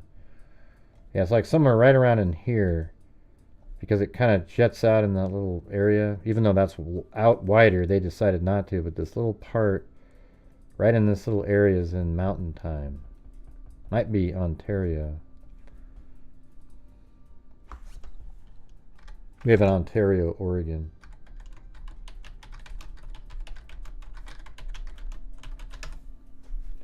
The time in Oregon is divided into two zones, with the vast majority in Pacific Time. Most of sparsely populated Malheur County, including its largest city, Ontario, and its county seat, Vail, are in Mountain Time Zone. So there you go. So Ontario and Vail right here, this area is in Mountain Time. So, you're in this, the same state. I guess some of these longer states like, Montana and Wyoming and all these guys, They probably have a couple.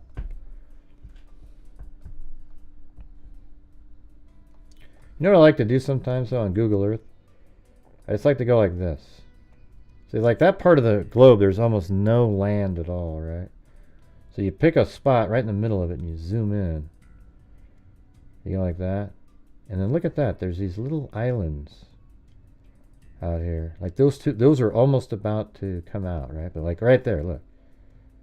Isn't that crazy? Like somebody's been here. There's literally, like this is an atoll, which is the top of a volcano. This is the inside of it. But now it's land, and, you know, sometimes there's people that actually go to these places and take pictures. But how crazy, right? Like you go there and walk around. I mean, you're in the middle of absolute nowhere. I mean, most people don't even realize that these little things exist out there. Like right there, like, look. Does this have a...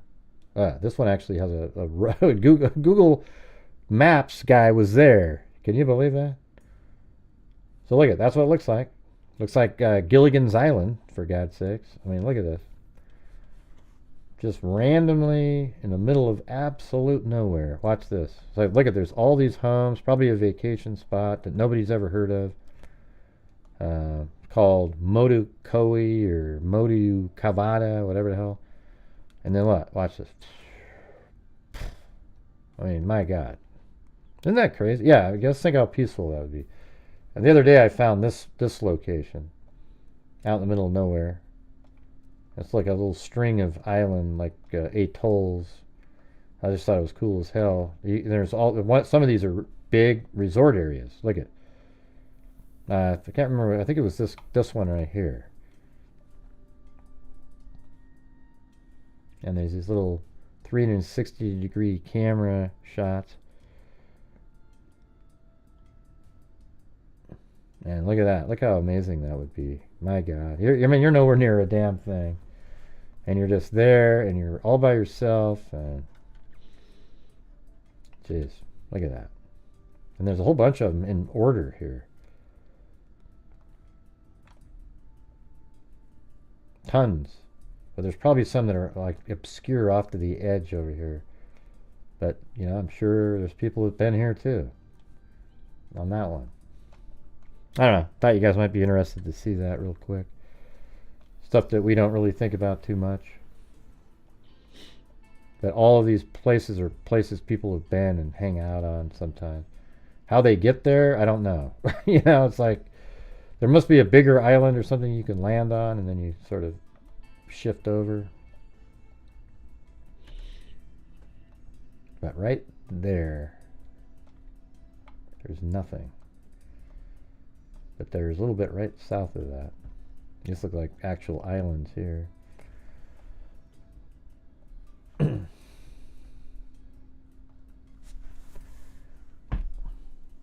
Yeah, think how peaceful that would be to just be there for a week or two with nothing. There's no internet really. I guess you could use Elon Musk's satellite internet, but other than that, it's just be. It's crazy. Ah, man. Sometimes you look at that stuff and you go, man, what am I doing right here, right now? I could be right there. Court will begin soon. On whose clock? Yeah, you don't need internet out there. Forget it. That's where your brain just heals from all the garbage. Yeah, the trolls out there. Oh, I don't know. Why have you been? Oh, like wasn't it like Malacca, or something? I don't know. I don't remember.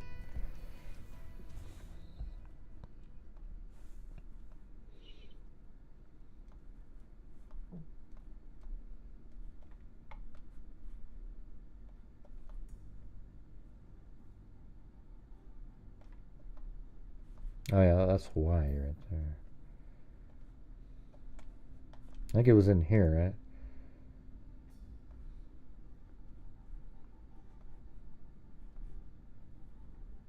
Was it right here? Yeah, there. Makemo, Makemo, that one.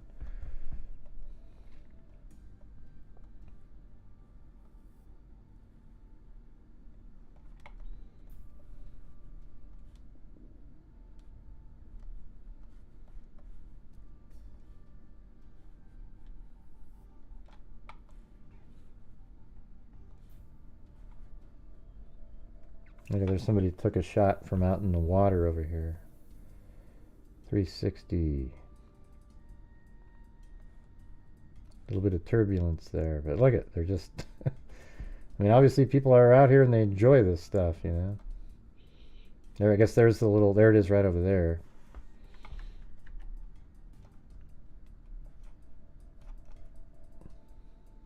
Yep.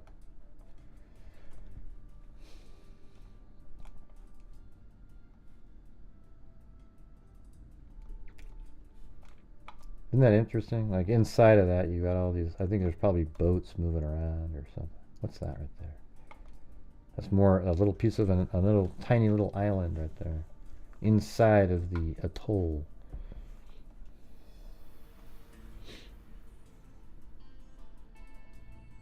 French Polynesians. I wonder who owns these things. Maybe nobody does.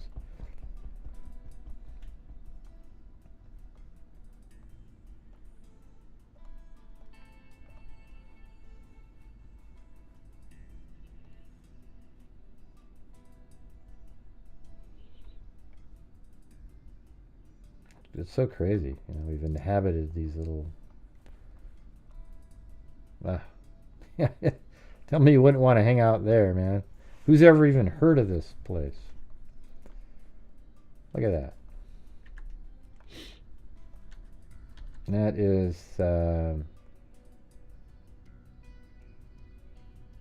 don't even know what the main... Okay, Gambier Islands. Never heard of them. What's this one? There's nobody. I guess that's probably high up in the air.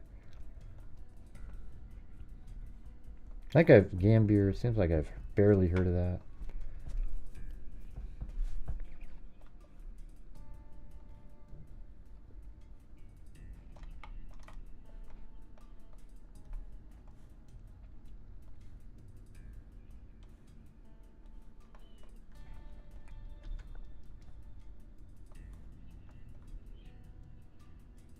Gee, look at that. Absolute middle of nowhere.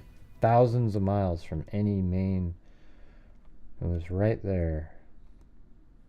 How about that thing right there? What's that one?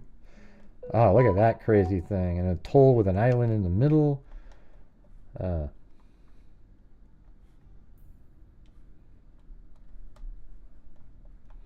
That's really bizarre. I mean, I think that's like really shallow water right there. And then this little tiny island, but there's no real... You see how like the water's breaking on the edge there, but almost like it's...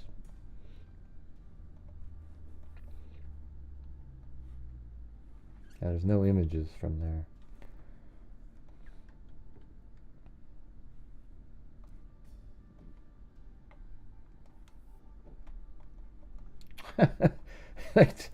They can have the World Cup here, for God's sakes. I mean, look at this. It's like this perfectly green... look at this. It's ridiculous. I mean, is that just thick of trees? Ah, there's no street view. Wait, there is right there. Look at that. Somebody walked along the beach right here. I mean, I could spend all day just doing this. And this is nuts. Look at this. So somehow somebody got onto this island. Flat as hell. Is that a bird right there? A seagull? Can't tell.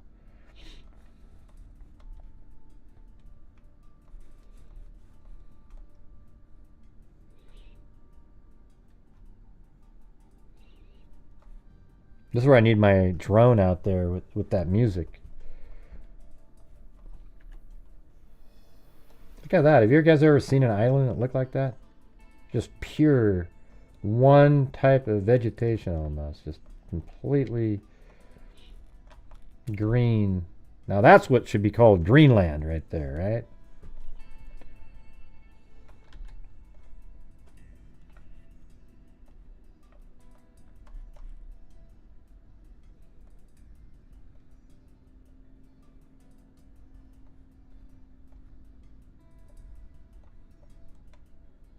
Ah, look at people live on this one.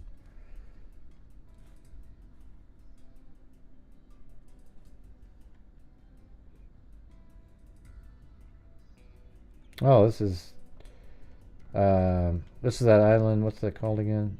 That has those weird statues. God, what the hell's the name of it? Easter Island, I think.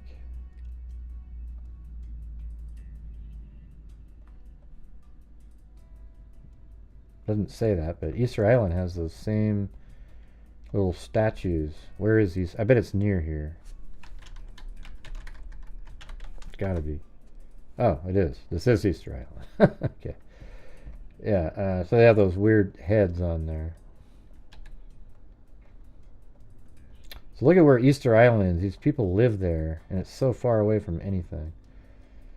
And they made those statues. I'm not sure. They probably somehow traveled from here and found it.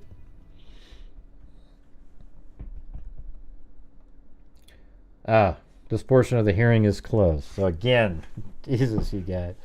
We're going to do an 8-hour show today with no, with actually, like, at the last minute, well, this isn't closed anymore.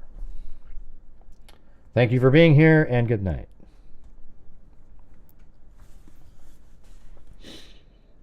But if you want to buy me some coffees to keep me awake during this, that'd be great. I'm going to have to go make one, too. Hey, thanks, Martina, for the generous PayPal there. I'm gonna send you the notebook when it comes in. All right, let me get that over there.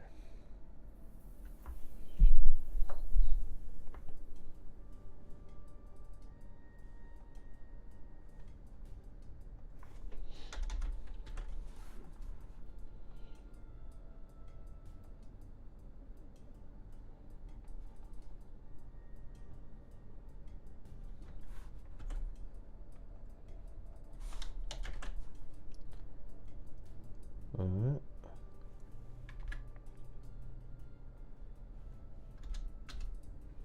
There it is. Got it.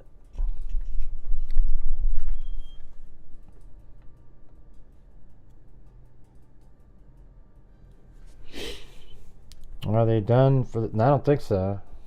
No, I mean they're gonna go to 5 o'clock today, which would be, so right now it's 1:17. So at some point, they're going to not close it. I guess. Yeah,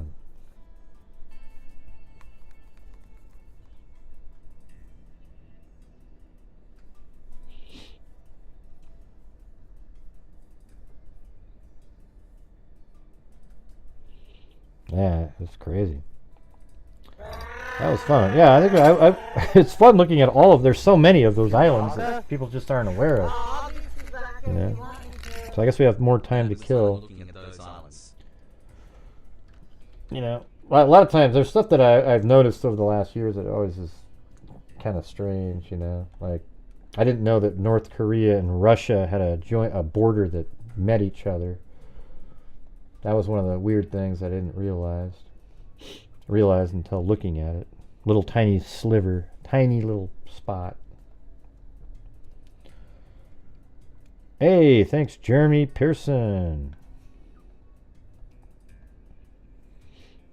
Again. Oh, it's Easter Island. Yeah. So this is let's see, the Atlantic Ocean. Or anything. I don't think there's any. I don't think it's quite the same. There's some islands like this, you know, but it doesn't have that vast number. I mean, you can see these at someday will be those same kind of things. See how you can see under the ocean these little basically mountains underwater, and as soon as they hit the surface, this one's probably pretty close. Like some of these, and they'll come out. Looks like that one did. See, that's an absolute volcano right there. And there's a whole town right on this side. Probably not the safest place in the world. This looks like a pretty young volcano. I mean, look at that. Oh, jeez. Could you imagine living? I mean, it'd be beautiful to live there, but as soon as that thing goes off, you can forget it.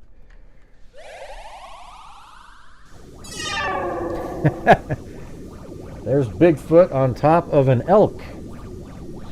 How far is the drive to Moscow to Boise? I live in Portland though. I think it's about the same. I live in Portland, Oregon. I don't live in Moscow.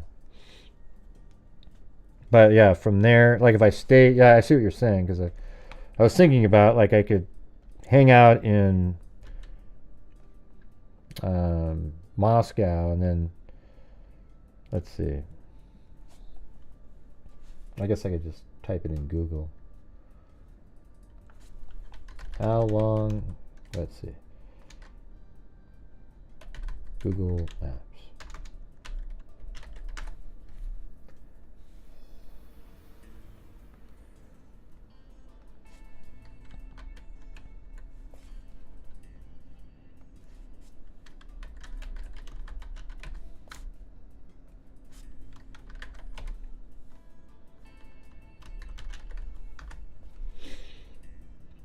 Wow, really?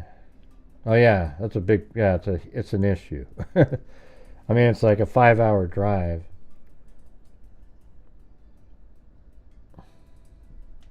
And that's the thing is, yeah, but my drive is the same. It's actually shorter from Portland to Boise, or Moscow. I guess it's a little shorter going there, but like if I went, let's see, Portland, Oregon to Boise.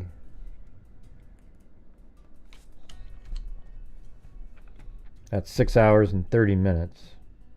And then if I put Moscow, Idaho, 5 hours and 45 minutes. So it's about 45-minute more drive for me to get to Boise. But if I go to Moscow and then go to Boise, you know, it's another 6-hour drive or whatever. I mean, that's ridiculous, right?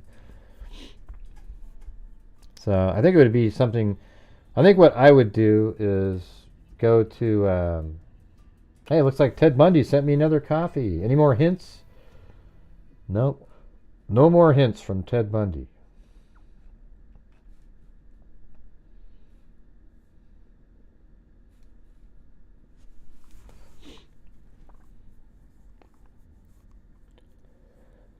I think I don't know if I would go to the trial though. If it's streaming, why would I go to the trial? I think I'd rather be like I think what I would want to do, I think, would be to do, let's see, where I'd stream the trial from here and then go to Moscow, Idaho to film the area, right? Like I would film the area and then come back here, you know. I mean, I don't know. It seems like when you're at the trial, you hear different things. You would go out and show those spots. If you're in Boise, you can't really do that, right? So like at trial, they'd say, hey, you went to this park. Well, I could drive over the park and talk about this and do the different timing and say that's impossible, you know, that kind of thing.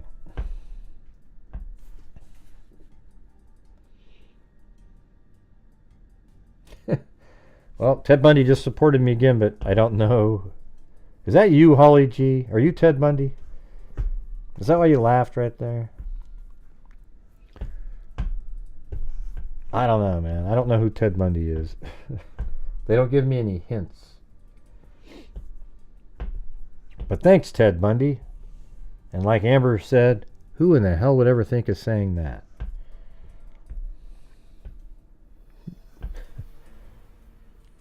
So what do you guys think strategically? Don't you think it's better that I'm here streaming and then go to Moscow, Idaho on the weekends, perhaps? Doesn't that make more sense than going to Boise for a trial that you can already stream? And then, I mean, sure, you get to see the crime scene photos or whatever, but and then maybe images inside the house. I don't know. Maybe it might be worth it to go there. Ah, shit. I don't know. If I could find I guess if I could find a hotel or something where I could stream from in Boise, but make sure I made it to court on specific dates. But then, I don't know. Like, what's the point of that, I guess? I mean, I would still just me describing something to you. I think it's just better to stream it and then go to Boise, Idaho. I mean, to then go to Moscow, Idaho on the weekends to look at some of the stuff that was discussed. That's what I think.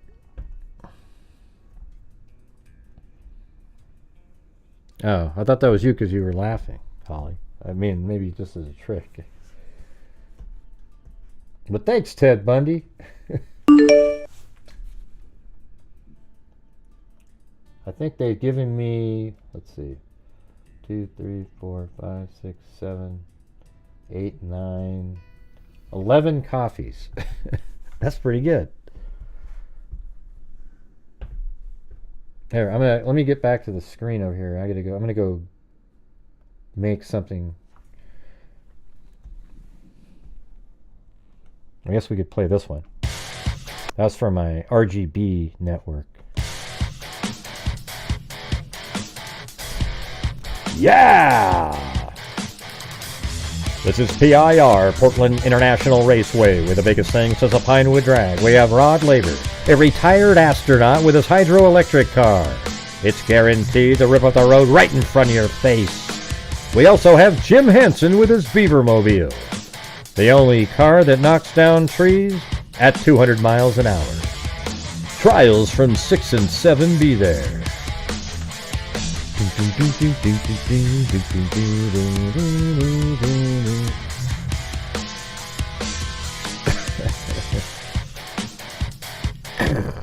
There we go.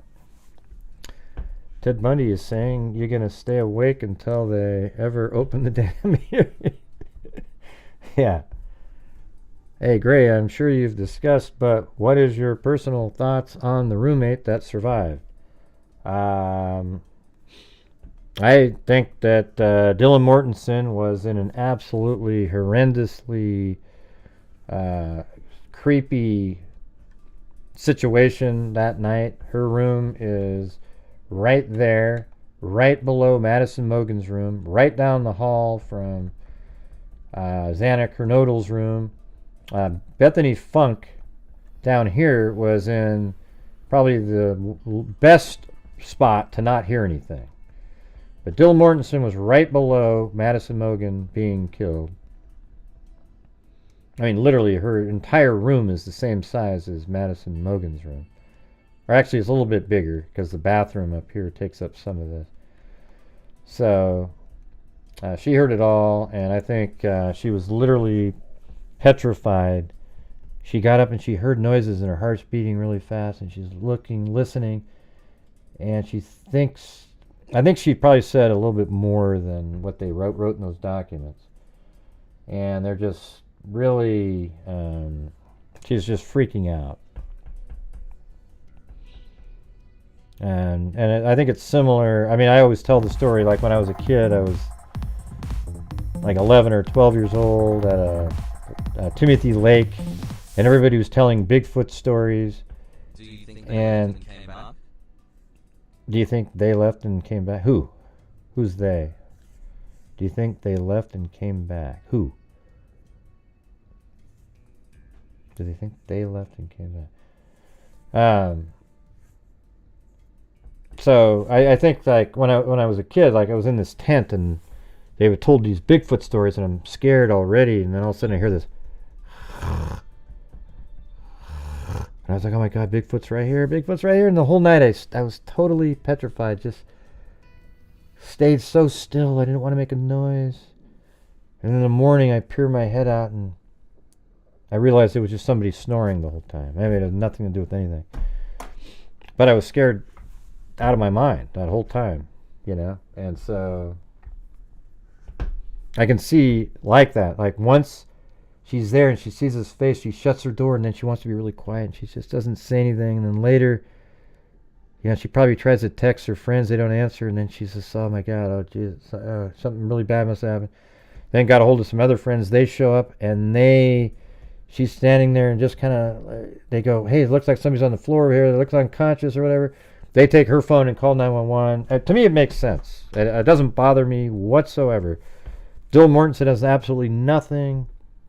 Dylan Mortensen, no, they didn't leave. Why would they leave? What do you mean leave?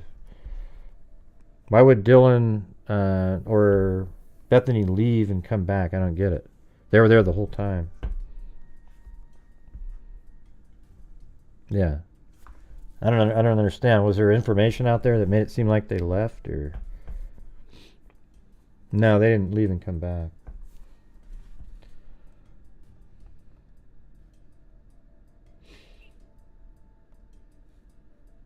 Well, Ted Bundy again.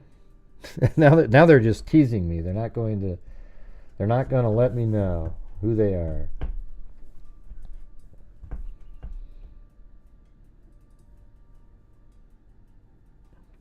The court website said a notice will be sent to the media and public via the Idaho Supreme Court social media accounts when closed proceedings are... well, we don't need to have the notification.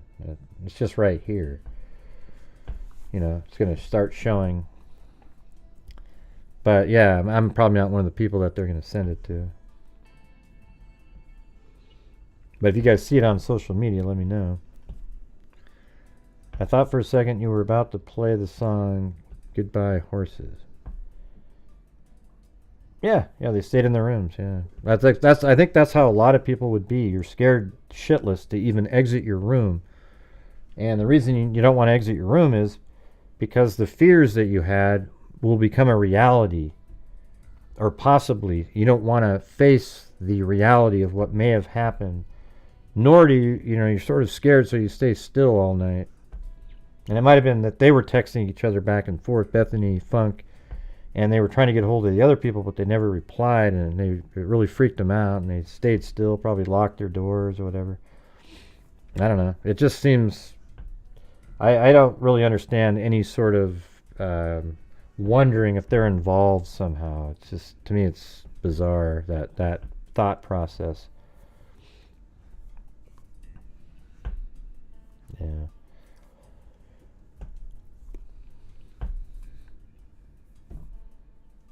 Yeah, and the fact, the weird thing is I knew about the bushy eyebrows 3 weeks or a month before that ever came out. And it was told by a friend of Bethany of Dylan, who described that. And I had that information, and then once the arrest was made and they showed a picture of him, I go, don't you think he has bushy eyebrows, you guys? Then I showed people what I got before. It was pretty interesting.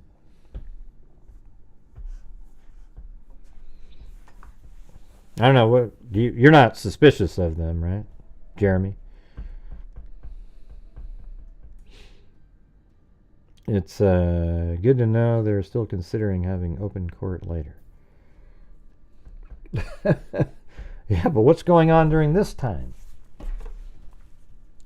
That's a lot of stuff we're missing.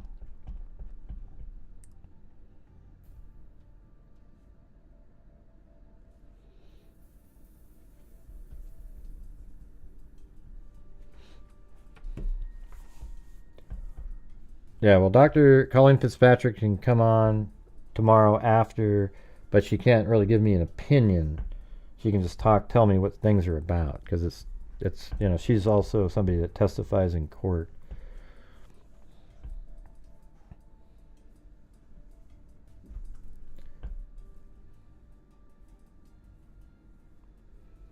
Yeah, if they'd called right away, nobody was surviving. To me, it doesn't bother me that much, because they didn't see anybody getting killed. They were just scared for their own safety. And then if you call 911, it starts causing... Then it's like you're admitting something really bad happens to yourself. Like in your mind, you're like, oh, now you're calling 911. Holy shit. And then you walk down the hall and you see the bodies, and you have to deal with it. These people are young adults, that are just... people make weird, decisions that you wouldn't think you would make. But what's weird is none of us really know what you would do unless something like that has happened to you and how you responded. But for those who have never had anything happen to them, you don't know exactly how you would respond, right? So anyways, let me, I'm going to go get, I'm going to go get myself some coffee, all right? How about I just play that on a loop?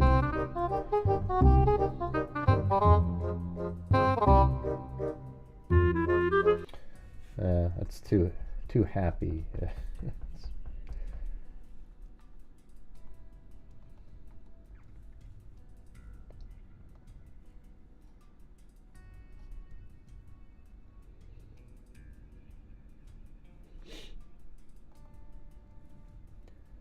Let's see, maybe one of these.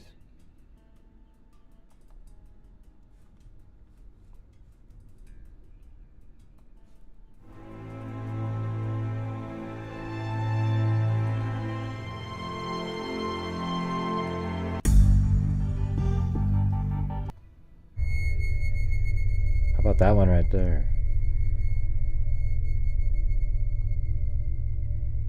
On a cold winter night.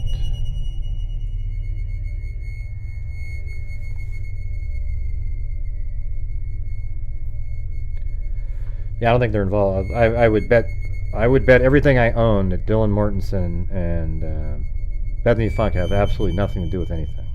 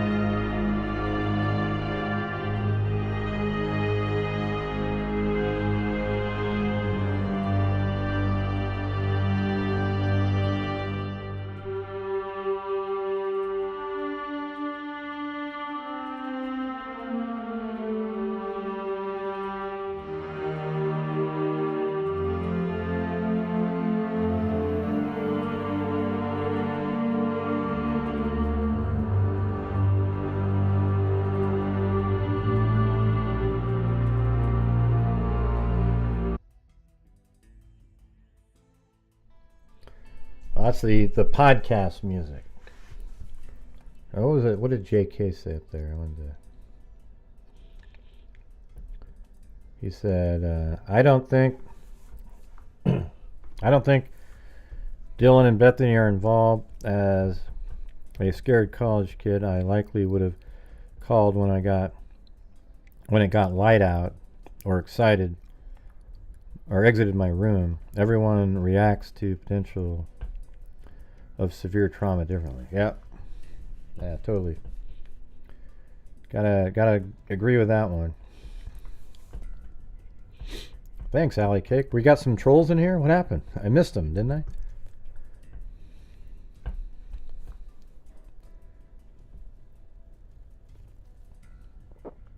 I'm finally pouring some of the... It's like a hot chocolate mocha mix.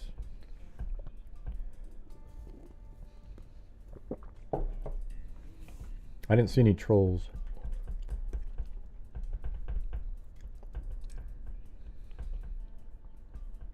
Who are you talking about? Pretty wise that Rosie mentioned GHI in his bitching about Delphi conviction. Bob issued an open invitation to Gray and any change you take him up on it. What are you talking about? I've never heard of any of them talking about me.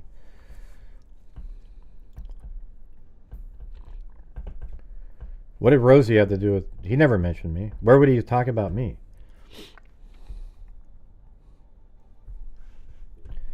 Yeah, well, the thing is, you can't... When you're on Bob Motta's show, though, he just never shuts up. So you can't argue with the guy. He came on my show one time, and he just blabs away. It's like a soliloquy, and he tries to trick people by endlessly talking and trying to convince you of something. When I say something, it's just boom, boom, boom, good night, right? Yeah, so it's different. He's making a big deal about the that Brad Weber's car drove by at 2:44 and not 2:24, because now it means that the footstep part has nothing to do with it. You have the footsteps, and then at the end, it stops moving, the phone, right? But so what?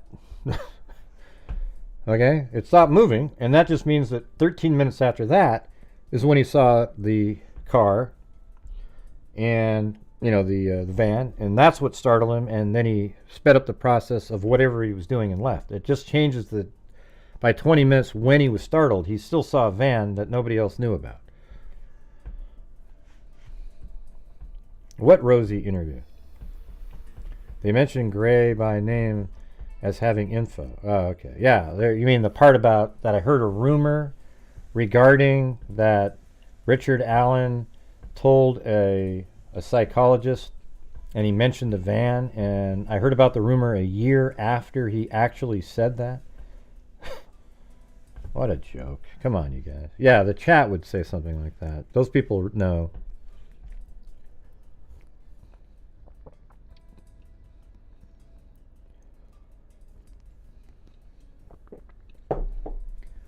None of the people, they don't appear to know the timeline, these people. It's actually kind of frightening. And they just sort of cavalierly say, well, Richard Allen said he got there at 12 and he left at 1:30, so, Well, no, but it's disproven by the same four girls. They got there at 12:15, walked to the bridge, and walked back, and they hadn't seen Bridge Guy until 1:33 or so, when they pass each other. These people are lunatics. I don't know how to explain it, but they're the people that follow them and don't really pick up on the nuances of how they're trying to sell you. There's something wrong with you. You guys got to pay better attention to what they're doing.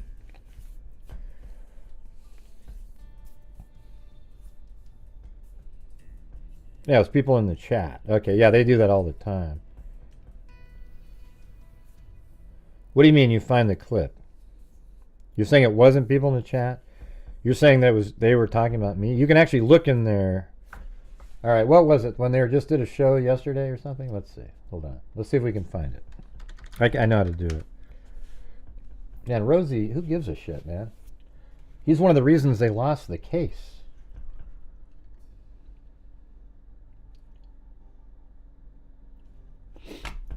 Let's see. They didn't like him when he's up there, and I see why, you know.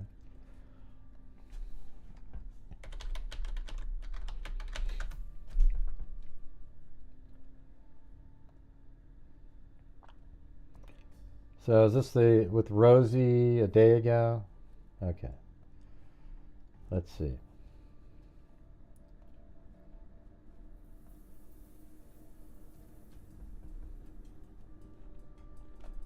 These people are absolutely nuts. If they did an investigation, it'll be this. Yeah, another YouTuber told me that there was a rumor, so we were looking into it. It was in March of this last year. And that person didn't even get it from Dr. Walla. You know, people tell rumors in prisons and stuff like that, and it gets out. So you're just barking up a wrong tree, you guys. You're going to be embarrassed, waste of time.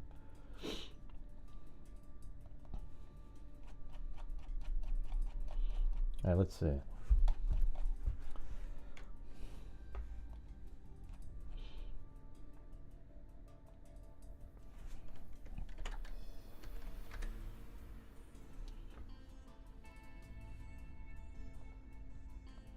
Okay.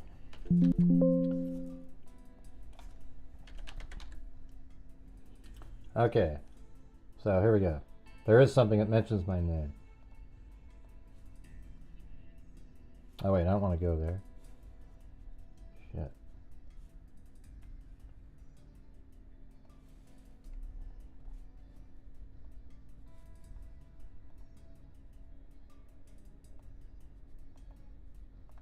Other people. Sure.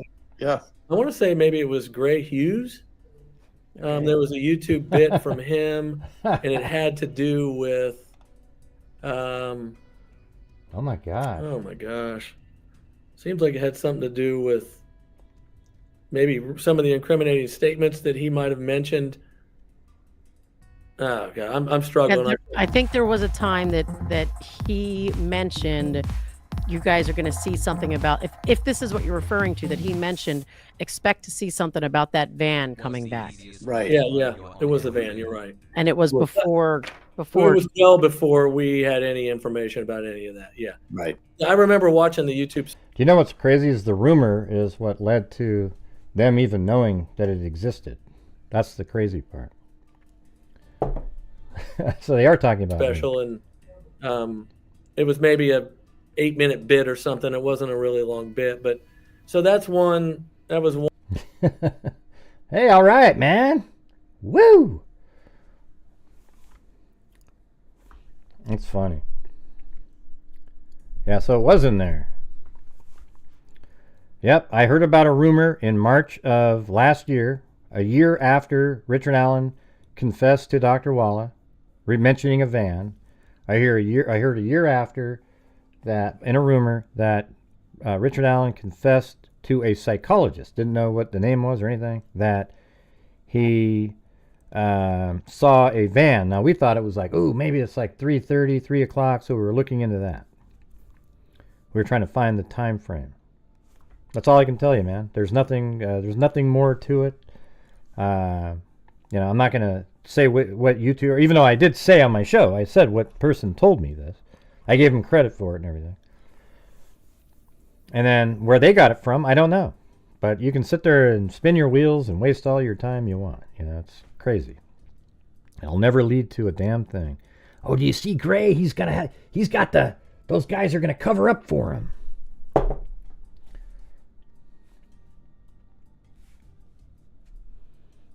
But hey, thanks for the shout out, you guys.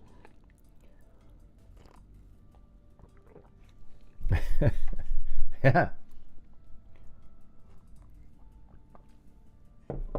And apparently the person who got the rumor, the tip, I guess, they let law enforcement know that exists.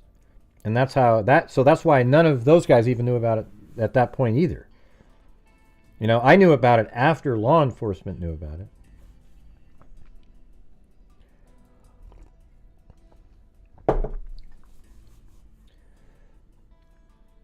What do you mean you probably believe? I don't even know. Yeah, they're full of crap though. Bryan City. I'm just letting you know. They're full of crap. Those guys know that Richard Allen is the killer in the case. They're absolutely certain of it. They just won't admit it.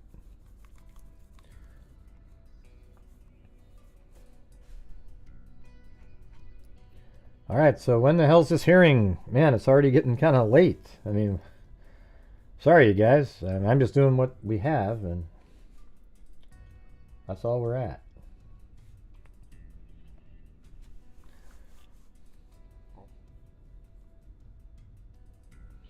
What's the easiest way to... You go to Court TV, Jeremy. I think it's the last one that they posted. You know, it says something like, I don't know, ask questions on the Delphi case or something. I don't know if I did great on it. It was too short of a time period.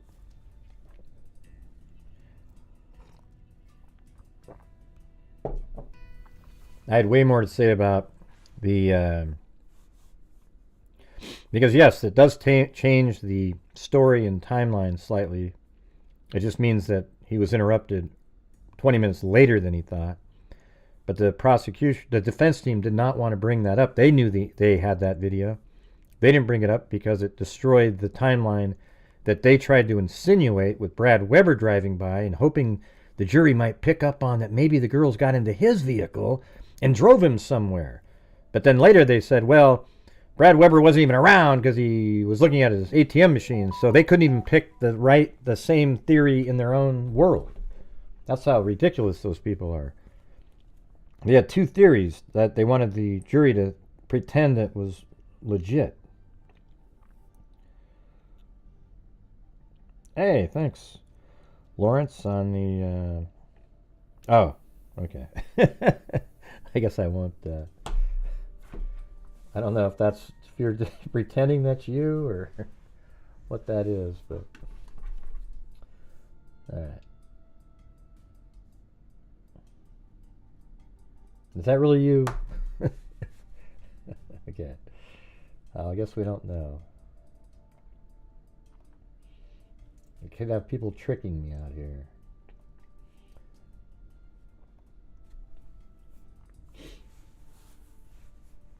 Well, I have somebody claiming...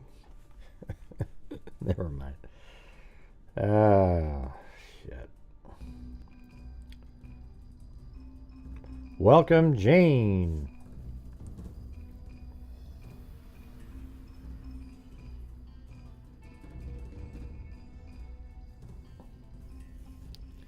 Well, it was funny because I was like, come on, Vinny, let me say one last thing. And he let me say it, and I said, why didn't the defense team use that information? And then I added something else. I don't even remember now. I think Kohberger, if the DNA is added in, if it's allowed to stay in, this is like a Hail Mary attempt by the defense. They might, I think Kohberger might plead guilty if this is allowed in. I think his defense team has wanted him to plead guilty for a long time, and they're trying to sell it to him, but he's not listening. Now they're trying to get rid of the one piece of information, and if it's allowed in, maybe he'll accept it. But I don't know. Kohberger seems like somebody thinks he's going to be able to outwit people, etc. But if it's allowed in, that means the DNA that was found on the knife sheath will make the jury will believe that he was there, especially with the white Elantra driving around and his shady story about where he was.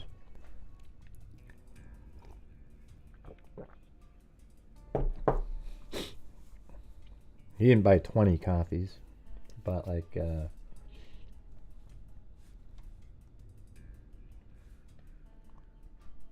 12. It's just a lot.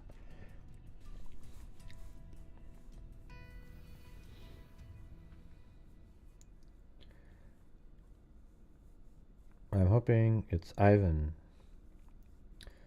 No, well, but based on this, it's, I don't know if it's... I A notice that hidden, let's see, is coming on, so she might know.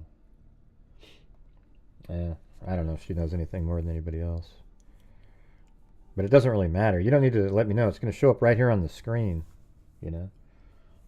Alley cake. It'll show up right here on the screen when it happens. This is live. This is connected. So if it shows up, it shows up.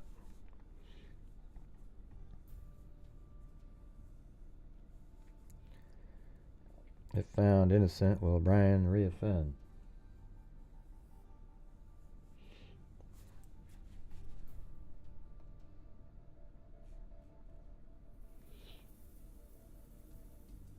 Probably. I mean, I don't know. He might be smart enough to realize it would look like he did it.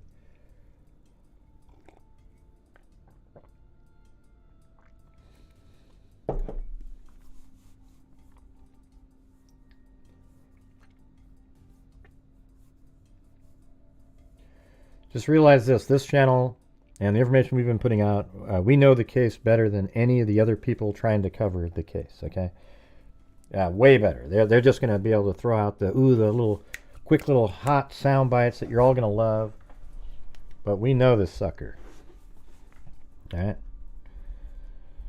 All of it. Including, you know, like for example, when he, not in the middle of the ocean there, but right here. When he drove down here to, I forgot the name of these towns here. I think they're called, let me hit the button here. Like, I think it's, yeah, Clarkston and Lewiston down here. So Lewis and Clark. So down here, they came down and he came here in the same day that he killed the 4 people. I think it was 8 hours later. He's over here at Kate's Cup of Joe, and he's utilizing their Wi-Fi system. And at the same moment, a camera films the White Elantra at Kate's Cup of Joe. Then that White Elantra drives over here to Albertsons, and at Albertsons, you see his phone is there too, right? So it's the White Elantra, the phone, and then Bryan Kohberger himself gets out of the vehicle, walks inside the Albertsons, and it's the same suspect vehicle that they've been following all night long, right? And he's in the store and he buys some items, and they see that it's Bryan Kohberger. Then he comes out, gets back into the vehicle, and he leaves. There's a lot of missing time too. Like, you know, after that time frame, the next time we even hear of him existing is when he's near Johnson, Washington here. His phone pings at like 5:32 to 5:36. It's turned on for a short amount of time in this general area right here, inside of here. And then later on at 8 something at night, it's back in town. So, yeah, it's pretty weird. Hopefully they even have more detailed information later.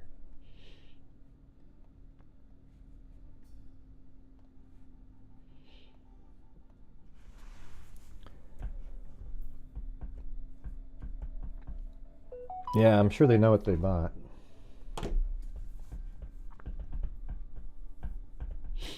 But it's okay, Alley Cake. Thanks for sending that to me. It's just going to show up on the screen here. I have it, like right now I have it play, right? And it's live.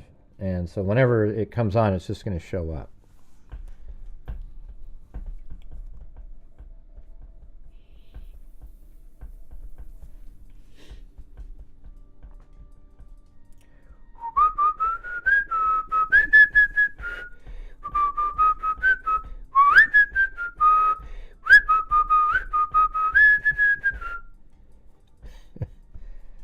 Come on! Oh, the public portion. Oh, look at that. Of the hearing will begin shortly. It changed. All right. Here we go, everybody. Buckle your seatbelts. This is going to be a doozy. Hello, everybody. This is the public portion. Thank you for watching. We'll see you tomorrow. That's it.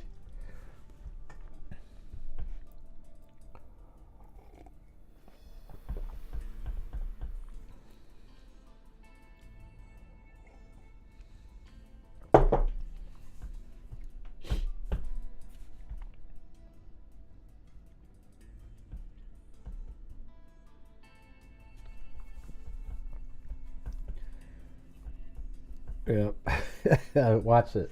Watch it be something like that. Either way, it was still entertaining and got through a lot of different stuff anyways, right?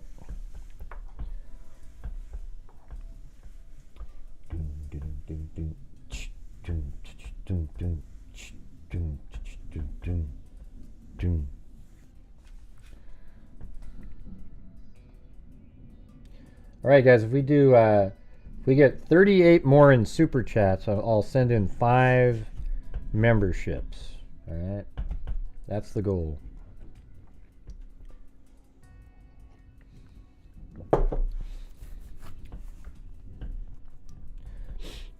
That's probably what they'll say. Yeah, they come on. Well, everybody, this was the public portion. We've decided to have more hearings tomorrow. Thank you all very much for showing up, and good night now.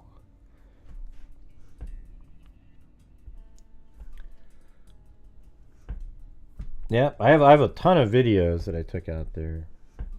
If I went there again, I'd do it differently. I'd definitely plan it out again. I've been there twice.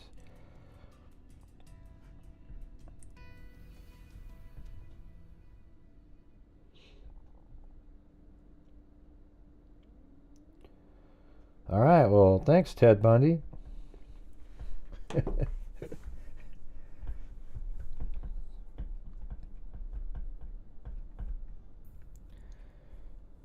Mm-hmm.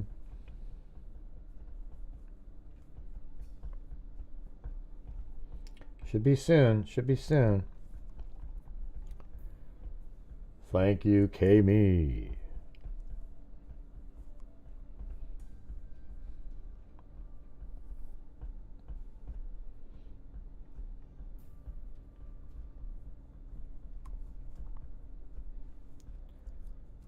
That's funny that they were literally talking about me over there on on that show.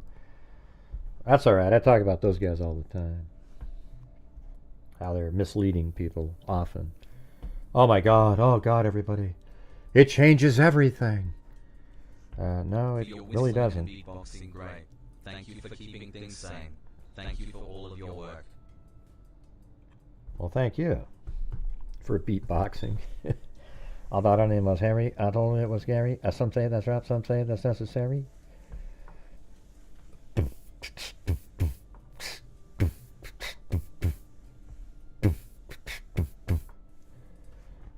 There's beatboxing. All right, look at that. We are 11 away from the 5 memberships. Thank you, Free Radical and K-Me. K, and it's me, for your whistling and beatboxing. My whistling. Man, can you believe this? We've been on here for 5 hours and 13 minutes, and they still haven't gone on with the public portion.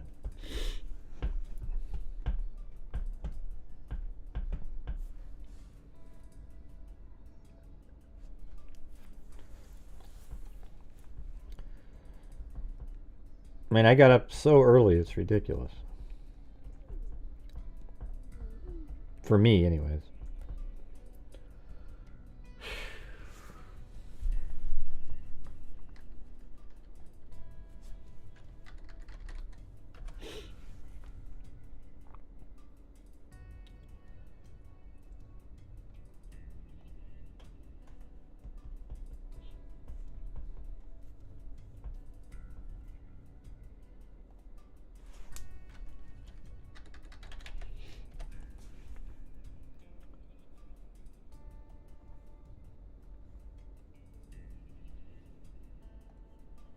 Well, I'm sure we'll get to our.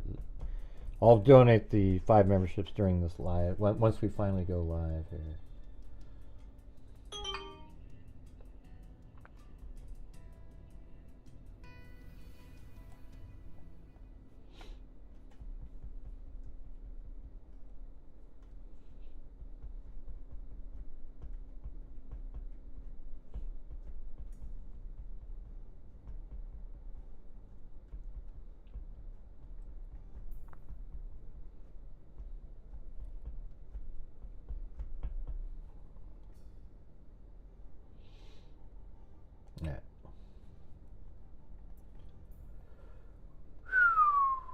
Come on.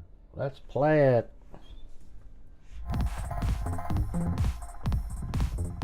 We can do it. Yeah. I think it's saying, I'll be there in a minute in Hawaiian. You know what I mean? That means you'll be there in an hour. That's mean. What? What's mean about it? That's just... Come on, you guys. Hawaii is like really laid back. They'll say stuff. Hey, we'll be there. You know, like, when are you gonna be there? Dakine. You know. Yeah. Who knows what that means? Yeah. Well, no. When people support my channel, it helps support the channel, and I give away money at the end of the month to charities. Sometimes during the month. Like we just gave $500 to the LA Fire, you know, the Red Cross for them. So.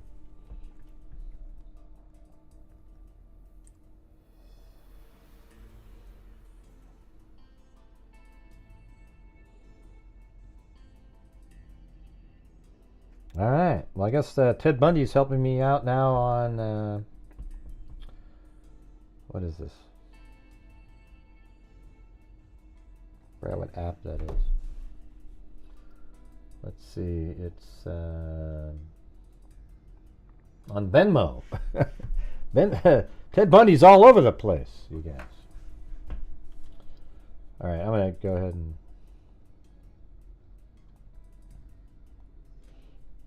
There we go.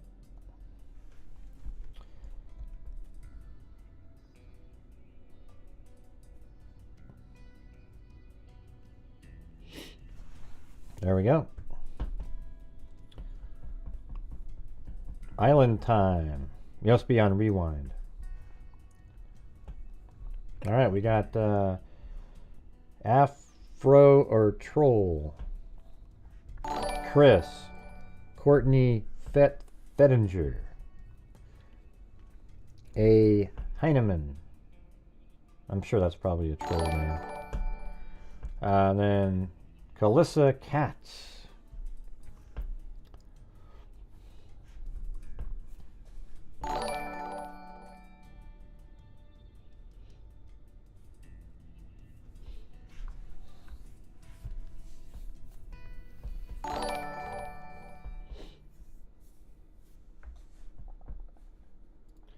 I know there are people that like sort of linger in the background.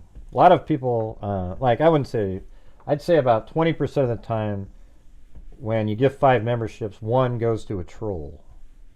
And they always show up later and they forget that they're a member and they say some stupid, like, cut the channel down and then immediately block them. But they didn't realize, like, oh, shoot, you know. Oh, well.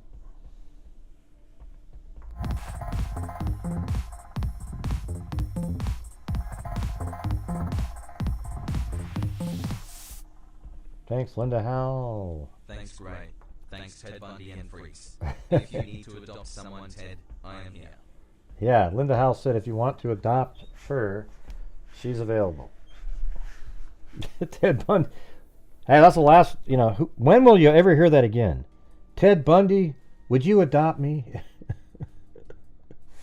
I don't think you'll hear that anytime soon. That's what Amber was telling us.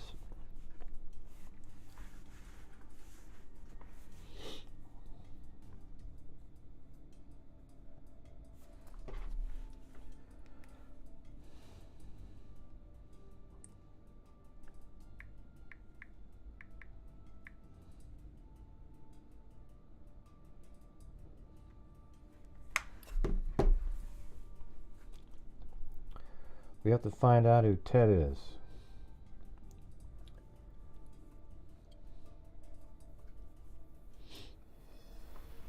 Stage left even.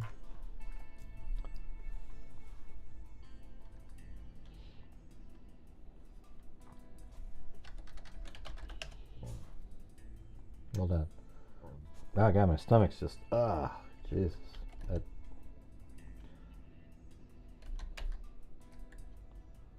Oh, there it is. Galloping gauchos. That's not a bull. It's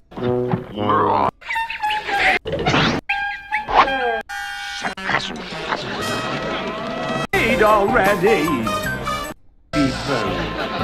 Mrs. Typey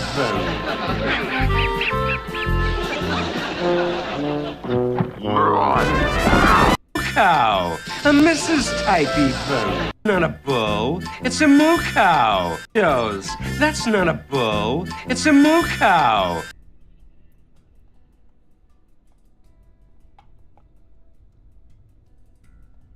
So exit, stage left. So exit, stage left. Oh, come on. Where's the even part, man?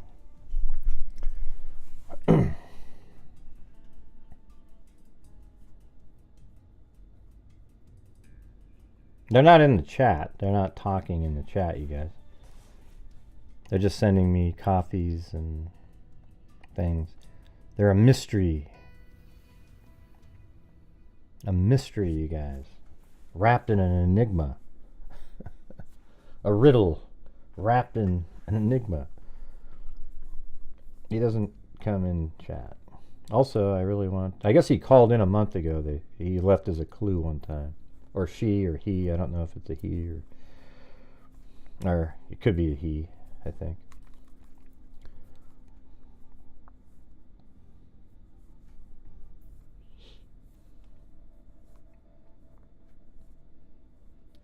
The public portion of the hearing will begin shortly. All right, well, whatever shortly means.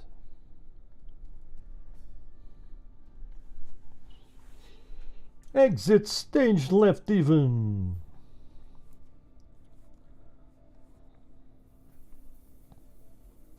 Yeah, I used to listen to that. I used to watch Looney Tunes when I was a kid. Let's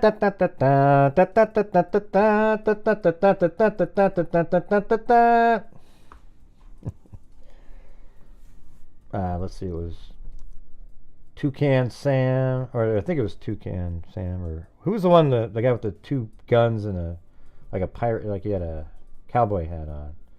Sam something, right? And then we had that little creature that was a space, like an alien. He would be Heavens to Murgatroyd. No, that was somebody else. What was he called? What was that guy's name? Yeah, Yosemite Sam. What was the guy that... He was like an alien.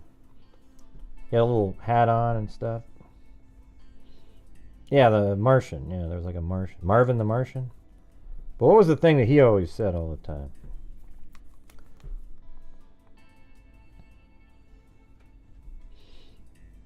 Yeah, I love planes, trains, and automobiles.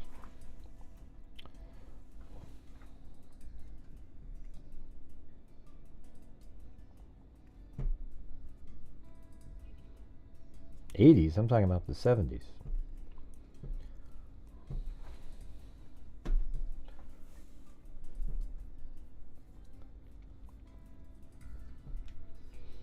Yeah, Roadrunner, Wile E. Coyote. Who was the rooster? There was a big rooster guy. Didn't really like him too much. I liked watching like Transformers was good in the '80s. That was a different one. And like He-Man and Transformers, that was in the '80s. But back in the day, it was like Johnny. I think it was Johnny Quest. That was pretty cool one. Yeah, Foghorn Leghorn. Yeah. That's right. That's right. Oh yeah, that's right. There was an alien. That was so weird in the Flintstones. It was like this alien revisiting cavemen. Like I was looking at cavemen.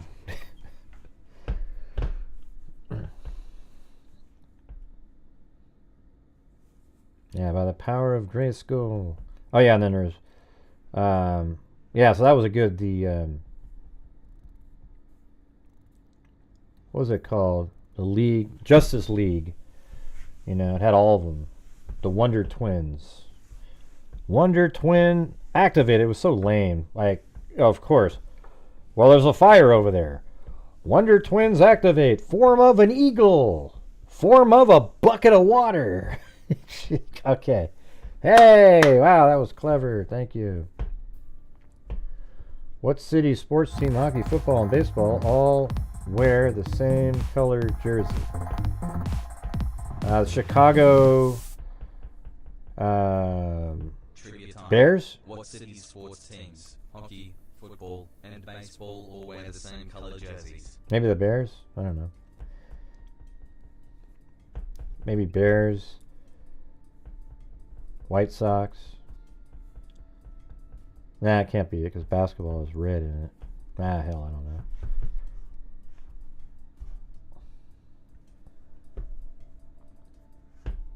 I don't know. I don't know.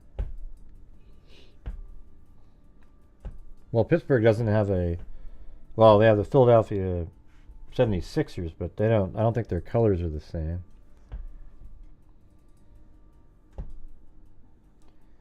Pittsburgh's correct? Huh. So their basketball team has the same... Oh, you said football, hockey, and baseball. Oh, okay. Never mind. Basketball wasn't in there. Come on, where is this thing? You said it's going to start shortly. Jesus. This is ridiculous. What do they do, a recap or what?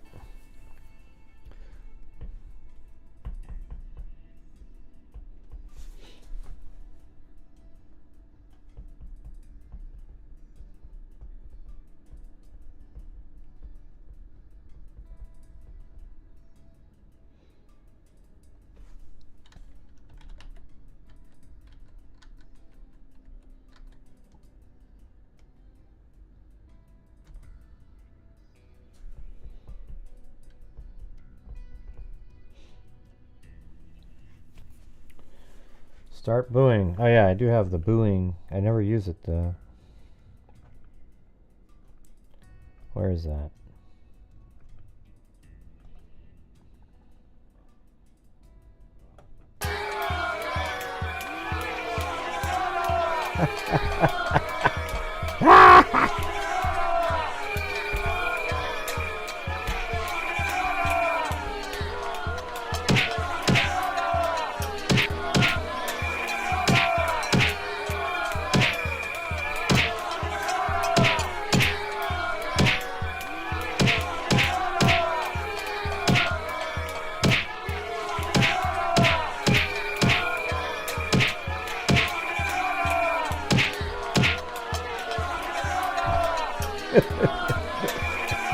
Come on!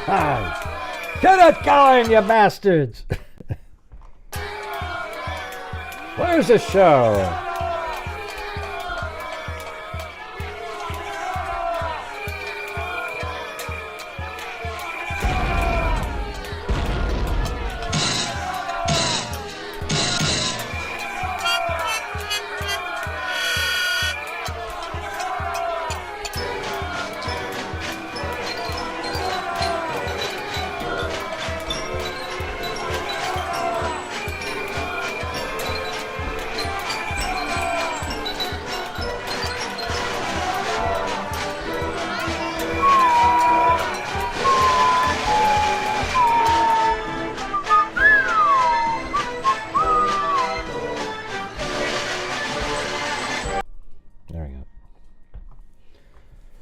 Evil can never be dead enough. Didn't you love that line? Listen to this one.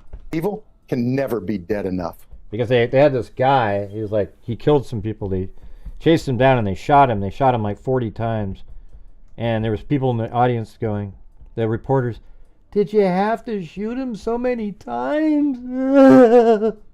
And he said, evil can never be dead enough. What a great comeback that is, huh? And then this is what you could say to people like Bob Mata. And some of you make shit up. There you go. I don't though, Gray. You see what I do is... Okay. We're all Richard Allen. I got to get that quote, man. That is just the dumbest thing I've ever heard.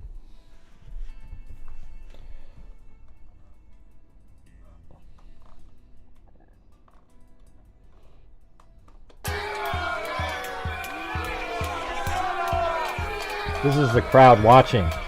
They're throwing tomatoes. They're throwing banana peels at the screen. They're almost hitting me. I'm ducking out of the way.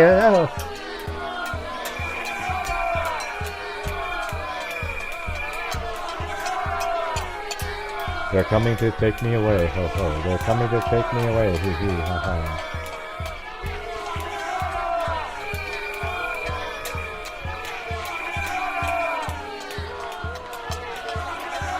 Bitch, please. Drama. Oh my God, awkward. I don't know. He knows what he's doing, Free Radical. Yeah, it's mind-blowing. Oh.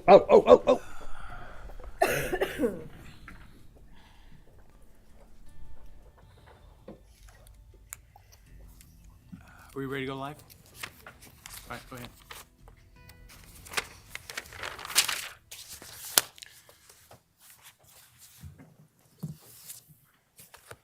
Let me know when we're ready, Sandra. Ready? All right. We are back on the record in State v. Kohberger, CR 0124316665. We are now, I believe, streaming. For the record, the defendant is present together with counsel, Ms. Taylor and Ms. Massoff. The state is present and represented by Mr. Thompson, Mr. Nye, and Ms. Jennings.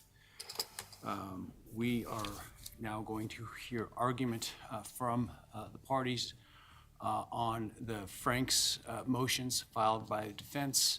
That will include the Franks hearing that was held on the IGG issue, as well as the defense's proffer as to the rest of the Franks issues as to why the court should hold a hearing on those matters. We'll hold an evidentiary hearing on those matters. Am I missing something we talked about? Your Honor, I may have missed it, but I thought we were offering argument on suppression IGG. Well, the suppression IGG, we can also argue that. I think it's wrapped up in the same issue. I thought we were going to Franks next. I did not. I apologize.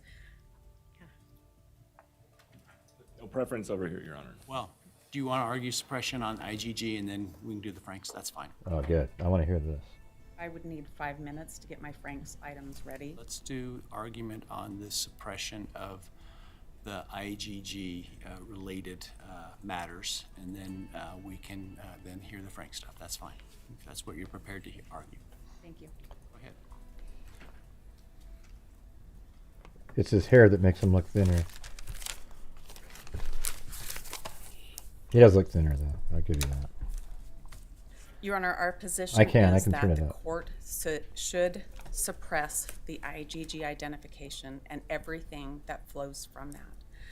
This is supported by 4th Amendment of the United States Constitution, due process, Article 1, Section 17 of the Idaho Constitution. Your Honor, there was no warrant for several phases of the search that led to the IGG work, investigative genetic genealogy. And we think every single one of those stages, a warrant was required, none was given, and so this must be suppressed. That's bullshit. Your Honor, I'd like to identify the 3 stages, and they are when Idaho State Police Forensics Lab, through Moscow Police Department, moved a DNA sample to Othram Laboratories to develop a profile to run through genetic genealogy investigations. There was no warrant for that search for a SNP profile that could be used to attempt to identify somebody. The next stage would be when that was transferred to the FBI for their forensic investigative genetic genealogy work to try to identify somebody. No warrant was in place for that work either. Finally, there was a trash pull in Pennsylvania, and there was no warrant for that trash pull either. Discarded. All three of those stages of this case, there should have been a warrant, and there wasn't, and this must be suppressed. Your Honor, for the purposes of the Fourth Amendment protections and Article 1, Section 17 of the Idaho Constitution, we are looking to see if somebody has a privacy interest that society is ready to support. In this case, if society is not ready to support suppression of every bit of our DNA when the government does not have a warrant and searches it, there is no privacy right left. Do you have any cases that hold that? I do not have any cases that hold that, nor do I have any to the contrary that say that's not the case. Jeez. Your Honor, this is a situation where this identification was done in complete secret behind closed doors, and it's been continued to be a secret. And that should raise red flags for Your Honor about privacy interests that are at stake. The court can see from the various affidavits in this case that there's a lot of things done that don't say how Mr. Kohberger was identified. And the reason for that is because nobody wanted to talk about what happened here with the genetic genealogy. That search was done by making a profile in Othram Lab. That search did not lead anywhere. The FBI took over the search, and from there they did things that we have no idea what it is. That entire segment of this case is secret. We have been through several motions to compel to try to get information, and we've gotten very, very little information. The court should know that we learned today about policies and procedures of Othram that we have not been able to take a look at. Those have not been produced. In fact, we've been told they don't exist. We learned about investigative work that was done after Othram had done the work that they could do and before the FBI took over, that we learned about for the first time this week. Not through the motion to compel process. This was a giant secret. When we get to the FBI, we don't know who did the work. You heard that any of that information is redacted. We don't know who did the work. It's a giant secret. We know that by the time the FBI gets involved, the profile, the text file, that's a snip to use to try to identify somebody is more than twice as big when it gets to the FBI from Othram. We don't know how. We don't have any notes. We don't know who did any of the work. We don't have any lab protocols. We don't have any quality assurances. It's not reliable. You're not asserting that Mr. Kohberger's DNA sample was uploaded into any of those databases, that his was, like, for example, his own DNA was one that was matched from the crime scene. Not asking whether the crime scene DNA was uploaded, but whether he had, as a, for example, customer of one of these companies, uploaded his DNA. Well, Your Honor, I don't have the jed.com file. I don't have... You're not asserting that fact, correct? Your Honor, I'm not sure what the court is asking me. Well, it goes to whether or not your client has standing to complain about the searches of the databases, because as the state has posited, that wasn't his DNA that was searched. At best, it was his ancestors. Well, Your Honor, I am not sure why we're here if the state hasn't alleged that Bryan Kohberger's DNA was on the knife sheath. No, I'm not talking about the knife sheath. Why is that lady smiling in the I'm talking about middle? what they tried to match it to. Your Honor, I would answer it this way. The way that those databases work is looking for shared DNA. Those databases don't churn out a name and say this is your suspect. I have a privacy interest against any of my relatives that might want to upload their DNA to one of those systems, I should be able to stop them from doing that because I share some DNA with them? That is certainly not what I'm saying. What I am saying, Your Honor, is if somebody takes your DNA and uploads it, I think you have a privacy interest in your own DNA. But not necessarily in, let's say my DNA is taken lawfully. What privacy interest do I have in the search of the DNA of others? That's a loaded question. Why is it a loaded question? Isn't it a factual question? Well, it is, I Judge, think this but guy's great. you're assuming that the DNA was taken lawfully, and our position. I agree that part is an assumption. In my hypothetical, I said my DNA was taken lawfully. Why would I have standing to object to the search of other people's DNA simply because I might share some genetic information with them because they are distantly related to me?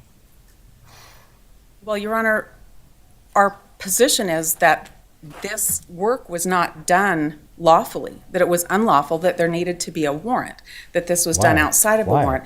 And I'm not asserting on behalf of anybody else in this, any relative, anybody who might have been named or not named.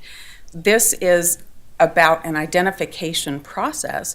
It needed to be a lawful process. It wasn't a lawful process. It was in violation of Mr. Kohberger's rights.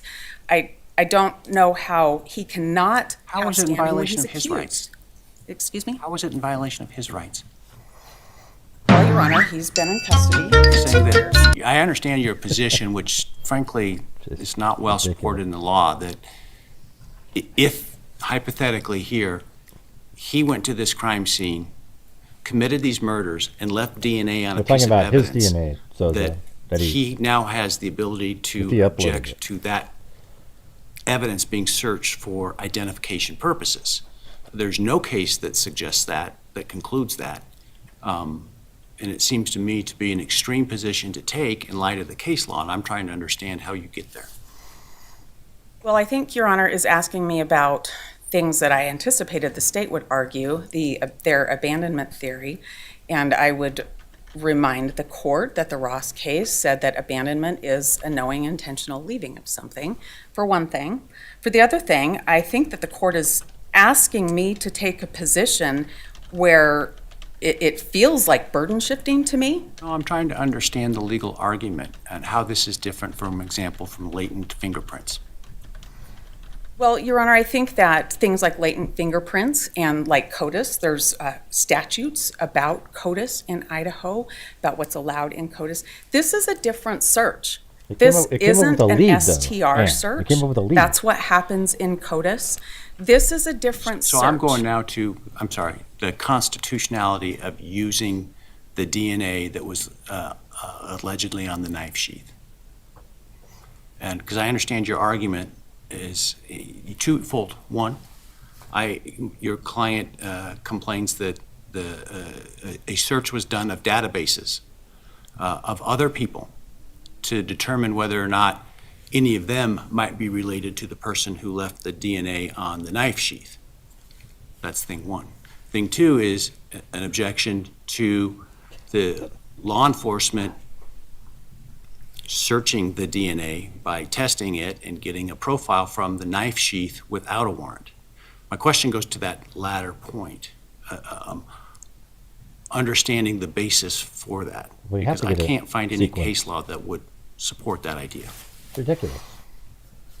That somehow a warrant would be needed for DNA left at a crime scene. You need to get the sequence to put it into CODIS. Well, I think in our briefing, Your Honor, that we cited the court to some cases. I did, I think, one concurring opinion in a case that held otherwise. Your Honor, I was going to talk to the court about third-party data, and I was going to talk to the court about the Davis case that talked about something that the police lawfully had and a subsequent test, the Skinner case, when there's something that's lawfully held, but there's a subsequent test. So those are the things that I want to talk about. Okay. Our first point is it was an illegal search. And this is if The search, For the which court's search? Assumption. Which search? It was illegal. Well, first the snip at Othram, then the snip at the FBI, and then the trash pool. So you're talking about the DNA testing of the material left allegedly on the knife sheath. I'm talking about the Idaho State Police Forensics Lab taking a piece of evidence given to them by Moscow Police Department, collected at the scene, developing a STR profile, uploading it into CODIS, and I think that's the King case that says that's fine. I know Idaho has statutes on CODIS, uploading it there and producing nothing. There are no results there. I'm talking about the next set of moves that are super secret, that happen when there's a portion of the DNA taken and it's searched by Othram to create a snip. And then when that doesn't produce anything, the FBI says, okay, here we go. Let's search the snip ourselves. That's what I'm talking about. What difference does it make? Those are the problems. As far as asserting family... Specific DNA tests done of the sample that goes from legitimate to illegitimate? Yes, Your Honor, I think the Davis case is on point. If the court's theory that this is a lawful piece of evidence taken from the crime scene, the sheath... Not my theory. I'm just trying to understand your position in light of the case law and in light of the state's arguments. I'm trying to find where the gristle is in this. I'm adopting the court's hypothesis for this purpose, that the knife sheath was taken.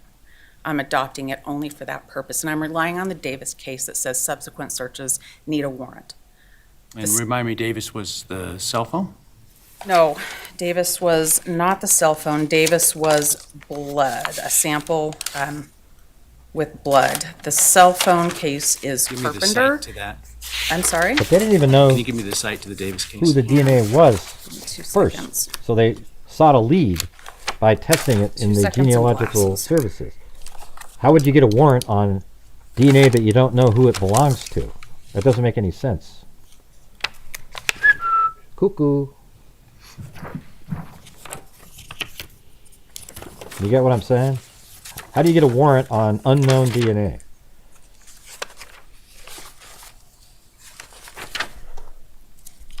And I apologize because my memory She doesn't tends to make be any fact-based sense and at not all. name-based, and so It's that's embarrassing. my liability.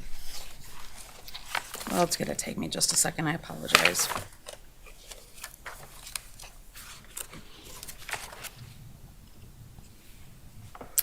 I apologize. I wrote the name down, but not the site in my notes, but I know it's cited in our briefing. I can't remember what page. It is 690 F 3rd 226. Okay. Go ahead. All right, and so those are the 3 areas that we believe that there should have been a search warrant and there wasn't.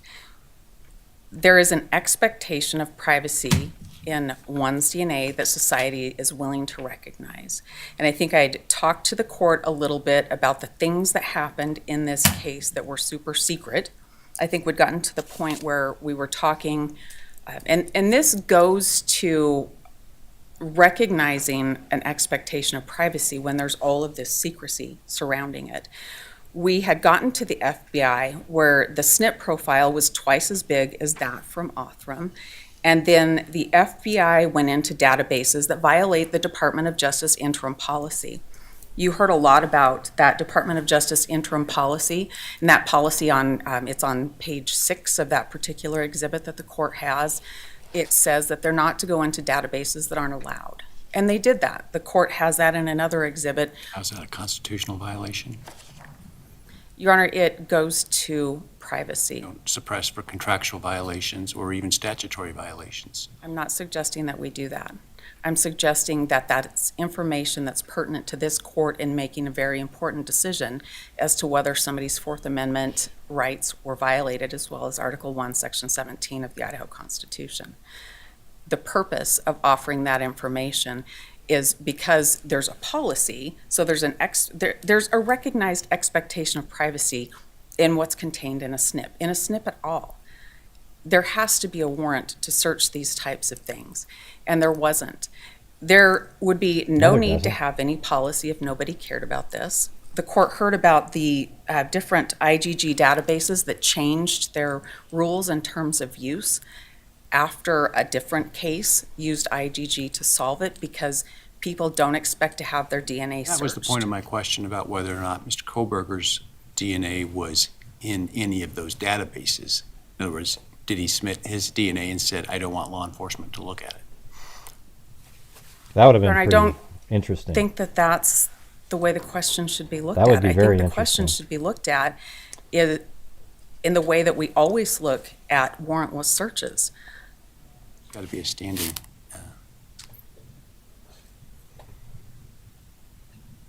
Your Honor, we're here because the state has alleged that a single piece of evidence ties Mr. Kohberger to this case.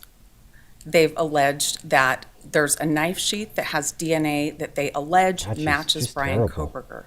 He's now been incarcerated for 2 years, facing capital murder. I'm not sure, unless we're shifting the burden to me, what else I can say. Well, you have a burden of showing that the items ought to be suppressed. This is a warrantless search. There's no justification for this search. How do you get a warrant? Right. Assuming a warrant is required for this type of inquiry. Well, Your Honor, we think it is. And we think it is based on case law, third-party doctrine case law. That's Carpenter. Thinking about cell phones, that's the Riley case. If you have a cell phone that gets taken at an arrest out of a car, a subsequent warrant to search the cell phone is required. Mm-hmm. So we think a warrant But was that's when you know required whose for cell these phone it is. subsequent searches. And there was no warrant in this case. There's an expectation of privacy. I struggle with, I struggle, to be frank, and where you're going to have to try to convince me, I guess, is I struggle with the idea that DNA left at a crime scene, that there's any expectation of privacy by someone who leaves DNA at a crime scene, that that DNA can't be, as you say, searched without a warrant to establish Right, identity. because wouldn't putting it into CODIS also violate what she's trying to claim? If it was put Well, into CODIS? Your Honor, I don't think any of us 'Cause can there's go no out warrant of to our put it houses into without CODIS. leaving DNA all over the place. Not go to a crime scene. The question of how something gets somewhere, that's the subject of the trial. I think the Carpenter case is really instructive for the court here, and that case was about, it was about third party with cell towers. And there was a concurring opinion in that case. I think that's instructive. We leave DNA everywhere. If you carry a cell phone and it uses the towers, there can be a trail of where you Prints went. everywhere? I'm sorry? Don't we leave fingerprints everywhere? We do leave fingerprints everywhere, but I would say, Your Honor, that things like your movements, cell towers, the contents of your cell phone, those are really personal things. That's how you carry out your business. That's how you go. You drive your car to go to the doctor. Your cell phone's heading on those towers. DNA is even more personal than that. The tests are so different than they used to be now. It can pick up all kinds of information. It takes very little DNA. Wow.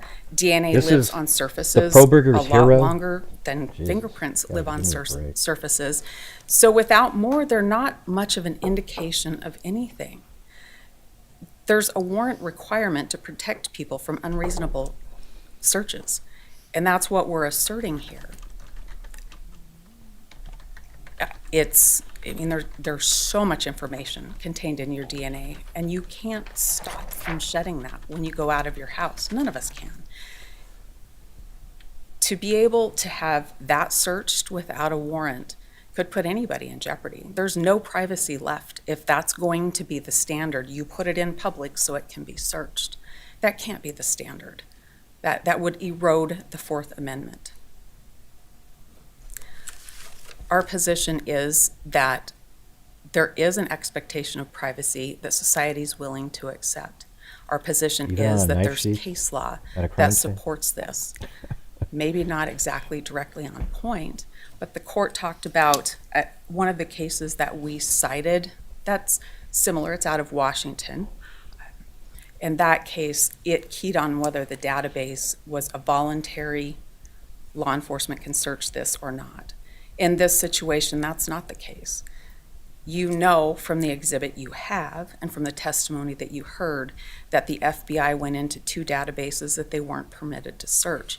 So if the court wants to go clear to that extreme, and the court shouldn't, the court should look at the Fourth Amendment. The court should look at expectation of privacy. The court should look at the 3 places there was a warrant required and it wasn't given. But if the court wants to go all the way down to whether or not there was a database searched where the people consented to have their DNA searched, our case is different. The FBI went into 2 other databases and searched those. There was nothing else happening until that happened. And it's instructive, I think, and important for the court to think about how secretive this all was. We are months from trial, and we are learning things about how the government identified Bryan today in open court when we've asked for those things. There's a reason why there's so much secrecy. That's because there's a violation of privacy rights. That's why there's so much secrecy. Your Honor, this is an extremely important motion, and the court is going to decide whether we do have any expectation of privacy left or not. The IGG evidence in this case should absolutely be suppressed. Wow, that was the worst argument I've ever heard. I suspect the state's going to raise an issue that you may need to respond to, but I'll let you respond to that if they do raise that issue. I'll be prepared, Your Honor. Thank you. How do you get a warrant on DNA that you don't know who it belongs to? When you upload it to CODIS, you don't know who it belongs to. Why should I permit evidence obtained potentially by searching databases that by its own policies law enforcement said they wouldn't search? So a couple points on that. First, even assuming that that's all correct and that they violated the terms. Seems to be the evidence. The terms of service, Your Honor, don't affect the Fourth Amendment. The terms of service, and certainly Mr. Kohberger does not have standing to raise a violation of the terms of service. And even if he did, the remedy for the terms of service is not a violation of the Fourth Amendment. As we argued in our brief, the individuals, and as came out in testimony today, the individuals who are utilizing these databases, and we're talking about millions of them, are willingly sharing their information with each other, with millions of other people. But isn't there a subset that says, but I don't want these people to look at it? In some of the data, the FBI, as I understand the evidence, then says, okay, we agree, we won't search those ones. So I'll address that part, but on the database piece, the issue is that no one sharing this information with millions of other people could have a reasonable expectation of privacy. The test for that isn't, do they have a reasonable expectation of privacy against law enforcement? It's against the public writ large. So for example, we cited in our brief 3 different cases where Idaho's appellate courts have found people have given up a reasonable expectation of privacy in information that was shared with a single company. And it was shared with that company just so they could get the service from that company. Here, we're talking about people sharing it not just with the company, but with millions of other people, because sharing it is the purpose of providing it to the database. So regardless of what the FBI did or didn't do in terms of violating the terms of service, no one has a reasonable expectation. Is it different if they share it with the company and it's obtained by lawful process from that company versus going in the back window and taking it? No, Your Honor, because right now what we're asking is not reasonableness of the search. Right now what we're asking is there even a reasonable expectation of privacy? And so the fact that no one has a reasonable expectation of privacy in those databases means that even if the FBI violated those terms of service, no one has a Fourth Amendment right to complain, and certainly Mr. Kohberger doesn't. He has not asserted factually or through evidence that he was a customer to one of these databases. And maybe that changes the case if he were, but he's not. He's not even claiming that. He's not even asserting it. Now, I do want to address the second part of the court's question about the FBI has indicated that they wouldn't do this. I believe that's a reference to the policy we've been discussing, the interim policy by the DOJ. I certainly do not speak for the Department of Justice. I do not work for the FBI. I'm speaking for the state of Idaho, but I can read a document, and if you look at the policy in footnote 1, it clearly says, this interim policy does not impose any legal limitations on otherwise lawful investigative or prosecutorial activities or techniques utilized by the Department of Justice, or limit the prerogatives, choices, or decisions available to or made by the department in its discretion. In other words, their first problem is they're relying on a policy at all. The U.S. Supreme Court has said policies do not equal Fourth Amendment violations. Their second problem is it's a circular argument. The policy doesn't say you cannot do any of these things. It's saying best case scenario, you're not going to do these things. Well, if you were interpreting this as a matter of contract, wouldn't you have a problem in the sense that on the one hand it says don't do this, and on the other hand you've got a more general sort of catch-all that says, but we're not really meaning anything we say? No, I don't think there's a problem interpreting that at all. I think the problem is they are putting way too much weight on this policy as if it's somehow the law. And it's not. It's indicating, and we heard testimony today about best practices and what those mean. This is indicating best practices, but very clearly stating we are not limiting the Department of Justice to have to follow what's in this document as long as it's not limited by the law. And they're trying to use a violation of this policy or an alleged violation of this policy to say that they violated the law. It's circular reasoning. But despite all of that, the U.S. Supreme Court has said a policy violation isn't sufficient. Even the Department of Justice, as powerful as they are, they don't get to rewrite the Fourth Amendment by changing this policy. Now, I do want to address, the defense is they're trying to pick and choose what they believe the searches are throughout this chain. And what they're leaving out repeatedly is where this DNA started. Where did the chain start? Well, it started at a quadruple homicide, at a crime scene. There is no case law anywhere that the state could find, and the defense has not cited any to suggest that there is a reasonable expectation of privacy in DNA found at a crime scene. And I want to talk about the Davis case, Your Honor, because it actually cuts against the defense. Davis is the case where it was a very unique set of facts. There was an investigation into a shooting. An officer went to the hospital, and when he went into the victim's room, he saw a bag of clothing. He seized that clothing under the plain view exception to the warrant requirement. So the clothing wasn't abandoned. This was an exception to the warrant requirement. Later on, this individual who was a victim now becomes a suspect, and they have this DNA and they test it. And the Fourth Circuit said, no, you can't do that. You can't take it because he's a victim and then later use it against him as a suspect.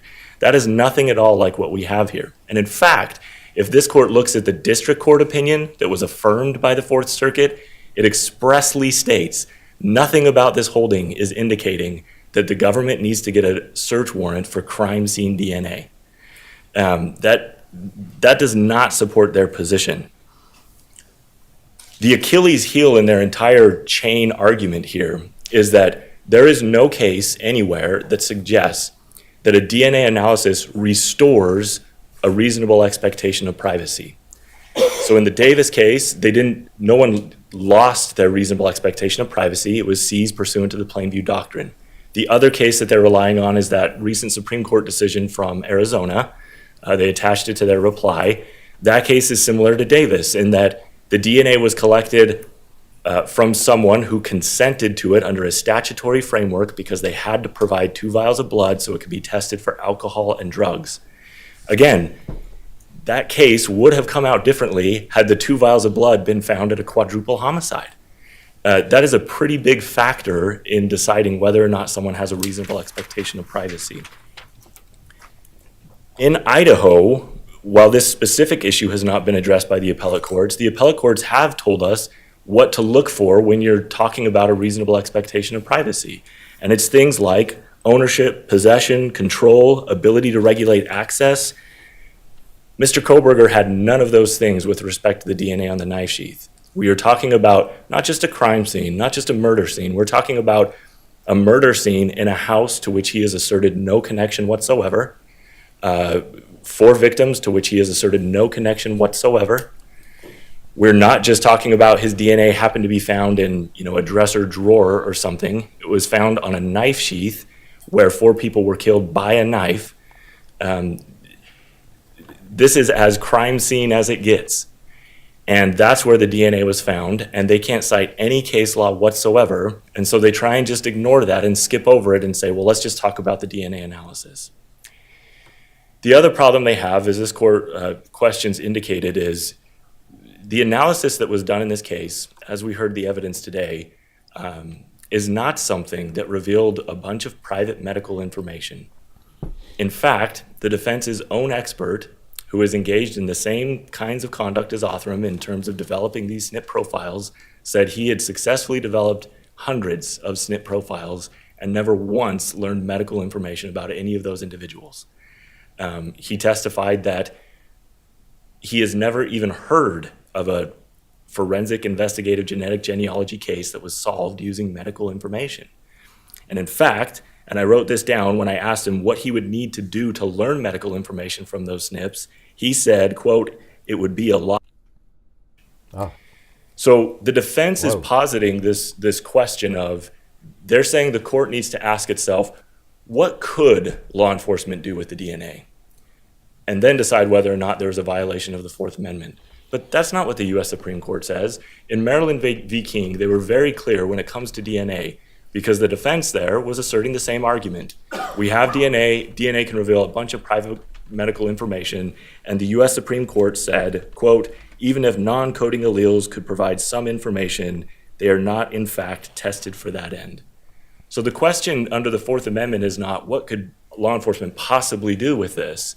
The question is, what did they do?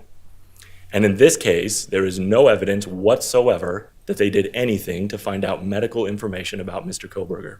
It was all related to ancestry and identity.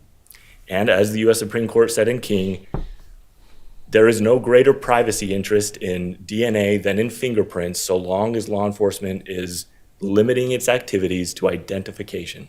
And that's what we have in this case, is identification. Now, the other problem that Mr. Kohberger has here is, in my view at least, he's been a little bit wishy-washy on the DNA on the knife sheath itself.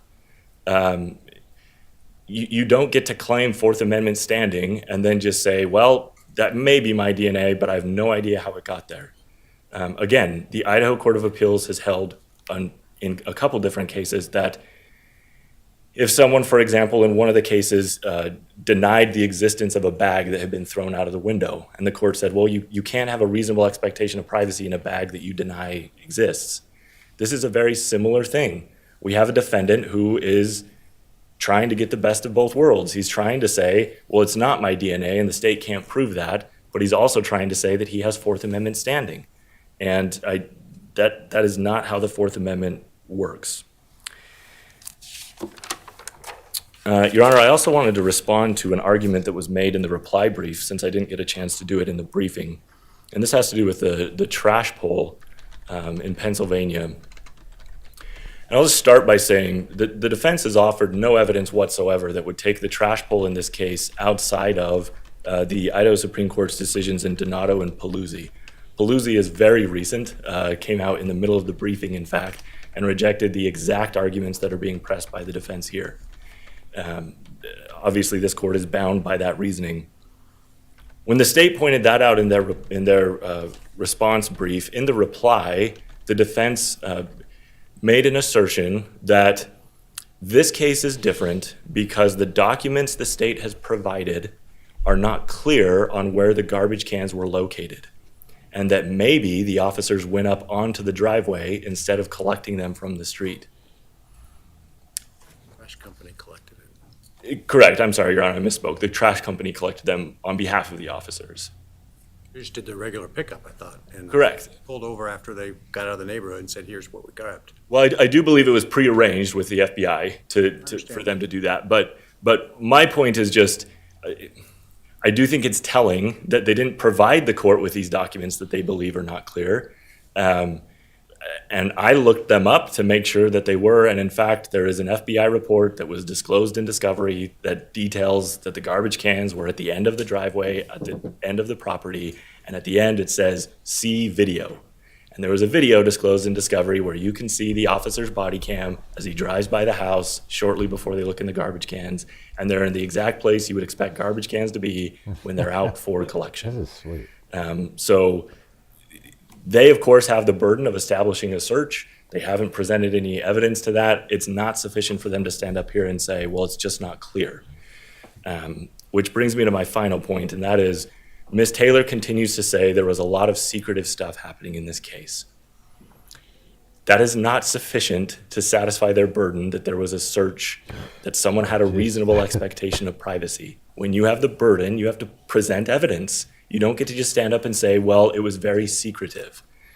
I will note in this case, as the court may be familiar with it, as it's probably read back through the record, the defense in this case has gotten a lot more information than many defendants in other states who have, where there's been an IGG investigation, because the majority of courts have found this isn't really relevant information. It's just a tip. Now, it is what it is in this case, and we, of course, complied with all the court's orders and provided the information, but this isn't, there's not a lot of information, not because it's secretive, but because it's just not our case. It's not what we're focused on. It's not the evidence we plan on using at trial. And yes, IGG was used in this case. And yes, it did point to the defendant. But the fact that that happened doesn't mean that there was a violation of the Fourth Amendment. Unless the court has any questions, we'd ask you to deny the motion to suppress. If the FBI, in fact, violated the Fourth Amendment rights of Mr. Kohberger, you would agree the state is burdened by that? That's a great way of putting it, Your Honor. Yes, the state would be burdened by that. Yes.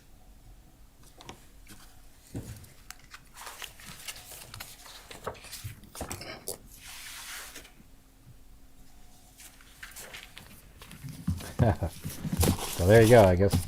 Terrible argument by Ann Taylor, but it might be, who knows what the judge, he's obviously a smart guy listening to both sides. I'll start backwards. I will answer the court's question that the court posed to Mr. Nye. The state is burdened by what the FBI did here. Every action the FBI took in here, all of the secret actions that they took, show you that there is an expectation of privacy that society is willing to accept. They didn't want anybody to know what they're doing. It is interesting to hear that discovery requests and motions to compel and orders have been complied with when I've learned at least 3 new things in the course of preparing for this hearing and being at this hearing so far today. That's a surprise to me. So I wanted to say that, and I want to go back to the trash pool. And I want you to know, when you consider this, that that particular area had an ordinance that trash had... The Supreme Court reject that argument very recently. Your Honor, they might have, but that ordinance isn't all. I was starting with the ordinance, that it has to be collected by a trash collector, that a certain trash collector, and that you have to put your trash out too. In that circumstance, the FBI worked with the trash collector and had them go just to get that trash and then take that trash somewhere else too. And those are some extra actions that the FBI took in this particular case that changed them. How does that change the analysis? Well, Your Honor, I think that it changes the expectation of privacy is lost when you put it in the trash can to be taken away, per the Supreme Court's opinion, even if it's a well-regulated neighborhood by ordinance that says when and where you have to put your trash. Well, Your Honor, I think that there is an expectation of privacy when you have to comply, you have to put your trash out how the trash was in collected. that particular That's manner. Not the case.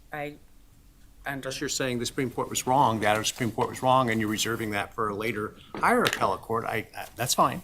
Your Honor, I may not always agree with the Idaho Supreme Court on everything. But I have to follow what they say. But I have to make a record when I don't agree. I appreciate with that. I'm what's just happened. trying to make sure we're talking about the same thing. And I have to distinguish the cases. This guy's best I great, can man. This as guy's. well. And I think God, it this is is different cool. when you have God. the FBI telling the trash man what to do. So, I'll move on to something else. I want to talk about now where Mr. Nice started, that Department of Justice interim policy, and he read you the first footnote.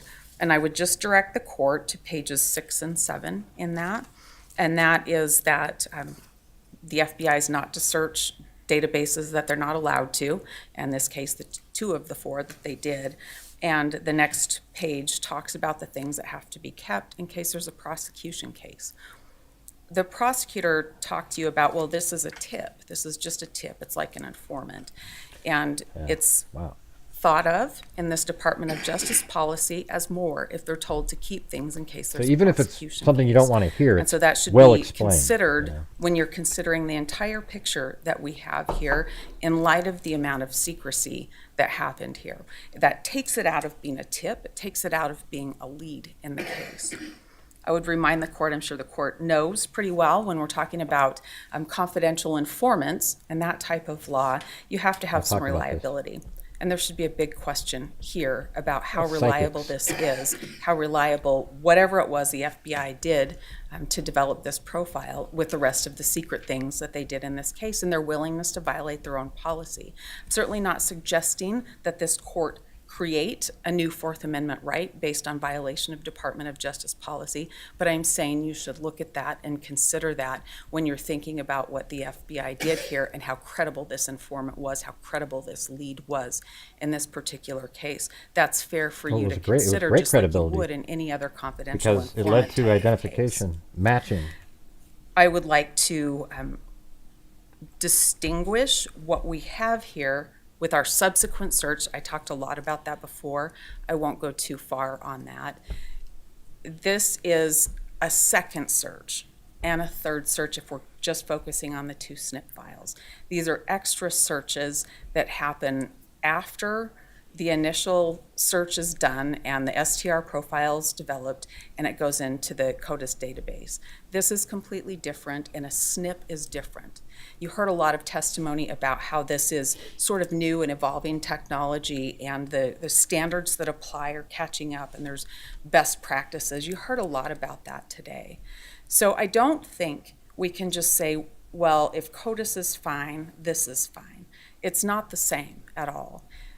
There is a ton of information. It's your whole genome that gets profiled.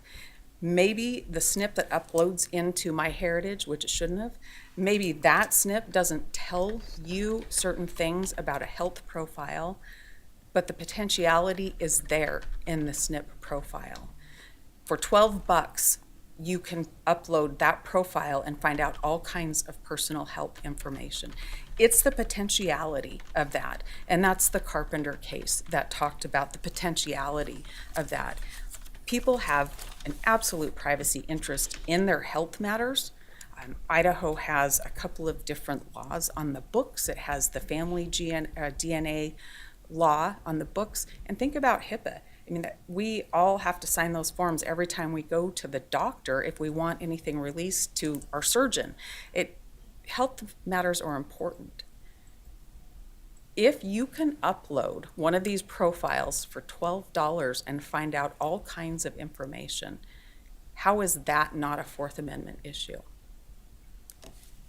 That's what that SNP profile can do, and that was done twice without a warrant in this case, and there should have been a warrant. Yeah, it violates Fourth Amendment rights, Article 1, Section 17 rights. How do you get a warrant? And this must be suppressed. How do you get a warrant on unknown DNA? Can you answer that for me? Who do you put the warrant against? The matter will be taken under advisement.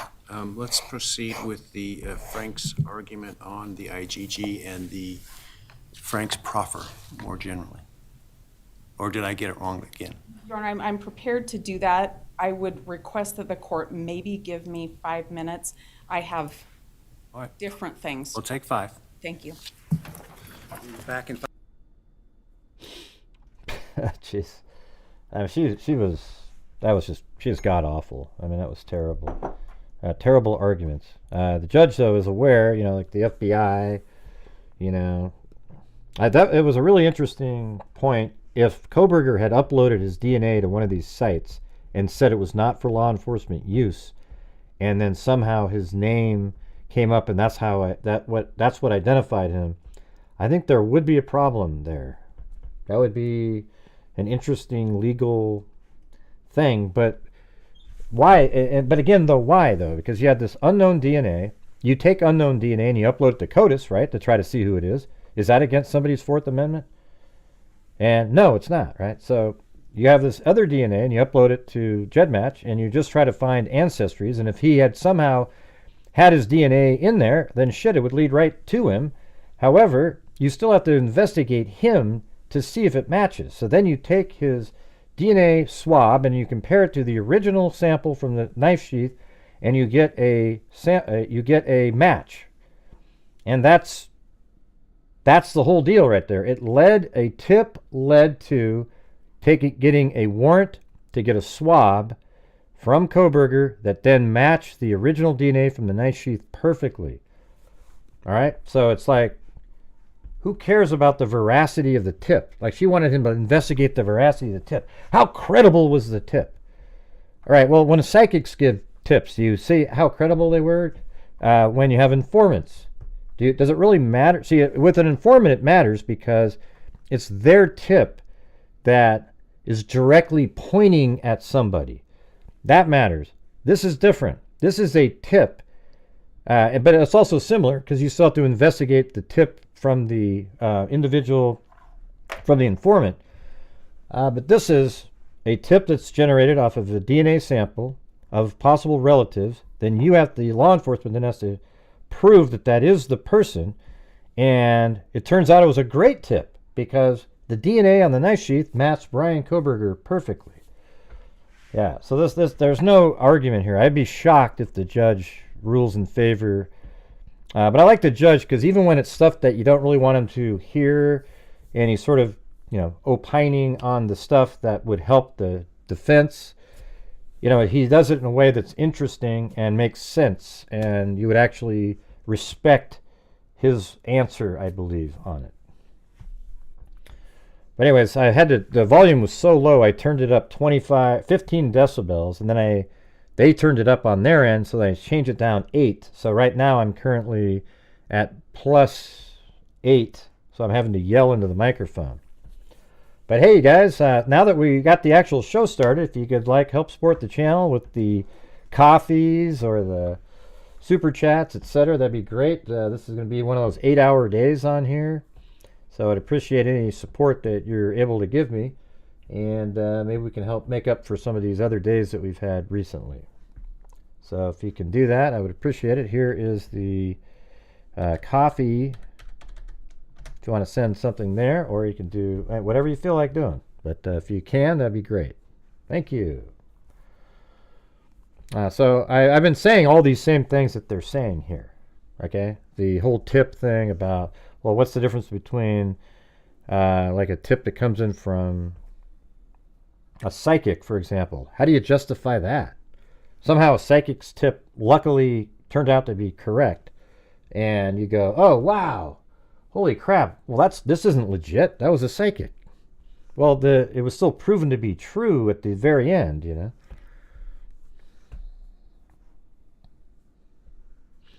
I know it's been great at work day, but we've just absolutely collapsed. There's been no more coffees other than Ted Bundy earlier. Let's see. He never lived 20 from the crime scene.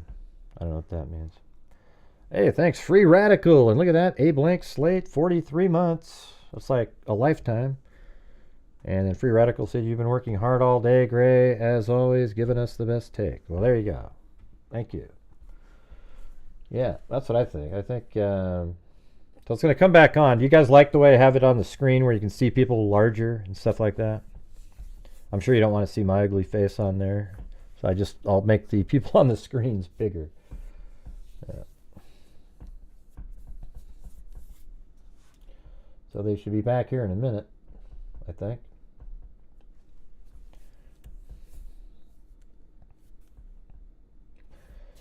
Yeah, it's weird. I've seen that lady that's smiling. I've seen her give argument before, and she doesn't smile at all. She doesn't look like that. So I'm not sure what's going on when she's always smiling. Maybe there's some issue. I don't want to. Hey, welcome, CC. Very cool.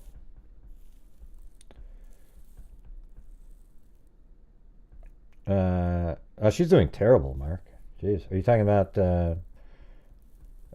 Ann Taylor? She's awful. I mean, her arguments are terrible. If you know what this whole DNA situation is, it's absolutely terrible. It's judge is trying to help her out, etc., but it's not really. I think it's a tip is a tip is a tip. Who cares how the tip? It doesn't matter how the tip came in at all. A tip came in, a name was mentioned. They looked into it and it matched. That's it. That's all that matters. If somebody cares about, I'm sure there's certain, extreme circumstances. It would be interesting if Kohberger had uploaded to GEDmatch and said, I don't want this for law enforcement use, and a backdoor method got his name off of that, and that's what led to him. That would cause a problem, I think. There would be an issue there. But here's the thing. But couldn't you just say, even without his name being in there, we identified him? Because the DNA that was found on the knife sheath is not protected DNA that was left by Kohberger. It was unknown DNA on a knife sheath that was collected and then analyzed. A sequence was created and then uploaded to, first Othram Labs, which is similar to identifinders. They're just really large. They kind of gobble up everybody else's work and steal other, it's amazing the shit that those guys do. But, so they are the ones that went out and, they started it and they weren't getting anywhere. So the FBI took over and they used a backdoor method on a family tree DNA. This is what I explained. So they were able to access more people in the database. So it wasn't in accordance to the terms of service of the website, but it's not illegal.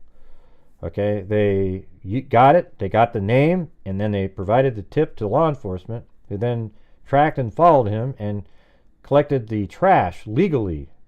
That was out on a curb, not on the private property, but it was thrown away, discarded by the residents there.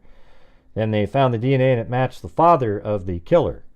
Then that was enough to get a warrant to then arrest Bryan Kohberger, and they swabbed his cheek and then compared that to the original DNA sample from the knife sheath, and it matched 1-to-1. There is no other person in the entire universe that matches. There you go.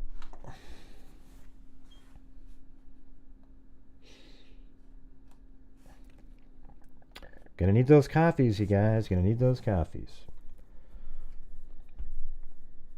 Does seem like Anne is used to. Yeah, she seemed really. This judge, these guys, I bet you their biggest mistake they're going to say is wanting to change the venue. They had this weak judge that was just wishy-washy, kind of, it was way above his head. This judge here seems like one that's probably dealt with some hardcore. He almost looks like a Supreme Court justice, this kind of guy. Doesn't he feel like that, you guys? Like when you look at this guy, the way he talks. Now, I haven't seen him for a long time, but the way he is and the logical way he responds back and knows all the case stuff, like he doesn't confuse at anything. This guy is like right at that level. I mean, literally, I'm not trying to like be over that's how they sound. They sound like that guy right there. And he might even say stuff that I don't like shit, he threw that one out. But I can tell you, I would respect that. Now that I've listened to him, I've never really heard him too much before. It's always this short stuff. But I would think it would be ludicrous, though, if he decides to in favor of Kohberger on that issue. I think that'd be ridiculous. But you'd probably listen to it, and it would make sense what he said. That's the thing.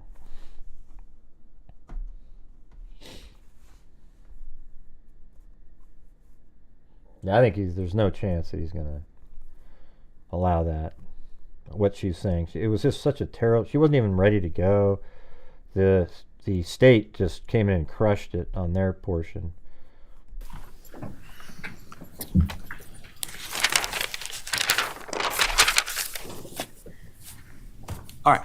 Let's take up Frank's.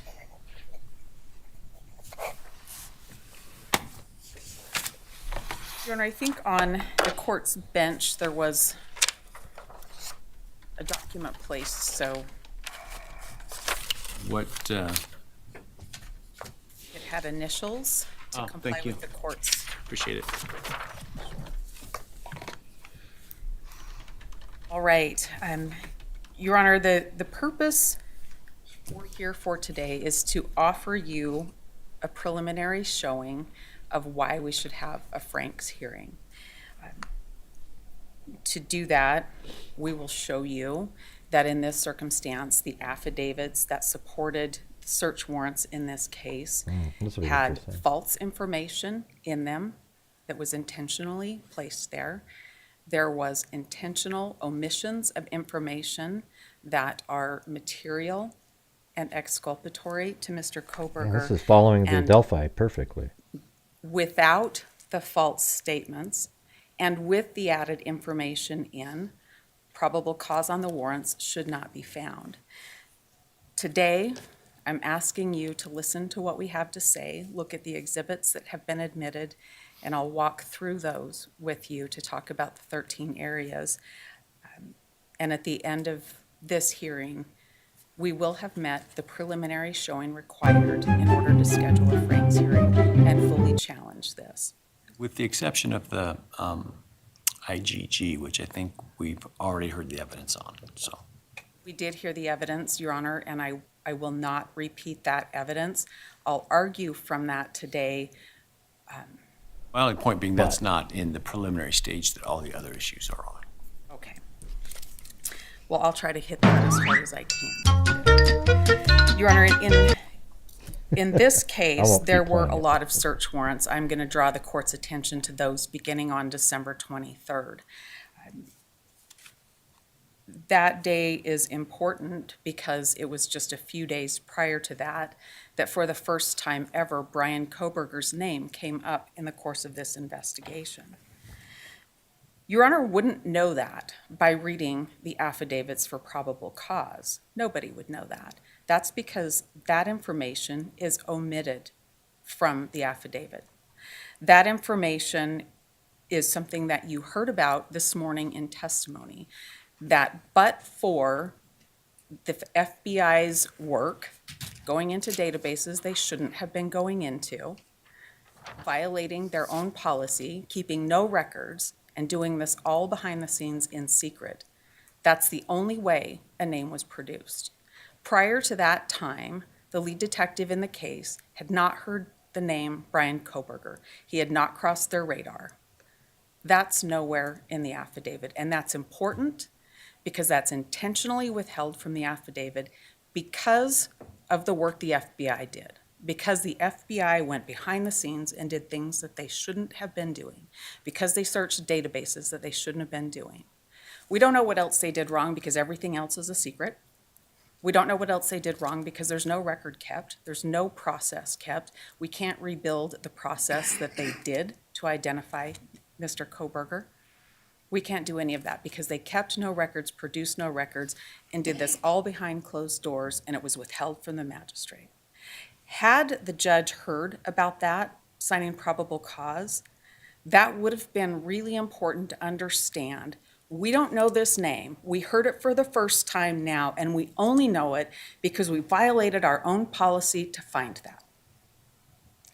That may have given the judge caution. It may have made the judge wonder what else are they doing behind the scenes. But that was withheld from the judge. That judge never got to know that. Let's talk about what the judge did get to know with that in mind, and that's a really important backdrop. These affidavits are a group effort. I think the court's heard a little bit about that, and if the court has some of the initial exhibits, the court will know, and I'm at D2. The court will know that this was a group effort. The FBI, the same FBI, that went behind and violated their own policy to try to identify somebody. They were co-located with Moscow Police Department and working on these affidavits to present to the judge. The first warrant that gets anything related to Mr. Kohberger is, I refer to it as AT&T 1. It's on 12/23/22, and it's for 48 hours worth of records of Mr. Kohberger. And I want to go through that warrant with the court having in mind that the IGG was purposefully and intentionally withheld from the magistrate. And I want to talk about some of the other problems with that warrant. Because like I told you, I don't want to argue about the DNA anymore, but you're doing it anyway. This probable cause affidavit talks about an interview they had where the person that was interviewed said that she heard things and saw things within her house. But what is written in the probable cause affidavit is seriously lacking in detail. It's wrong and it's false in many places. The way the affidavit reads, it says, this person stated she went to sleep on the second floor. She was awoken at 4 by what she stated sounded like one of the victims playing with the dog, which was on the 3rd floor. A short time later, she thought she heard one of the victims say something. That caveat, she thought she heard, is a problem. That's not at all what was said. This person was interviewed shortly after 911 was called in the afternoon of November 13th, 2022. And she was sure, I'm at Defendant's Exhibit 8A, page 281, lines 4 through 10, when this witness was sure that she heard this particular victim go up the stairs, and then come running back down the stairs. That is not what's contained in this affidavit. I didn't do that at all. That's not how the order was. That is repeated during this same interview a couple of different times at page 287.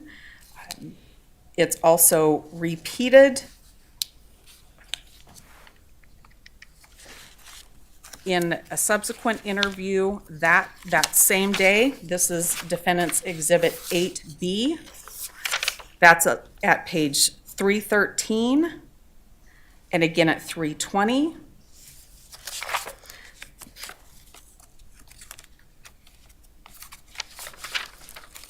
I've got one more of these where this is repeated.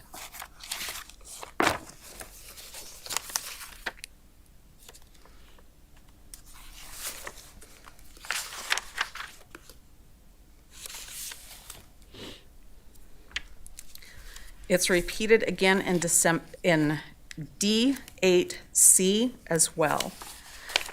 That is important because that's misleading to the judge. That waters down what was said, and that matters in the probable cause affidavit because the officers, when they wrote this, knew that wasn't the case. They knew this particular person that DM said was upright and running down the stairs, that's not what happened. That person was killed in the bed and never left the bed.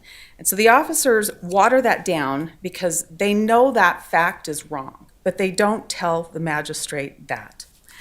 They also don't tell the magistrate that this witness has claimed memory problems, that this witness has claimed that she's not sure what she heard or saw was real or whether it was at a dream, and that is contained in Defendant's 8C, and that's going to be beginning at page 396, 398, 399, 403. There's further statements from that witness in that police interview that said that she had had too much to drink and couldn't remember. None of that is given to the magistrate. That is information that's withheld. That's credibility of the person telling law enforcement these things, and the magistrate had a right to know that whatever is laid out in here isn't exactly the way it was. That person had credibility issues, and she said things that were just absolutely untrue and couldn't have been true. Law enforcement knew that. That was intentionally withheld from the magistrate. That matters when we're talking about credibility and sets this whole thing into motion. Your Honor, the next part of the affidavit talks about what they have determined to be suspect vehicle number 1. And it trails a path of pieced together cameras. But what they don't tell the magistrate is that the camera near the residence, the 1112 King Road camera near 1122 King Road, you can't tell what kind of car it is. They don't tell the magistrate that that's an impossible car, that their expert can't make an identification off that. They don't tell the magistrate that this is pieced together from various other videos throughout the area. That's withheld from the magistrate. That's important information when you tell a magistrate, we found this car doing this thing, and we know what it is. It's around this particular King Road area. didn't identify that. That'd be interesting. It looks like a really clear shot.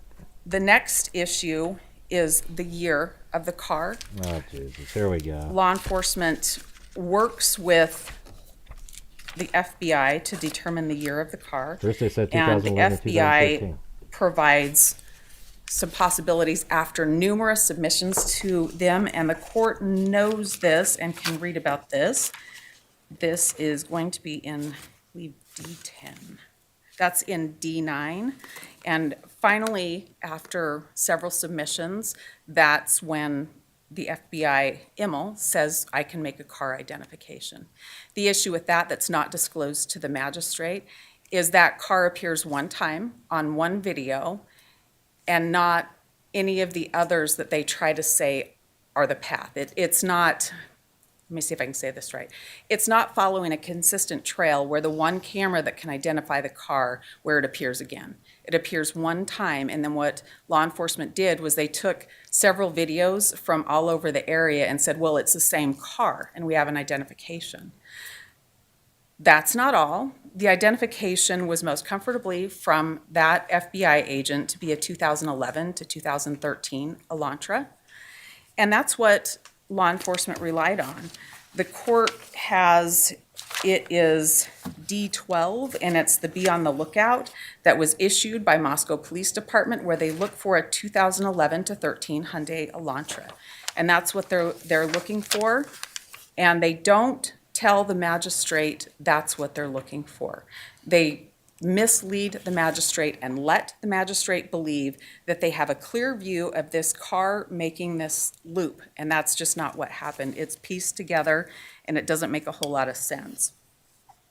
Law enforcement in their affidavits talked about this dog barking, and they key some time, and they say this is when something was happening inside this house. We can hear this dog barking, and they use the videotape to get a time off that, the surveillance tape from the neighborhood, the 1112 King.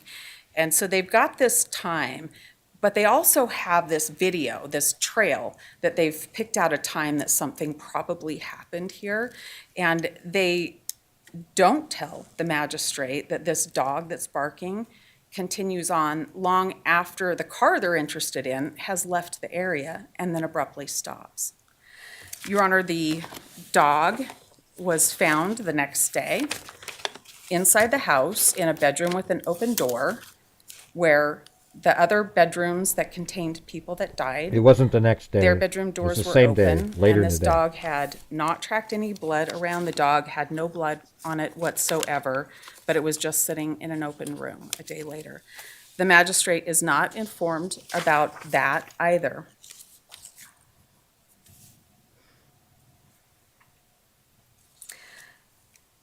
Then the police department goes through maneuvers to tell the magistrate that they did this investigation. They talk about a traffic stop, 2 traffic stops. It was the same morning. And there's no connector in there. This is where the lack of the Actually, it was IGG becomes later really afternoon. important. If you know about the IGG, you know why that would be built. Otherwise, 2 random traffic stops months ago in pretty populated areas with a lot of college kids really doesn't add up to be an investigation. But those are put in there to try to bolster up this investigation and say it was something that it wasn't.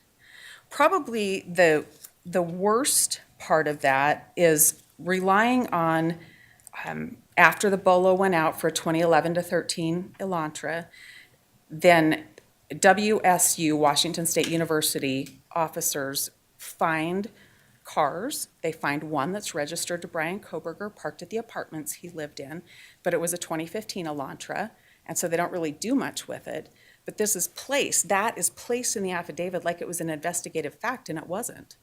It was on the 20th of December when the detective, the lead detective, got a hold of WSU police and found out about that and said, oh, hey, you called this in. He didn't know about that before, but there's no context around that. That's just stacked in there like it creates probable cause when it doesn't. You know that's the case when you look at a couple of our exhibits. One is prior testimony from that same detective, and if you look at the messaging between the detective and the WSU police officer about the timing of that. So it's based on this false investigation trail, and it's based on statements that are completely out of context from somebody that they interviewed that are incorrect statements when you take the totality of the circumstances together, and statements that this person disclaimed a couple of days later because she wasn't sure what she remembered was real, and give that to the judge. If you add in the missing piece of IGG and what happened with that, and as a judge, you know you've got law enforcement willing to violate their own policy, and you know that you're not being told the full story about what a witness is saying, and you're being led down this path to say there's a real investigation when there wasn't a real investigation, you don't find probable cause on that. If I find that the IGG was not unconstitutionally obtained, doesn't it just add to the probable cause? No, no. If it were to have been disclosed, it would have simply created more basis to suspect Kohberger. Your Honor, if it had been disclosed, think about how that would read. We used a process to make an identification. This is a new technology. This is called investigative genetic genealogy, and we identified somebody. We did not keep any of our documentation because even though Department of Justice policy says we need to, we decided not to. Even though it says we can't go into certain databases, we really wanted to figure out who this was, so we just ignored that policy altogether. I don't know how that's a problem with the a judge could find FBI that internally, credible. not the case. You don't even know how that happened. There is a great big question mark about how that happened. To Your Honor's point, you should find it unconstitutional. If you don't find it unconstitutional, it's a separate analysis. I appreciated being able to talk to the witness about that today, but it's a completely separate analysis. You're looking at integrity. You're looking at what a court can rely on to sign off on an affidavit or a search warrant. If an affidavit is presented to a judge and you know that the rules don't matter, that terms of use of a database don't matter, and that you're going to hide what you do, and that doesn't matter either, there's not a lot to rely on. If law enforcement came to the magistrate and said, we want to go search this house over here, and they said, we really think there's going to be evidence of a crime in there because we've got this confidential informant, and this confidential informant has provided a lead, but we need to tell you that we don't have real reason to trust this confidential informant because they won't tell us how they know that. They gave us a picture, but they won't tell us where they got it from or when they got it or what means they used. They threw away their camera. They threw away all the metadata. They won't tell us anything about that. And by the way, the confidential informant maybe has some integrity issues. A judge is not going to sign off on that. And then if you say, but to support that, I built this false look at a whole investigation here. I'm going to tell you these other things that I know that I had no idea about before my confidential informant was here. And these things don't add up anyway. There is not, in my view, a judge that's going to find probable cause because somebody got stopped by law enforcement. I think it was a seatbelt ticket. They only showed that to show that he was in town a couple times. The submission of that was simply to identify the car that he drove and the fact it didn't have a license plate on the front. Doesn't suggest it's otherwise connected to the homicide. Right, except exactly. To say it's irrelevant. This is a car of interest. Right. And the defendant was found driving it. Well, let's talk about that license plate for a second, though, because that's not something you can see from the videos. And that was testimony you heard today. You can't see that from the video that the cops relied on here. So that bit about the license plate, that's something a little bit extra that happened after we have this IGG stuff. That wasn't known before. There was no video collected from WSU before. The A&W there was no video communication with the officers at WSU before. So if before the identification through IGG. I'm just not tracking why that matters, but go ahead. It matters because this wasn't a real investigation. These are things that are put in there to make it look like an investigation happened, to say, don't look here at this big glaring thing that's missing, this whole piece about why we identified him. Don't look here. We don't want you to look here because this is ugly, this is dirty, and this isn't real. That's precisely why those things are placed in that PC affidavit like that. Jesus. So based on that, the first warrant gets issued. It doesn't end there. This warrant is not good. There's too much missing information, false information, and information withheld from the magistrate here. But then the warrants just rely on one another. There are other things to add into later warrants as well. And so I want to go through some of those other things with you. So they identified him and then they invented stuff to match. Okay, I do want to comment on the affidavits being used by a variety of officers. I understand the collective knowledge doctrine, but that's not what is going on here. You have an affidavit that sometimes Moscow police attribute it to the person that really wrote it, but quite often it's just the name taken off. Hit the like button, and who everybody. Claims to have done the work is whoever signed the bottom of it, and it can't be the same. So it's not quite the same thing, and that matters as well. But let's talk about the second warrant. The second warrant is also AT&T. The first one comes in, and an hour later, they say they have all this data analyzed, and they say they now need 6 months worth of phone records for Bryan Kohberger's phone. They do acknowledge that his phone wasn't contained within the geofence when they looked at the geofence. But this second warrant is important, and we're going to talk about minutes difference of time. In the first AT&T warrant, in that affidavit, the police officer talks about 2:42 a.m.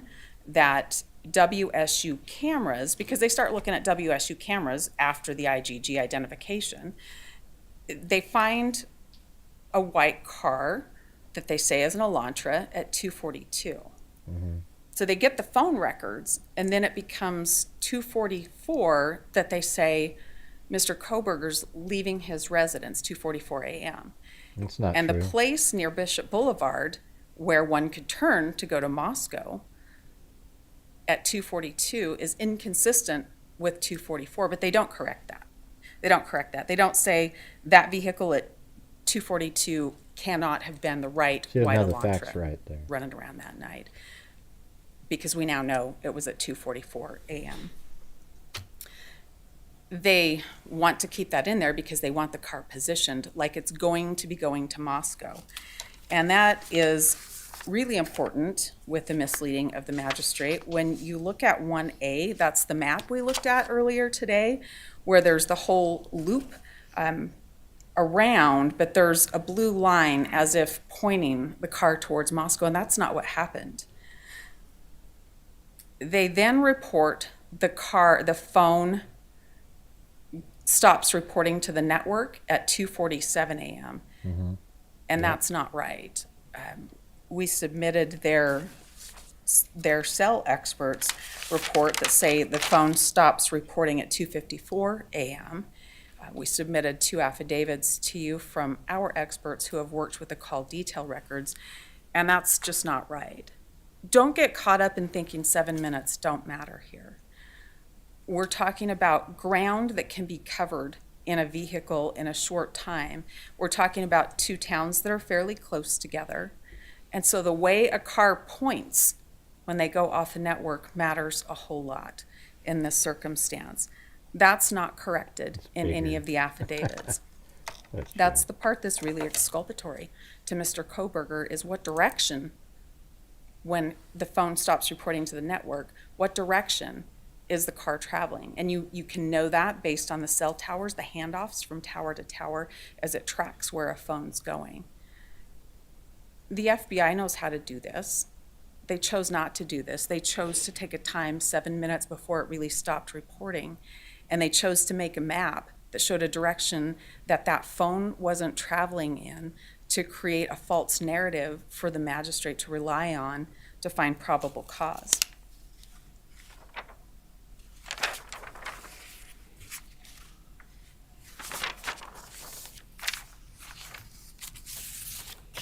Hit that like button, everybody.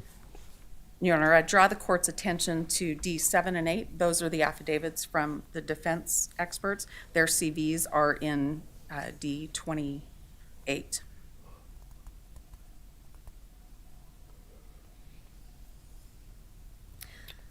Oh, cool. You're Once getting the the ads today, second finally? Wow, that's amazing. AT&T warrant comes, then you end up with warrants for Mr. Kohberger's arrest.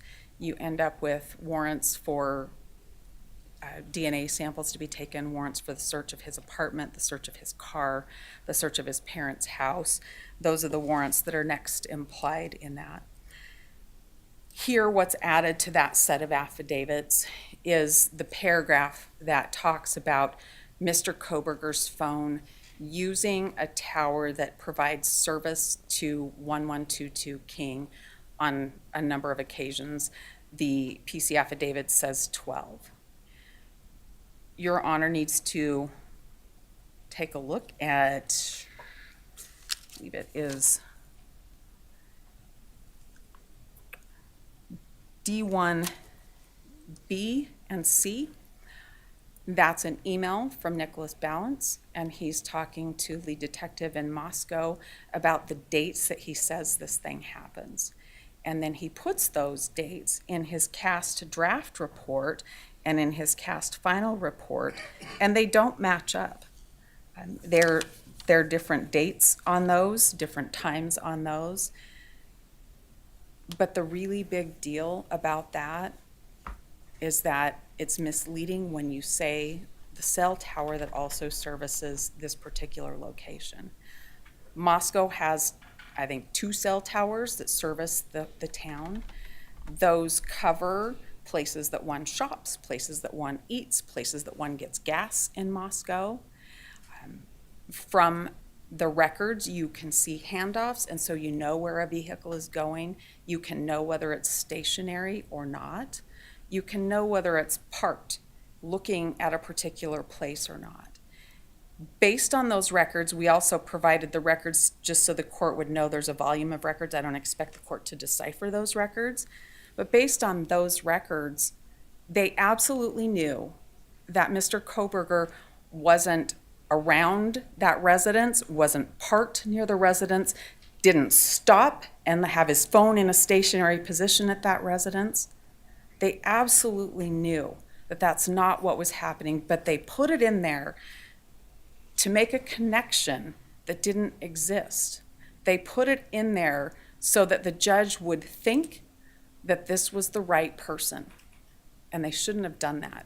They knew that was incorrect. They also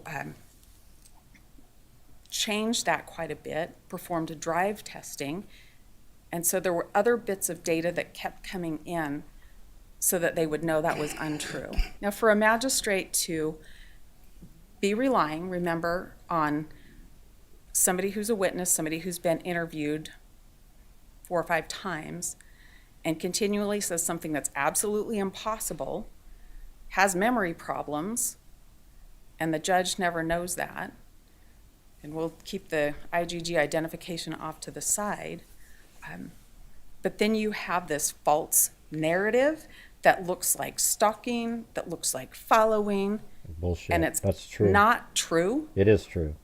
That is extremely damaging. It's very misleading. It's an outright lie to the magistrate. When you omit that kind of information, when you take that context out, you might as well say stalking, because that's what you're trying to say, and you know that's not true. This court can rely on our proffer in D1B and in the cast draft report and in the cast final report, because those dates change. The court can rely on the evidence that will be produced at a hearing from defense experts that will talk about the handoffs, the patterns of handoffs, and how misleading that paragraph was to the magistrate. The real story is exculpatory to Mr. Kohberger. He was not stationary around that house. He was never at that house. Bullshit. He did go to Moscow. He did drive around. When? But he wasn't over there. Oh my God, they're admitting he was in Moscow now. Absolutely show that. Oh, first time we've heard that. He admits to driving around in Moscow, but he wasn't at the house. Oh my God, you guys hear that? That's new information. We'll move forward to the set of warrants that come a little bit later in February, March, April. I'm talking about Amazon, Google, Apple, those kinds of warrants that come later. Here's what is left out of all of those warrants. The fact that That's incredible. Mr. Kohberger gets arrested, his apartment gets searched, his car gets searched, His DNA was at the crime scene.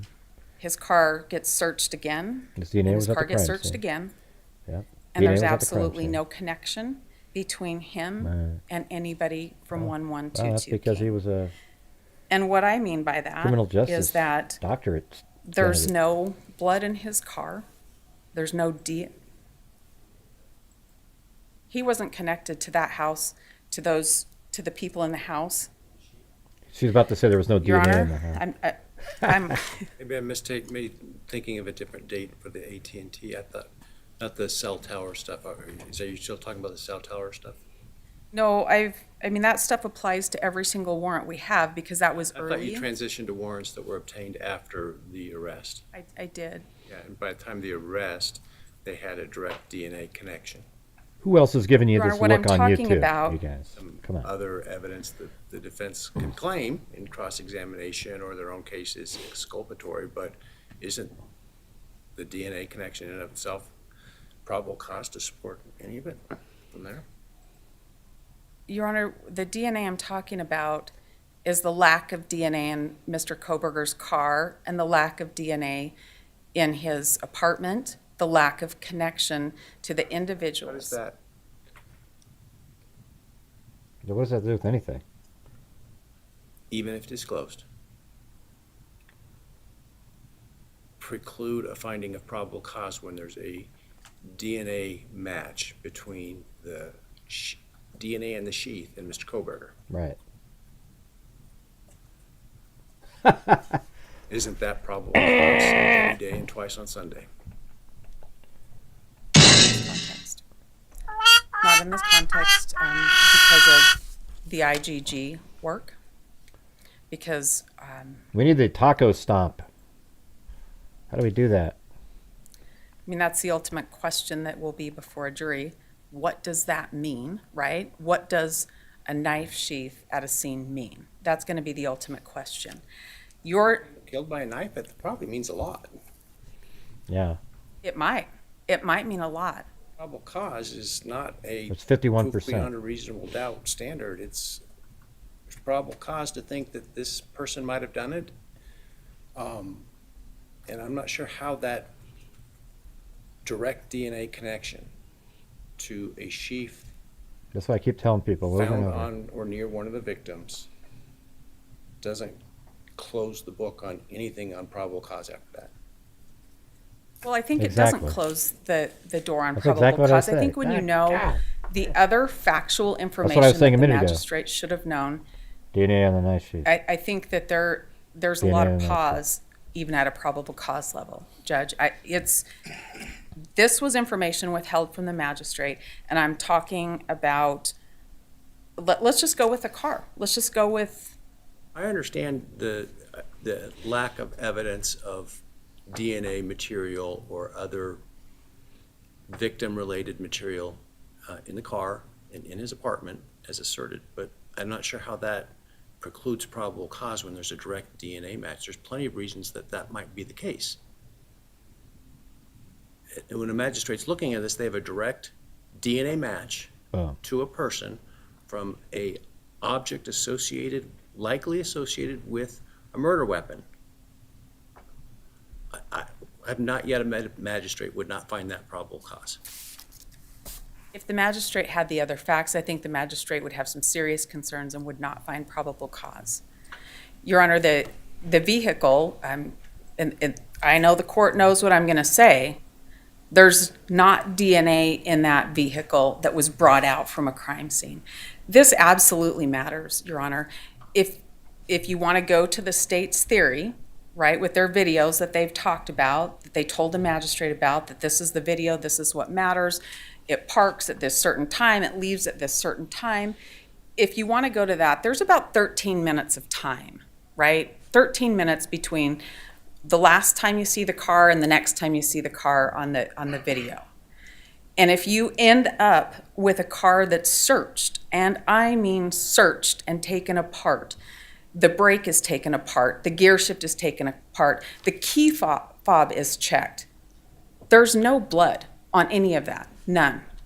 The steering wheel, there's some kind of spray all over the interior of the car to check for it. There's no blood. I think that there's context that the magistrate should have known that's absolutely exculpatory to Mr. Kohberger, and it matters a whole lot. I'm not saying it's not potentially exculpatory. I'm just saying I'm not sure how knowing that in light of a positive DNA connection would cause any magistrate to say, Right. It's already over 51%. Okay, I guess there's no probable cause here because you couldn't find other connection to Right.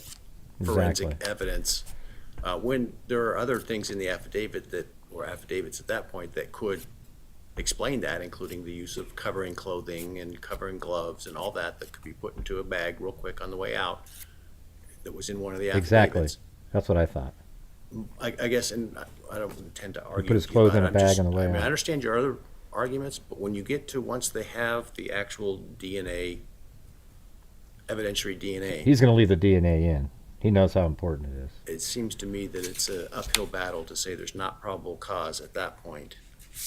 So I guess it comes down to you ruling against Well, Your the Honor DNA. should never get to that question, but I'm going to answer it for you. But you should never get to that question because you should have already found that AT&T 1 and AT&T 2 were terrible, and there's no probable cause for those, and they just build on each other. So you should find that the very first one lacked probable cause, and then everything else does as well. But let me answer your question there. No, it doesn't. If the magistrate judge had been told there's unknown male B in blood in the house attached to the handrail, that might have made more of a difference to her. Maybe a sheath that can be carried to the house and blood in the house that's not the same, maybe that matters. And then maybe the car being completely empty of any blood DNA connection, maybe that matters a little bit more. Maybe Well, I'm just not sure why it matters for a probable cause, but I think we're talking over each other, so I'll let you just go on. Okay. I don't think probable cause is in a vacuum. I think probable cause isn't one thing. I hope it's not one thing. I hope there has to be a little bit more than one thing, especially when you've got another thing that's the same as the one thing. Well, I said I wouldn't do this, but I'm going to do it anyway because you brought up blood DNA of an unknown individual that was found, I think, on the handrail. Yes. Doesn't that necessarily not exclude Mr. Kohberger? What it may do is There it suggest is. there Taco might stop. be a potential other person in addition involved if you assume that that blood was related to the victims and not some earlier event in the house. If what the court is saying is exactly why the magistrate needed to know that. Is there another explanation here? I've got this sheath, but there are all these other things that if I know about them, matter. What's the other explanation? What's going on with this investigation? That's why. What's happening here? That's exactly the point, Your Honor. What other explanation is there? The magistrate wasn't given a chance to ask that. She wasn't given a chance to ask that when she wasn't told about unknown male B, blood on the handrail. She wasn't given a chance to ask about that when she wasn't told about unknown male D, blood on a glove right outside the residence. She wasn't given a chance to ask any of those questions. She didn't know that Bryan's car and the court's question, good question, what does that mean? Could it mean there's more than one person? The answer to that is, or it could mean it's not Bryan because his car's got nothing in it and there were only 13 minutes to do this. The magistrate didn't get to know that. 12 minutes. His DNA is still on the knife sheath, though. That's the problem, counsel. But see how they're down to For probable 13 now, cause you guys? purposes. I nailed it. Boom. If that's the only thing she's told, I can see why she'd find probable cause. It's these other things that are withheld that create a context around it. She knows. I think the purpose of Frank's is to ask this very question, and this is a question. What do we want to do with our criminal justice system? Do we want to have one thing with no context around it when there's this other context that really matters? Applying the Frank standard, which is even if you add that stuff, does that take away probable cause, counsel? And my problem is once you have a direct DNA tie to the defendant, for purposes of probable cause, Yes. this isn't for purposes of conviction, for purposes of probable cause, It would always win. you have not explained to me why a reasonable magistrate, let alone any magistrate, wouldn't find probable cause there, even if they knew all those other facts. As to Mr. Kohberger, now, there may be, as you say, other people that This is great. creates man. concern or God. issues about that need to be investigated further. Where's Judge? But I'm not sure that that diminishes the probable cause as to Mr. Kohberger if his DNA is found on a knife sheath found on or near the victim who was stabbed with said alleged knife that would have been in said alleged sheath. I think the most prominent question is how did that sheath get there? And I think when you ask that question, The white launcher that was driving around outside, you mean? On an Yeah. object at a scene. And you just admitted that Kohberger was in? When you know about all of these other things Moscow? and you don't find probable cause because there are more questions than there are answers, and all of a sudden this one thing doesn't look as big. It doesn't look as everything pointing to it when you have the context around it. The magistrate didn't have to have every detail of the case, but knowing how many attempts to find a DNA connection there were, She sounds like one of the and it didn't conspiracy exist theorists. in Bryan's car, in Bryan's apartment, that there's no other DNA in there other than an unknown male B that we know of for sure, an unknown male D outside. There is a lot of context there, and all of a sudden this one thing, the question of how is that there is the question that the magistrate should have had. You know, And that's then just one we step come above to all of stupid. the other things that we've talked about. We've come to what we relied on. One of the witnesses saying things that absolutely couldn't be true. one of the things that the witness who said these things that couldn't be true also admitted she didn't really know anything, you can't rely on that anymore, so you take that out. You know the identification to this sheath that maybe seems like it would be really good. You don't really even know how that happened, and you don't know how it got there. This isn't like DNA in blood on the wall from Mr. Kohberger. That's not there. That doesn't exist in this scene. You're talking about an item that the question of how should be, especially when you know about the other male DNA in the house, and especially when you know about the lack of DNA connections. I'm going to shift something for a second. Hold on. I got to grab this. There's also no connection Nice. between the people in the house and Mr. Kohberger based on their cell phones, based on social media accounts. There's just no connection. The magistrate wasn't aware of all of those factors when she was being asked to decide on probable cause. Exactly. I don't think criminal justice means one piece of evidence out of the context of everything else is all you need. Context matters a whole lot. Well, you're not suggesting the magistrate was told that there was DNA evidence found in Mr. Kohberger's car or in his apartment. The lack of inclusion also can be viewed as the implied of, they're obviously not telling me they found this when they would have if they did. I'm not 100% sure I followed. I'm not sure. Are you asking me why I think that's important as far as the Frank's purposes? Well, for Frank's purposes, you are implying, I think necessarily, that the police intentionally didn't tell the magistrate that they didn't find the lack of evidence in other places, the apartment, the car, etc. Right? Yes, that's right. They didn't tell the magistrate that there was evidence. This is a omission. This is one of the omissions, yes. Yes, we have false statements and we have omissions both. It's not one thing in this case. I was understanding completely. Yeah, thank you for that. I wasn't following the question the court was asking. I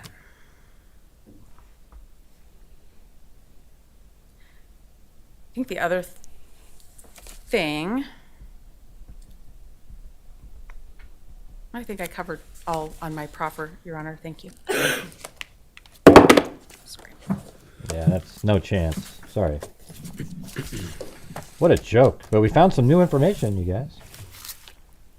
That I think Kohberger was in Mr. Barber, Moscow. Are you going to address the that night. IGG Franks issue, or is Ms. Jennings going to cover all of it?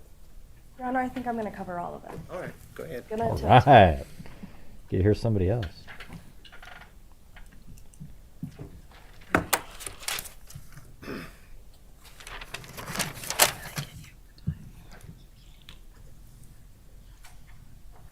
Good afternoon, Your Honor. As you're well aware, Jeez. you have to make two separate inquiries for each of the claims that Ms. Taylor has brought before you. First, you have to decide today, has the defendant made a substantial, not just a preliminary showing, but a substantial preliminary showing that the affidavits, and in our case, we're referring to the Exhibit A's that were attached to each of the affidavits for probable cause, that they were the basis, which were the basis for multiple search warrant applications, that within those Exhibit A's, there were deliberate or recklessly false statements or omissions. This is a high burden, and this is a very high hurdle for them to jump over. Now, if you can answer yes to that, then and only then should we move on. And then ask the second question, does that even matter? Does that statement actually diminish the probable cause finding? It's only when the answer to both of those questions is yes, should you then even consider granting a Frank's hearing. the motion for a Franks hearing is a serious allegation. The allegation is that law enforcement acted improperly, that they lied to the magistrate in order to secure the warrant. The statements have to be deliberate, reckless, false. That's the standard. Franks is not implicated by just simple mistakes or misunderstandings about the evidence, or Scrivener's errors, or even just negligence. As the court is well aware, this is serious. The defendant is alleging law enforcement lied to secure the probable cause in this case. And the state submits the defendant has failed to back up this claim, and they failed because they can't. Law enforcement submitted probable cause affidavits to the magistrate Kohberger based on the information they is had thinking to she's them. got nice birthing hips. They had available to them at the time that the various applications were made. That's how it's supposed to work, and that's how it worked. The defendant has alleged 13 separate areas where they say there's a Franks violation. That moves a lot. I'm going to go through those so that I make sure that I get through each of them in the same order that defendant addressed them in their motion and as the state addressed them in our response. And that starts with this idea of attacking Exhibit A. As the court knows, in Latah County, it's our practice, we submit an affidavit for probable cause. As I said, attached to that affidavit is what we call an Exhibit A. That Exhibit A is law enforcement officers' statements, laying out all the various facts known to them related to probable cause in order to support the issuance of a search warrant. In this case, Exhibit A, by the time we get to where we're challenging, was about 20 pages of facts for the magistrate to review. Essentially, the same Exhibit A was relied upon for the application of multiple warrants. This was a massive investigation. You heard testimony earlier today from Detective Payne. Multiple officers were involved in this investigation from multiple agencies. And they were doing briefings. For weeks at a time, they received 2 briefings a day with all the lead investigators in the same room receiving the same information. This information was then put into this Exhibit A for the basis of a probable cause affidavit for search warrants. A working document like this, with the most up-to-date information, was the best way to ensure the magistrate was getting the most complete and accurate information. And defendant wants to take issue with this process. But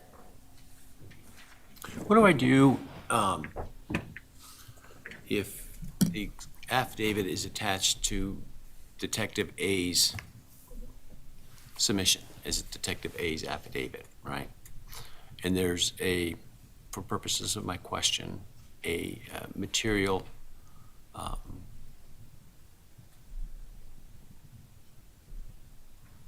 reckless statement in there.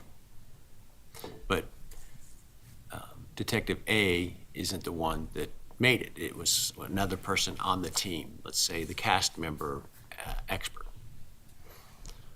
Well, how does that affect the Franks analysis as it relates to the affidavit submitted by Detective A? Because there's DNA on the knife sheath. I would say that Detective matches A Kohberger. would have to have reason to know that that was a materially reckless statement made by Detective B. Even if the person that made the statement on the team knows that that statement going into the affidavit, that group affidavit, if you will, or the group statement is going to ultimately make its way to the magistrate? I'll concede I think there's an issue there, but that's not what happened. I don't think that any officer can submit a statement that they know is going to go in front of a magistrate and do so recklessly. And if they do so, then I agree that the court should take issue with that.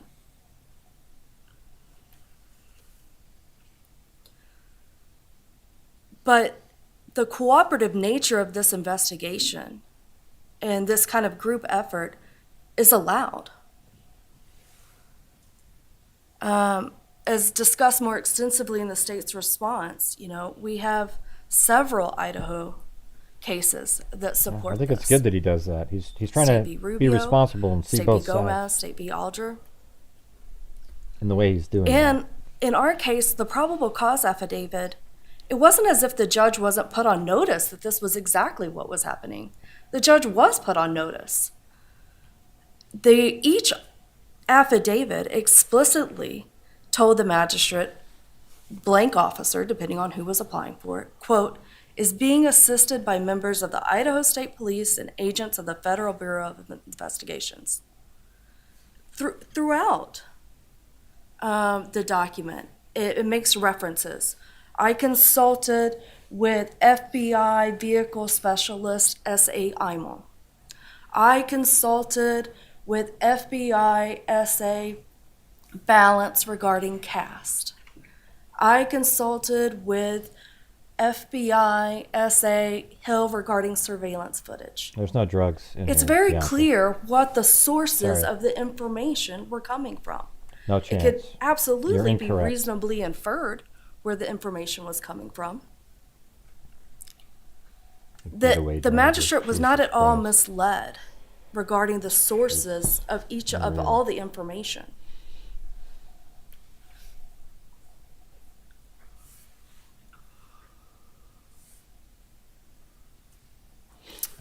I'm gonna talk a little bit about this idea that there's some issue with who did the work in reference to Google. They claim that the CSLI work alleges Kohberger around the King Road residence.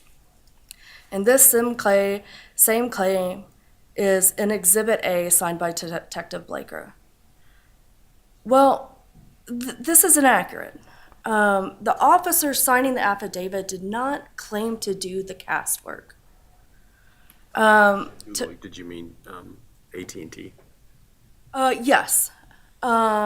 They didn't claim to have gotten those records and put them in to their program to determine the approximate locations of the phone.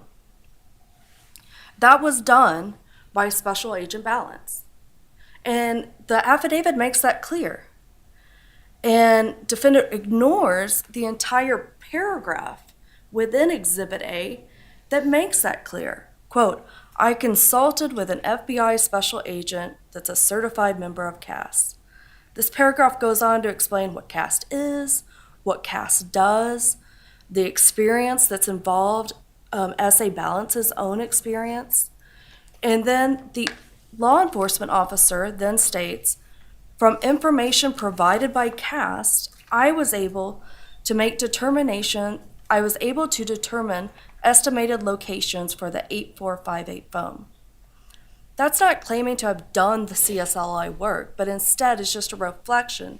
The work was done by Balance, investigators reviewed that, and then made some determinations of the approximate locations for that 8458 phone. And we're going to get into this in a little bit down because this comes up again. All about the cell phone. And we're just going to take we have two different opinions about what those records show. We have an expert who tells us, and that's what was relayed in the probable cause affidavit. And those opinions haven't changed. We differ on a few factual issues. I believe there are 3 towers that provide service to the Moscow area. Defendant is correct. Here's my concern with you telling me that at this stage of things. Where in the record is that currently, apart from anything you may have submitted after they filed their Frank's motion? What specifically? That there are 3 towers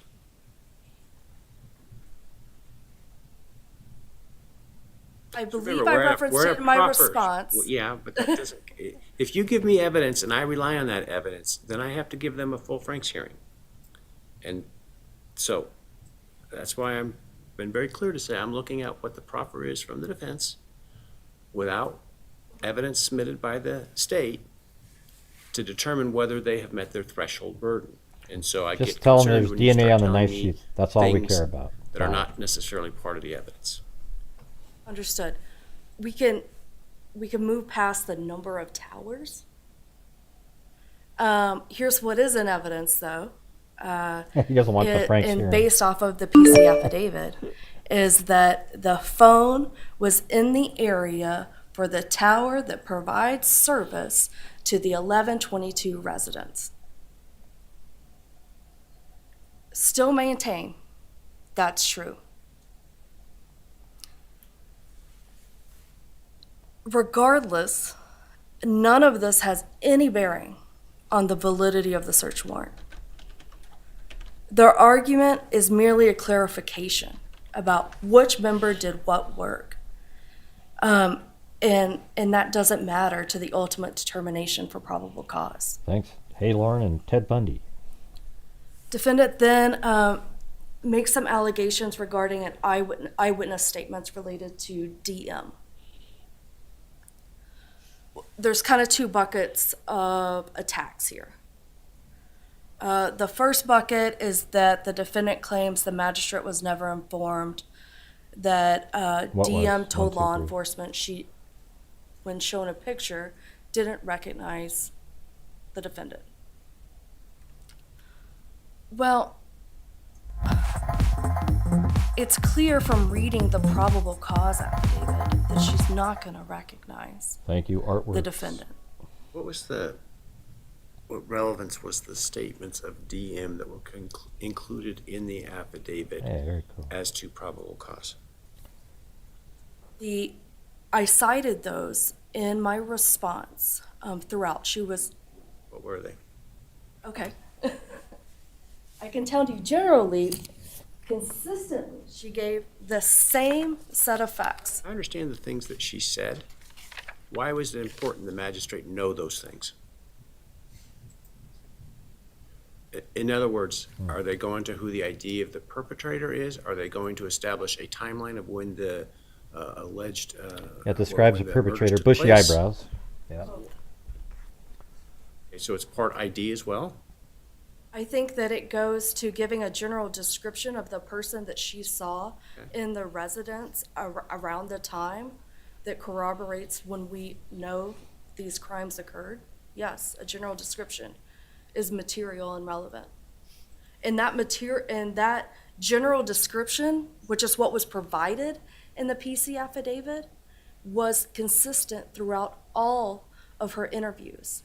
She described seeing someone wearing all black, a mask with only a portion of their face showing and visible.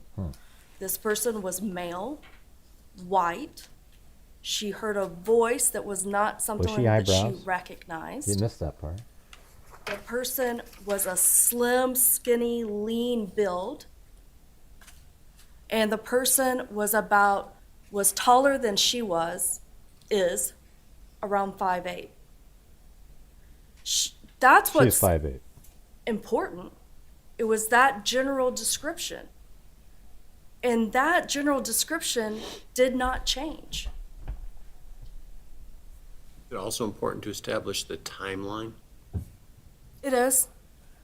It's important to establish the timeline to know when the timeline matched the vehicle surveillance of when a suspect vehicle is coming into the area of 1122 and then leaves, as well as 1122 text communications of her relaying what she's observing during the same time period.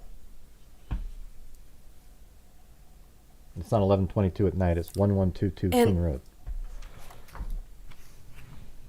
In case you got confused there. And even if the state's wrong, that somehow there was some exculpatory relevance to some of her statements not being included in the probable cause affidavit. You can take all of it out, and the magistrate would still have probable cause. Okay. That's my The stomach. second issue, defendant, the second kind of bucket that they take issue with DM, is about these other just statements that she gives during her interviews.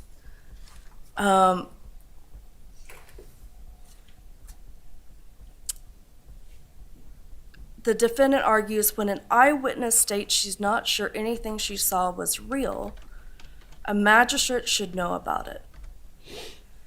Well, the simple answer is investigators knew what she saw was real, and we know it wasn't a dream because they found the evidence discovered the next morning. The same morning. Those statements didn't need to be included in the PC affidavit because they weren't exculpatory. They didn't support this idea Right, it's actually that this afternoon. didn't really happen, that somehow we got it wrong.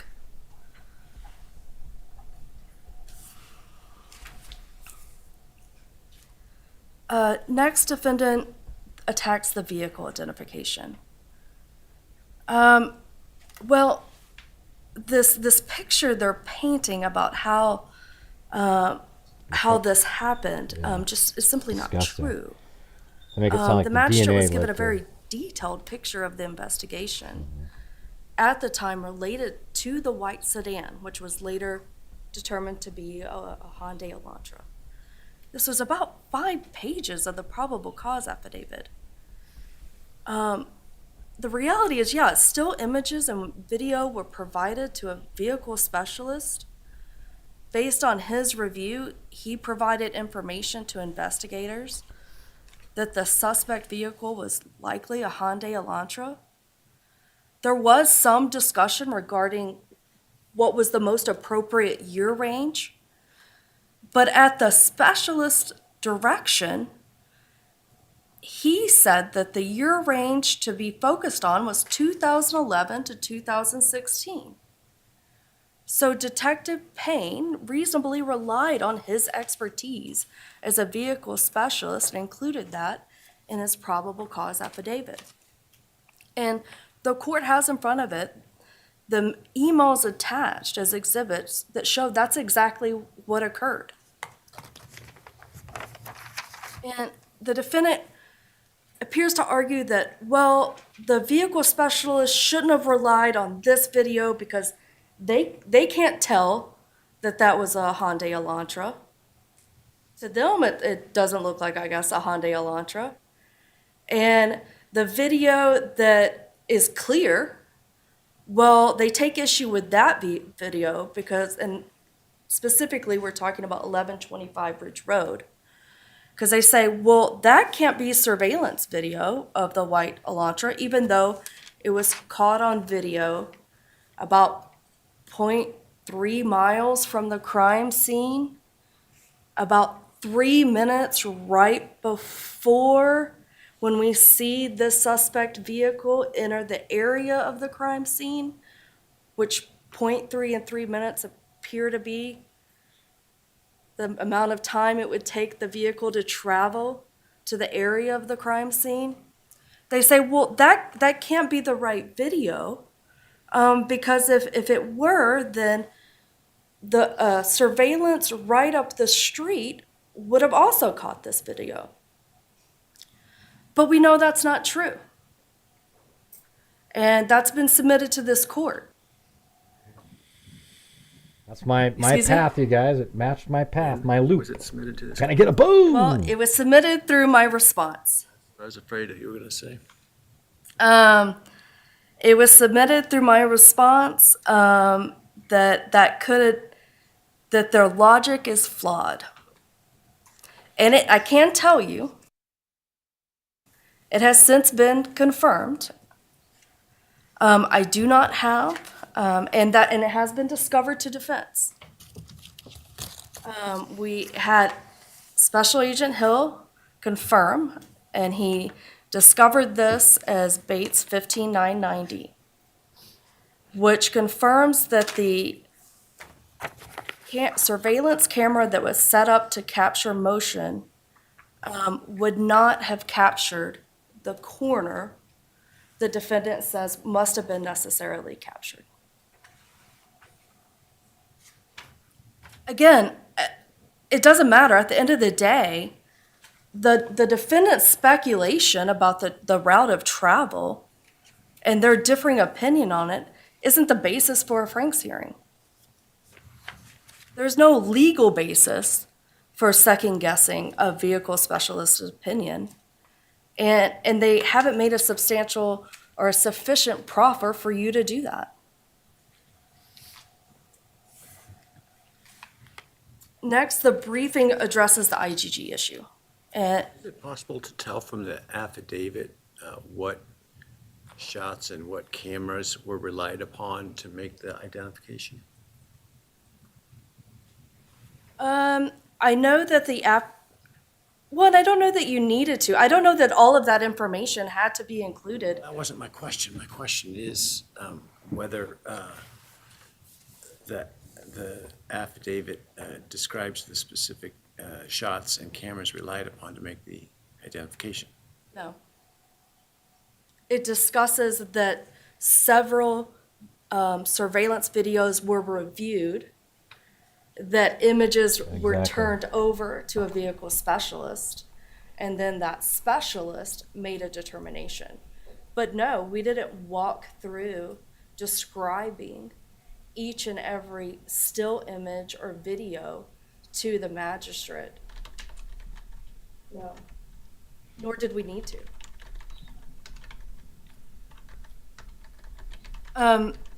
Really, the IGG has been discussed extensively. I think the only real Franks issue is, should the IGG process, the fact that it was not included in the PC, is that the basis for a Franks hearing? But you heard testimony today that law enforcement received this tip and they made a strategic decision not to include it. They were told it's only a tip and that they should develop probable cause separately. And that's what they did. And at the end of the day, Your Honor has already kind of hit the nail on the head through your questioning of Ms. Taylor. At the end of the day, this information regarding IGG and the use of IGG is only inculpatory. And the non-reliance on the IGG information does not diminish probable cause. And the IGG information was confirmed through the STR testing. I can't wrap my head around any argument that IGG and STR testing would be exculpatory. I think the judge agrees. Defendant makes kind of hay about the dog barking. And that I guess the magistrate should have been informed that a dog barked for 25 to 30 minutes. And this is just a reach for me. I'm still unclear how this is exculpatory. And who cares? A dog again, barks after this you leave the fact crime just scene. Does not diminish. Take out all information related to the dog. It doesn't diminish probable cause. Circling back to the cell phones, at the end of the day, this is the proffer is their opinion of the evidence. That's not the basis for a Franks hearing. We're relying on our expert's opinion. They disagree. And that is a dispute that should be had, and it should be had at trial. And I suspect it will. But it doesn't give you the basis to grant a Franks hearing. Defendant next, the next area is the footprint. There was a footprint found outside of DM's bedroom. They claim that the inclusion of this was misleading. But again, there's nothing misleading about the statement. The statement says during the process of the crime scene, the investigators found a latent shoe print. After going over it the second time. It was located during the second processing. Right, there you go. See, I know this it came shit, you back guys. using a I'm telling presumptive blood test and showed the presence of cellular material. They let the judge know that it was outside the door to DM's bedroom, located on the second floor, and it's consistent with her statements. Yeah.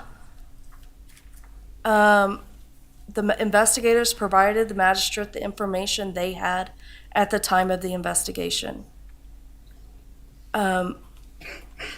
Defendant's opinions about where the shoe print should have been located, and it couldn't necessarily have been located there, again, that just doesn't rise to the level to warrant a Franks hearing. Again, our case doesn't hinge on the identification of this shoe print. Neither did the PC affidavit. There was sufficient probable cause with or without this information.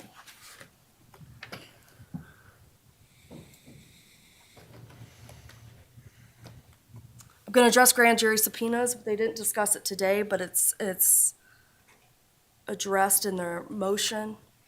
Yes, before you get to that, can you address the allegation that the cell phone data was, I guess, purposefully erroneous as to the time that the phone was no longer reporting, which then relates to the supposed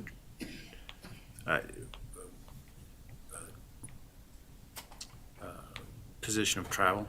Right. Well, I don't know that I completely wrap my head around the defendant's logic in this.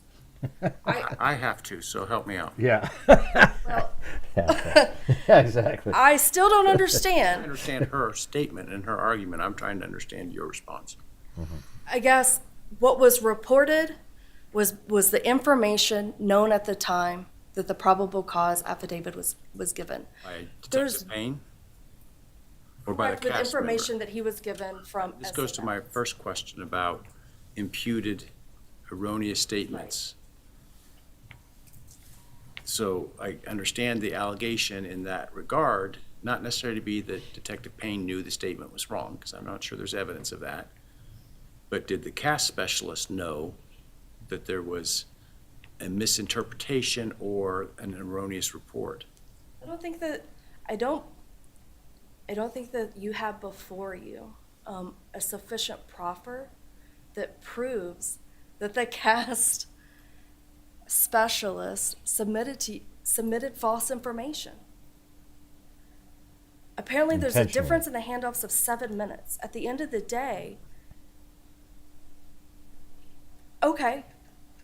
Actually makes more sense to me than that late. No, I don't think it's incredibly material. Is it material if you look at it in terms of where the phone was in that 7 minutes? Well, it's material. Going a direction different than what your affidavit says it was going, isn't that material? The direction of travel, like originally. Yes, I would say it was if it was found outside of Pullman. It was not. It was reporting to a tower in Pullman. This assumption assumes that cars can't change direction of travel. We're assuming that then the same cell phone which was then turned off, isn't then also tied to the evidence where we do have information to believe a white sedan tied to Mr. Kohberger is then found on surveillance. We're not talking about 7 minutes. We're talking about 7 minutes at 2:50 in the morning, which is about an hour, approximately a little over an hour before the crimes occurred. It actually makes it easier to understand that he got there at 3:26. I don't follow the logic that this 7 minutes, an hour and 10 minutes prior, proves that there's no way the defendant couldn't have traveled the 7 miles to Moscow, whether or not the car was pointed in a different direction or not. Yeah, why does it matter that it was pointed somewhere else at that time? It's a leap for me. Does that answer? Well, it's your answer, so.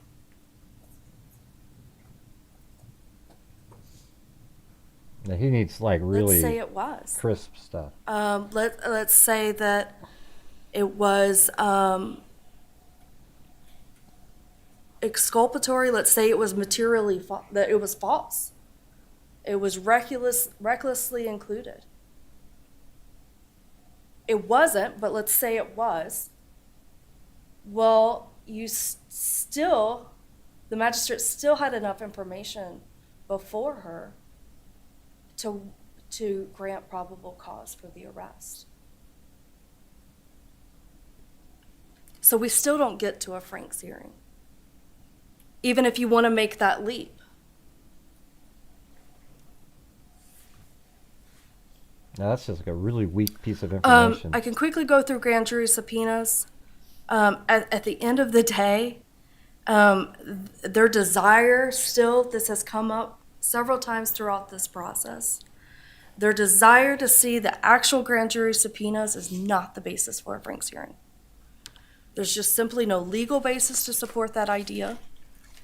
And there is nothing obtained that was obtained in violation of any of the defendant's constitutional rights. They say they needed to know the scope, no problem, but Holly.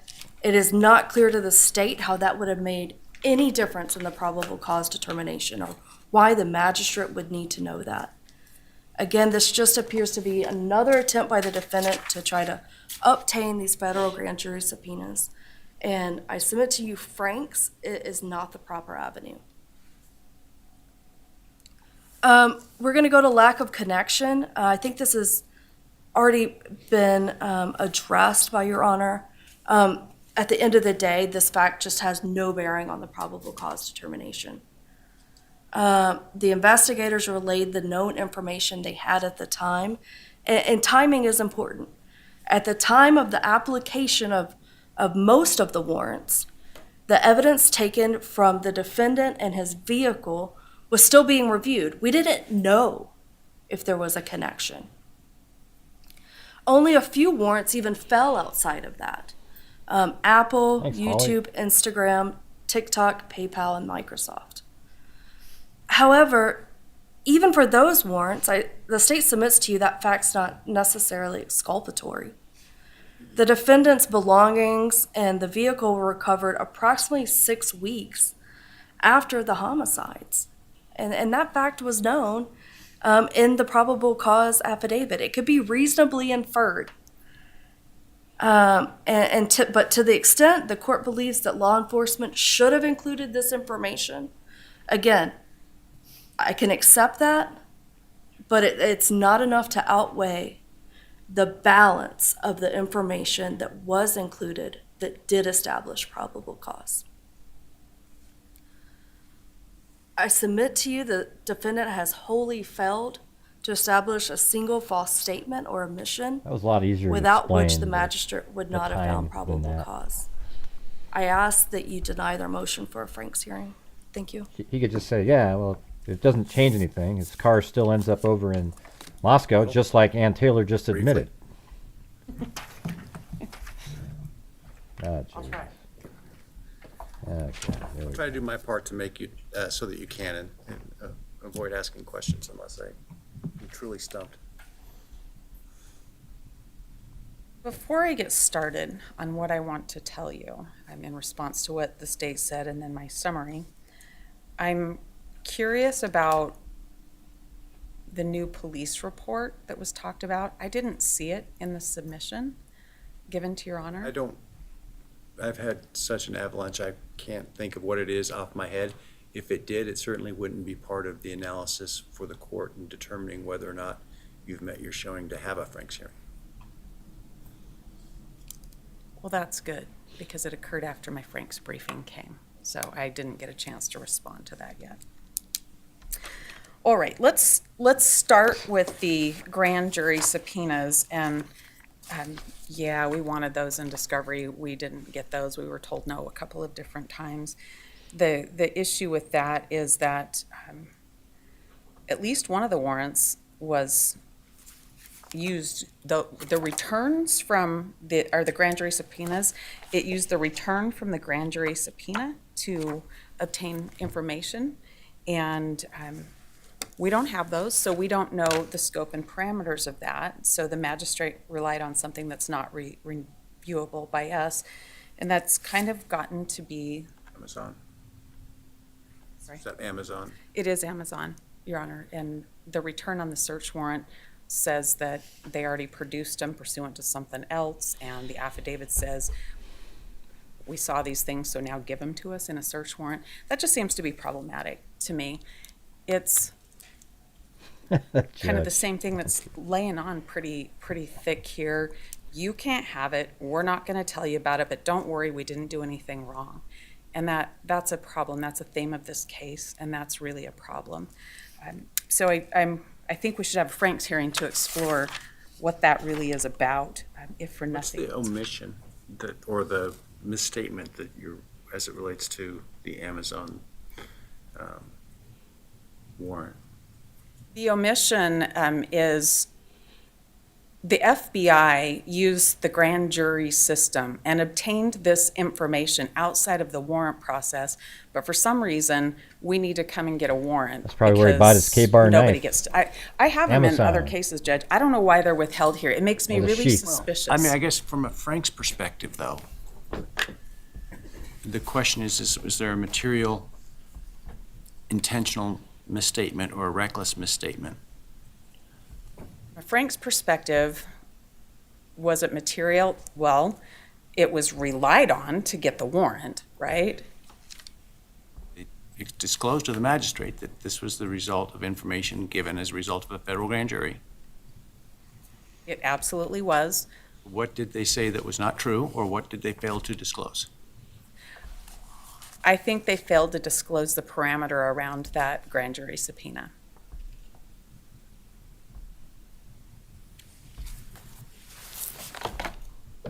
What does that even mean? I understand. I promised I wouldn't slow you down, so I'm going to let you just go ahead. Okay.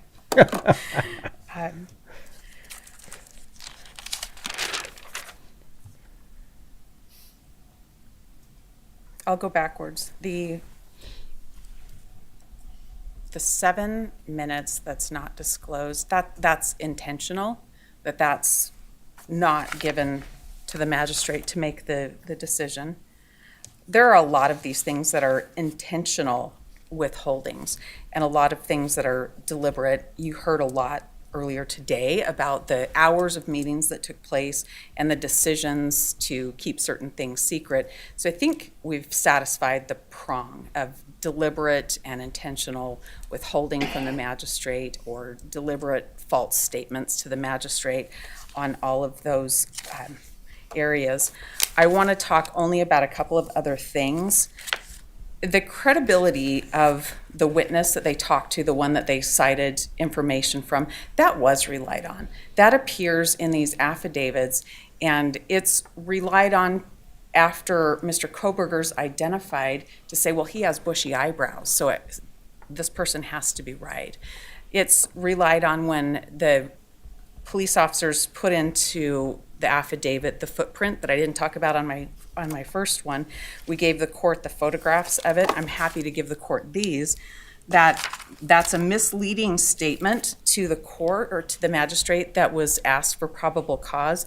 This footprint is at the very edge of the door. It's a single footprint, and it's not repeated throughout the house. So to act like that bolsters this witness is really important, especially in context of the misstatements of the witness. I never even talk about the footprint. I want to go through these. I won't read them in their entirety to the court. But Your Honor asked the prosecutor what they were. And I counted up, and at the very first interview, remember the issue was whether or not one of the victims ran downstairs.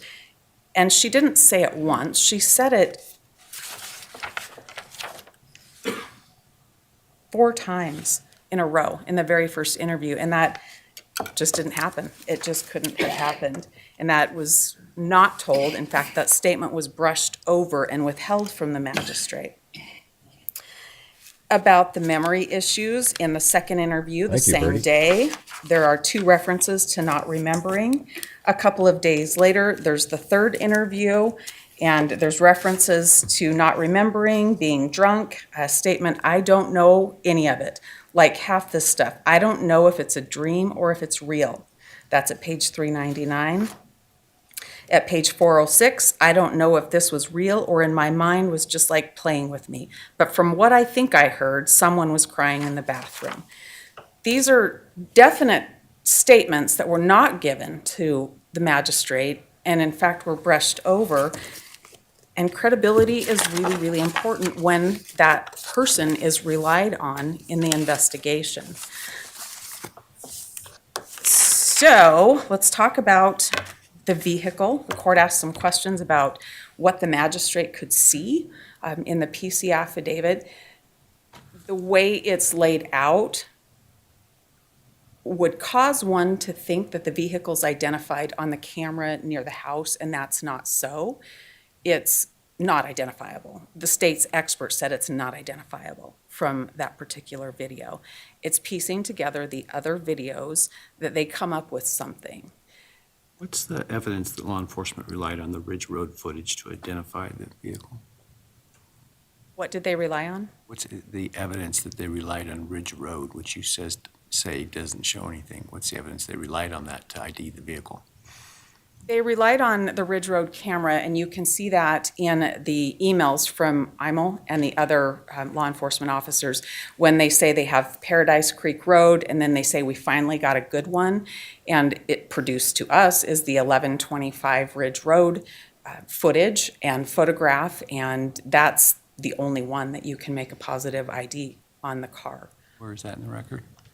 The 1125 Ridge Road. You can positively identify the vehicle at 1125 discovery. Ridge. Oh my God! In the motion, I believe. That's amazing. I believe we put a picture of that in our motion. I can look at it's in my original memorandum. I think there's a picture of that. She said you could positively identify the car at 1125 Ridge Road. That's incredible, you guys. That's absolutely amazing. Here, look. That's right here. That's 1125 Ridge Road. That's part of the loop. He's right there, but you're saying he's not there? You guys are ridiculous. His vehicle is now located at 1125 Ridge Road, positively identified as his vehicle, and he's right next to the crime scene. Man, this is nuts. If there's anybody out there that had questions before, you're insane if you don't believe if you don't believe Bryan Kohberger is the killer. To me, the cases are the same, guys. I mean, it's just so obvious. Look at that, right there. He's identified his vehicle, right here, you guys. This is part of the loop that I identified a long time ago. Look. That's incredible. And I believe it's on page 17 of the amended memorandum. That's just the photograph? Yes. But not the information that ties that to the Ridge Road camera? Your Honor, it's tied by our argument based on our review of the discovery. I don't have an affidavit from any police officer saying it was that. I probably don't have an email other than the ones from IML and that transaction that we did provide for the court, that was the video that the identification was made on. That, I'd love to know more about that as well, Your Honor. Well, but that's not the standard. I understand that. I understand that. I would refer the court to our exhibit with Agent Immel's communication. I believe that is going to be at D9, and then the pictures contained in the Franks motion. Let me talk a little bit more about IGG, even though we've done that all day long today. I would remind the court that IGG doesn't identify a person. It suggests a family group, and an investigation can happen from there, but nothing happened until the IGG happened behind the scenes and in a closet.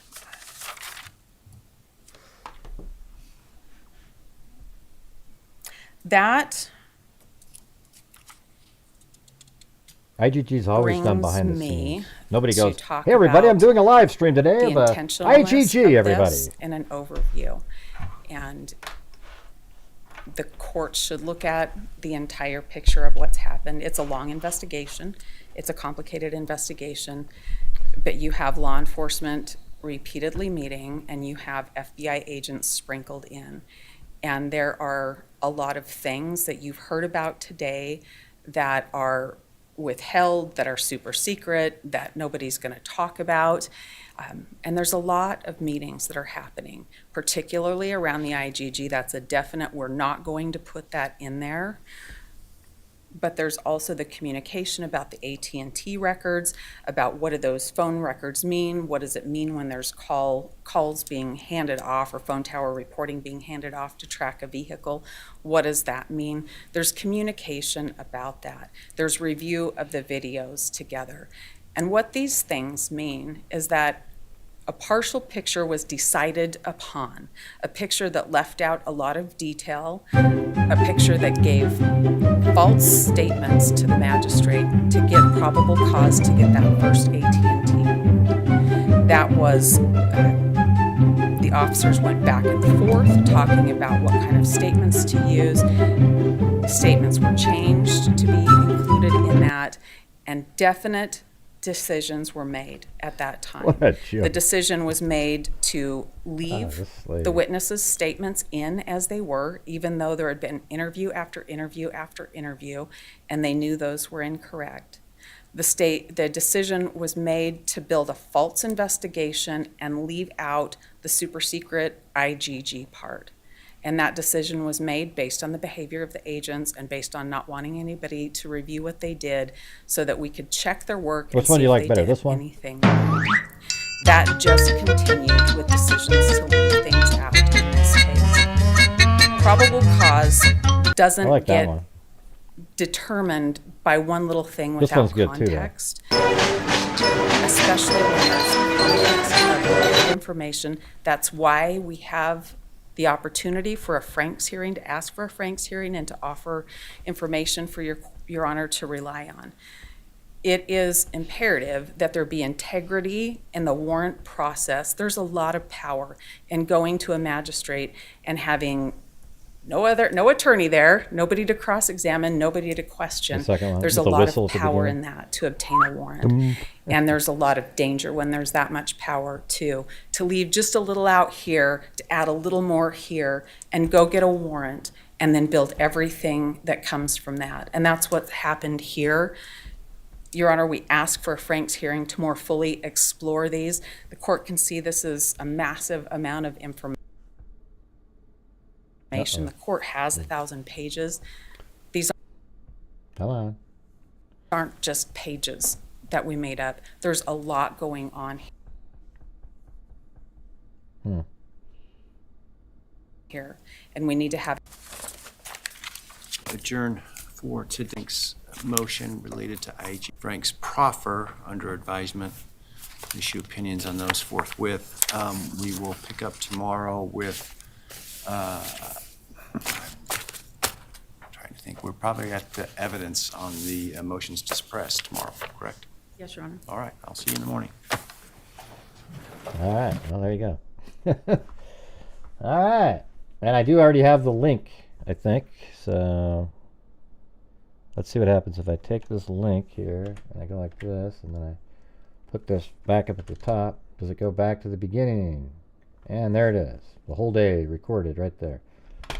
All right, so I've got this already sitting here. It's still live here, but I think what I'll do is I'll upload the raw hearing without me speaking at all, and people can go ahead and watch that. But hey, it was fun hanging out with you guys all day. Thank you guys for your generosity and helping support the channel. Let me turn off the... I don't think I'm going to do a stream tonight. I think 8.5 hours is probably enough for the day. So check it out. Look at right here. She said that a camera on 1125 Ridge Road right here. Oh wow, look at that. Where is it? I mean, we don't know. What year was this? This is 2021, so there might not be one at that time. But a camera on that house filmed and identified Bryan Kohberger's vehicle. I mean, that's insane, you guys. I drove by that house 100 times because that's the loop, you guys. So look at this right here. Oh yeah, hold on. Let me get rid of that crap off the screen. All right, let me do that. Show you it again. So, anyways, it's 1125 right here. Look, right here. Now those are I put the same screen up and then zoom in on different parts for you guys for the trial there. But look at, so somewhere on this building, it filmed the car driving by and it identified his vehicle. That's what she said. It identified it positively identified his vehicle. That's what they said. Look at this. That's exactly on the loop. It probably goes in reverse of what I had it, but they have the vehicle, and look at that's the loop that you do to keep moving around, and it goes right there. I mean, I think that's incredible, you guys. I mean, it's just that's a piece of information we didn't have. They did have something where I remember they did talk about that the vehicle seemed to be going a different direction. Out of here, like it came down and went like this way or something. I remember them saying that. So the car goes this way, and maybe that's what takes up a lot of that time. He wants to make it look like he goes this direction, and then he cuts down, and then he goes across, however you would get on some of these roads, and then eventually makes it over to 326. She also admitted that he was in Moscow, Idaho that night, you guys. I mean, she actually said that at this hearing. She said, hey everybody, listen, he was in the area, but he wasn't right there at King Road. He was in Moscow though. He wasn't at King Road. What are you talking about? He's right there, for God's sakes.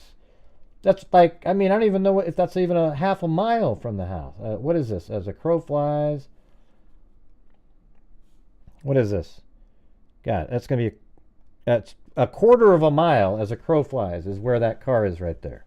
And of course it went around. Of course it went around right here. So we have two things. She said in the hearing, hey everybody, Kohberger was driving around in Moscow that night, just wasn't at the crime scene. Oh, and by the way, at 1125 Ridge Road, that camera, the state said, positively identifies Kohberger's vehicle. And that house is a quarter mile away from the... What a joke, you guys. I mean, this is... Look how big Moscow is. How come he wasn't driving around up here? No, he's right there, and you're saying he has nothing to do with it. So now we have Kohberger's vehicle positively identified right here. We have a white Elantra, missing a front license plate, just like Kohberger's, that did 4 different laps here. And then at court, she even admitted that it was... She said 13 minutes, and that's because... You see it on this camera at 2:07, and she didn't really take into account the time it takes to drive and get out of your car here, so it's really 2:08 to 2:20. It's 12 minutes. So inside of that 12 minutes, that white Elantra that matches Bryan Kohberger's vehicle stopped right here. All 4 victims were killed. We know that because Anna Kernodle was still alive getting a DoorDash at 4 something. You know, she was eating it. So at 4:08 to 4:20, the vehicle is parked right there. And inside of that 12 minutes, they were all killed. And then inside, so that means the vehicle was inside this circle right here. Right there. It was inside of that circle for 12 minutes. Then inside of that 12 minutes, inside of this circle, a knife sheath was left at the crime scene that had Bryan Kohberger's DNA on the button. Then a vehicle matching Bryan Kohberger's vehicle leaves at a high rate of speed at 420. And it heads out, driving like this. And then it comes out like this, down like that, and then drives down. There's 15 minutes of missing time where he likely discarded maybe the knife and clothing, etc. Then a vehicle at 4:48 right here, which is only 28 minutes after it was leaving at a high rate of speed, pings near Blaine, Idaho, heading south, and that's, not a vehicle, a phone pings, and it's Bryan Kohberger's phone pings at 4:48, 28 minutes after he left, near Blaine, Idaho, heading south. And then they actually track the vehicle apparently around like this. And then Kohberger says he was over here at Wawawe Park. That's absolutely impossible to get there and then also be back in this area by 5:30. Okay? So there you go. That was a pretty revealing court hearing, I have to say. Pretty amazing.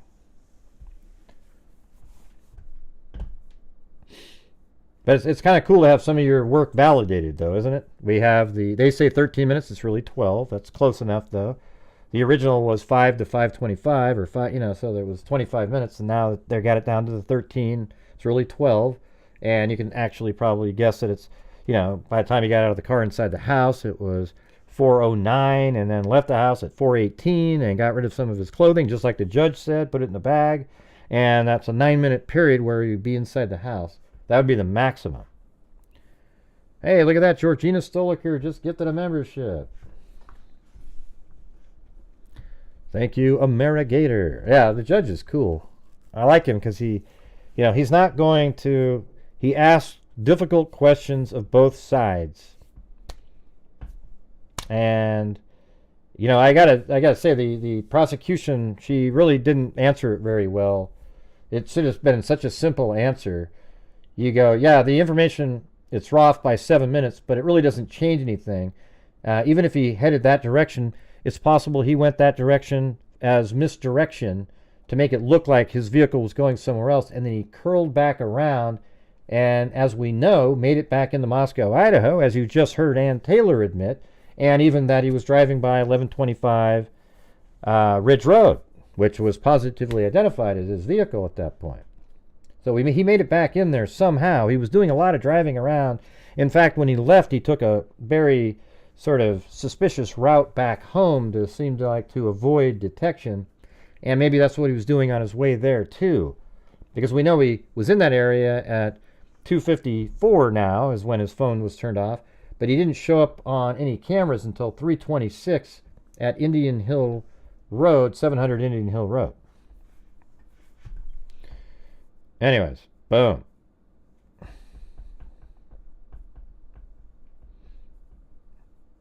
Yeah, we've gone over the timeline 1,000 times. Bryan Kohberger is locked in to the timeline, and it's just that, it's... I mean, again, it's just like the Delphi case, you guys. We went over the timeline of the Delphi case 1,000 times, and when you go over it, it just shows you every single time you go, it gets worse and worse and worse. Kohberger is the same thing. Every time you go over it, it gets worse and worse and worse for Kohberger. It's way worse now because Ann Taylor today just admitted that not only was Bryan Kohberger in Moscow, Idaho that night, and it seems like they're starting to abandon their Wawawe Park situation. Not only was he in town, he was a quarter of a mile, proven to be, from the residence. Like literally right there at 1125 Ridge Road. Right here. Boom. Anyways, I'm going to take off, you guys. My ass hurts from sitting here for 8 hours, you guys. Give me a break. Anyways, thanks to Kami. Lisa Wilkerson showed up. Glad she's doing better. And that was a cat eye. Thank you very much. Jill D. Allie K. Sandy Shirley. And then we had Mark Willis, Alley Cake, Amber Maiden gifted a membership. Then we had Lynette Eades, K. Me, Alley Cake, Keith Alessi, K. Me, Jeremy Pearson, Toka, Charlie, Mary C. H. Doc, then J.K. showed up with the cat eye as well. Jeremy Pearson, GSUPM, Jeremy Pearson, GSUPM, and thank you, GSUPM, and everybody else. Jeremy Pearson again, then Alley Cake, then Jeremy Pearson, then K. Me, then Free Radical, then Stage Left Even. And then I gifted 5 memberships, and we had Linda Howell, Jeremy Pearson, Your Gypsy, Susie Clue, Levitating Elephant, that's a tough feat, Your Gypsy, A Blank Slate, 43 months, Free Radical, CC became a new member, then Your Gypsy, then Alley Cat, a new member, then Calico 123, May Flowers, Sybil Bergeron, Artworks 2, then Holly G, Birdie 284, The Bike of Magic, or The Bits of Magic, not the bike, The Bits of Magic. Georgina Stoliker gifted one, and then Marigator. All right. Then we switch over to, let's see, how's this going to work? All right, way down here we got Someone Supported You on Buy Me a Coffee. Don't know who that is. Then we have Tracy Reed bought me a coffee. Then we had Miss Northside Musings bought me a coffee. Then Penny Robinson bought me a coffee. Then we have Ocean City Gold bought me coffee. Then RMSMM2 bought me coffee. Then Vicky White bought me coffee. Then we go up to here, and then Annie bought me coffee. Annie. And then Susie Clue bought me coffee. Then Allison bought me coffee. Then we got Cash App from Holly. And then, let's see. Then Martina gave me a very kind, generous PayPal there. Very nice. Thank you so much. Then we have, so here's the thing now, you guys. It could be solved. Apparently there's somebody named Lawrence who sent me Venmos, but they signed it Ted Bundy. All right? So is Lawrence really Ted Bundy? Or is Lawrence pretending to be the Ted Bundy person? I guess that's something we don't know at this point, right? But so Lawrence, though, sent 3 Venmos, okay? So they were kind of acting like Ted Bundy. I don't know. This is kind of weird. I got to be honest. All right. Then we had a Cash App from Rebecca. Then It's Just Bella did a coffee. And then Hey Lauren, Lorryn, did a coffee. Then we also had Kit Kat Cappuccino and did a coffee. And then we also have 14 Ted Bundy coffees. Okay, 14 of them. So is Lawrence Ted Bundy? I guess that's the question. Then we have Paulette, and Paulette did 2 different, very kind, thank you so much. Paulette Leonard gave me 2 coffees. Then we also have, that was it. All right. Like I said, Rebecca on Cash App, I think. And then look at that. We got Indiana .59 and Gina Powell 1 month. Hey, like the interview with Becky Patty? Cool. Did you see the one I did with Jerry Holman? That only has 4,000 views. I almost feel like I got to re-upload that thing. That's kind of ridiculous. And thanks, Gina Powell. And thank you guys very much for your generosity and support. Really helps out. It'd be cool to, end this month strong and, get us back on track a little bit. But I guess tomorrow we're doing the same thing. I don't know how long we have to wait. Do you think tomorrow just jumps right in without being like behind closed doors? I bet it does. Maybe I'll just have to come right on at like 8. See what happens. Yeah, that was fun. And that's how it'll be like during the trial. This trial is going to be like a 3-monther. This isn't going to be like a 3 weeks, anything like that. This is going to be just ridiculous.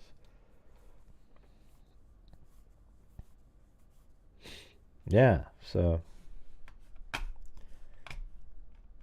let's see, where am I? There I am.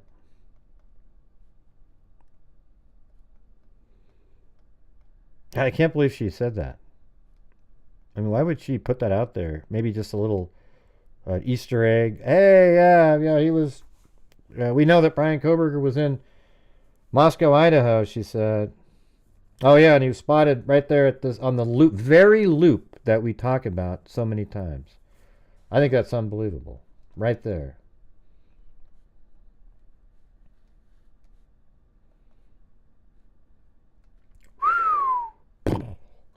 I thought Ann Taylor's arguments today were just so pathetic. I mean, I'm not saying that like in a biased way. I just literally think if you were somebody coming in listening to her for the first time, you would realize that they were just ludicrous. They had no... I think it'd be just absolutely shocking. That was an interesting argument that that person made, that like if... or the judge, I think, made, that if Kohberger was in the database and said not for law enforcement use, wouldn't it be breaking his privacy for them to use it? But I guess what they're saying is, it's just against the guideline, the policies of the website. It's not illegal or anything like that. So, but is it okay to break the? Let's say a lot of the people that built the tree, if they weren't for law enforcement use, does it mean that you... But what difference does it make? The thing is however they did it, that's up to the FBI to get mad at their own people. It's up to the website to get mad at them. A tip was generated. That's all it was. Nothing more, nothing less. The tip was generated. The tip might have turned out to be nothing.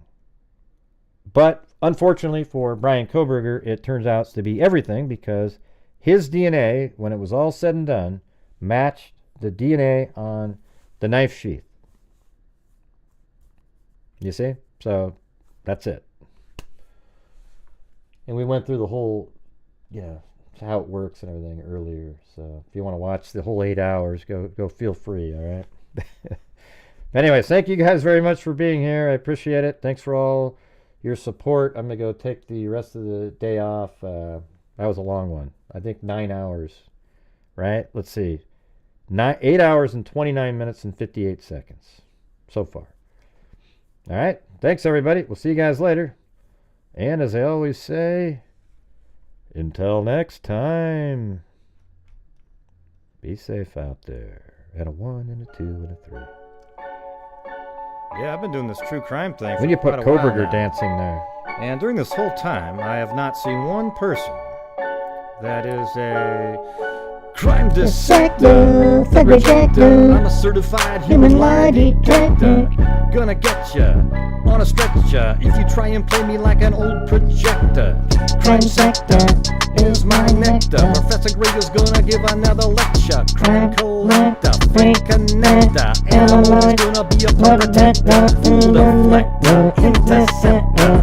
And I'm meaner than a spectre with a vector on his pector. With all respect, y'all, just remember I've a temple fucking check ya. I have no agenda, I'm no pretender, and I'll serve it to you straight without the blender. And in the end, I'm gonna send ya on a mission to reveal the true offender. Yeah, so I'll just get right back to work. All right, everybody? Talk to you. Yeah. Yeah, I don't know, when you, the alibi, you're saying, I hope tomorrow's different from today. At least she admitted, well, I mean, she probably accidentally said that. Was in Moscow, but what about that alibi? Right, well, now we know if he's in Moscow, he sure as hell isn't out there while Huawei Park looking at stars, playing 2000 Space Odyssey music in the background. Forget it. All right. Thanks, everybody. See you later, and Be safe out there.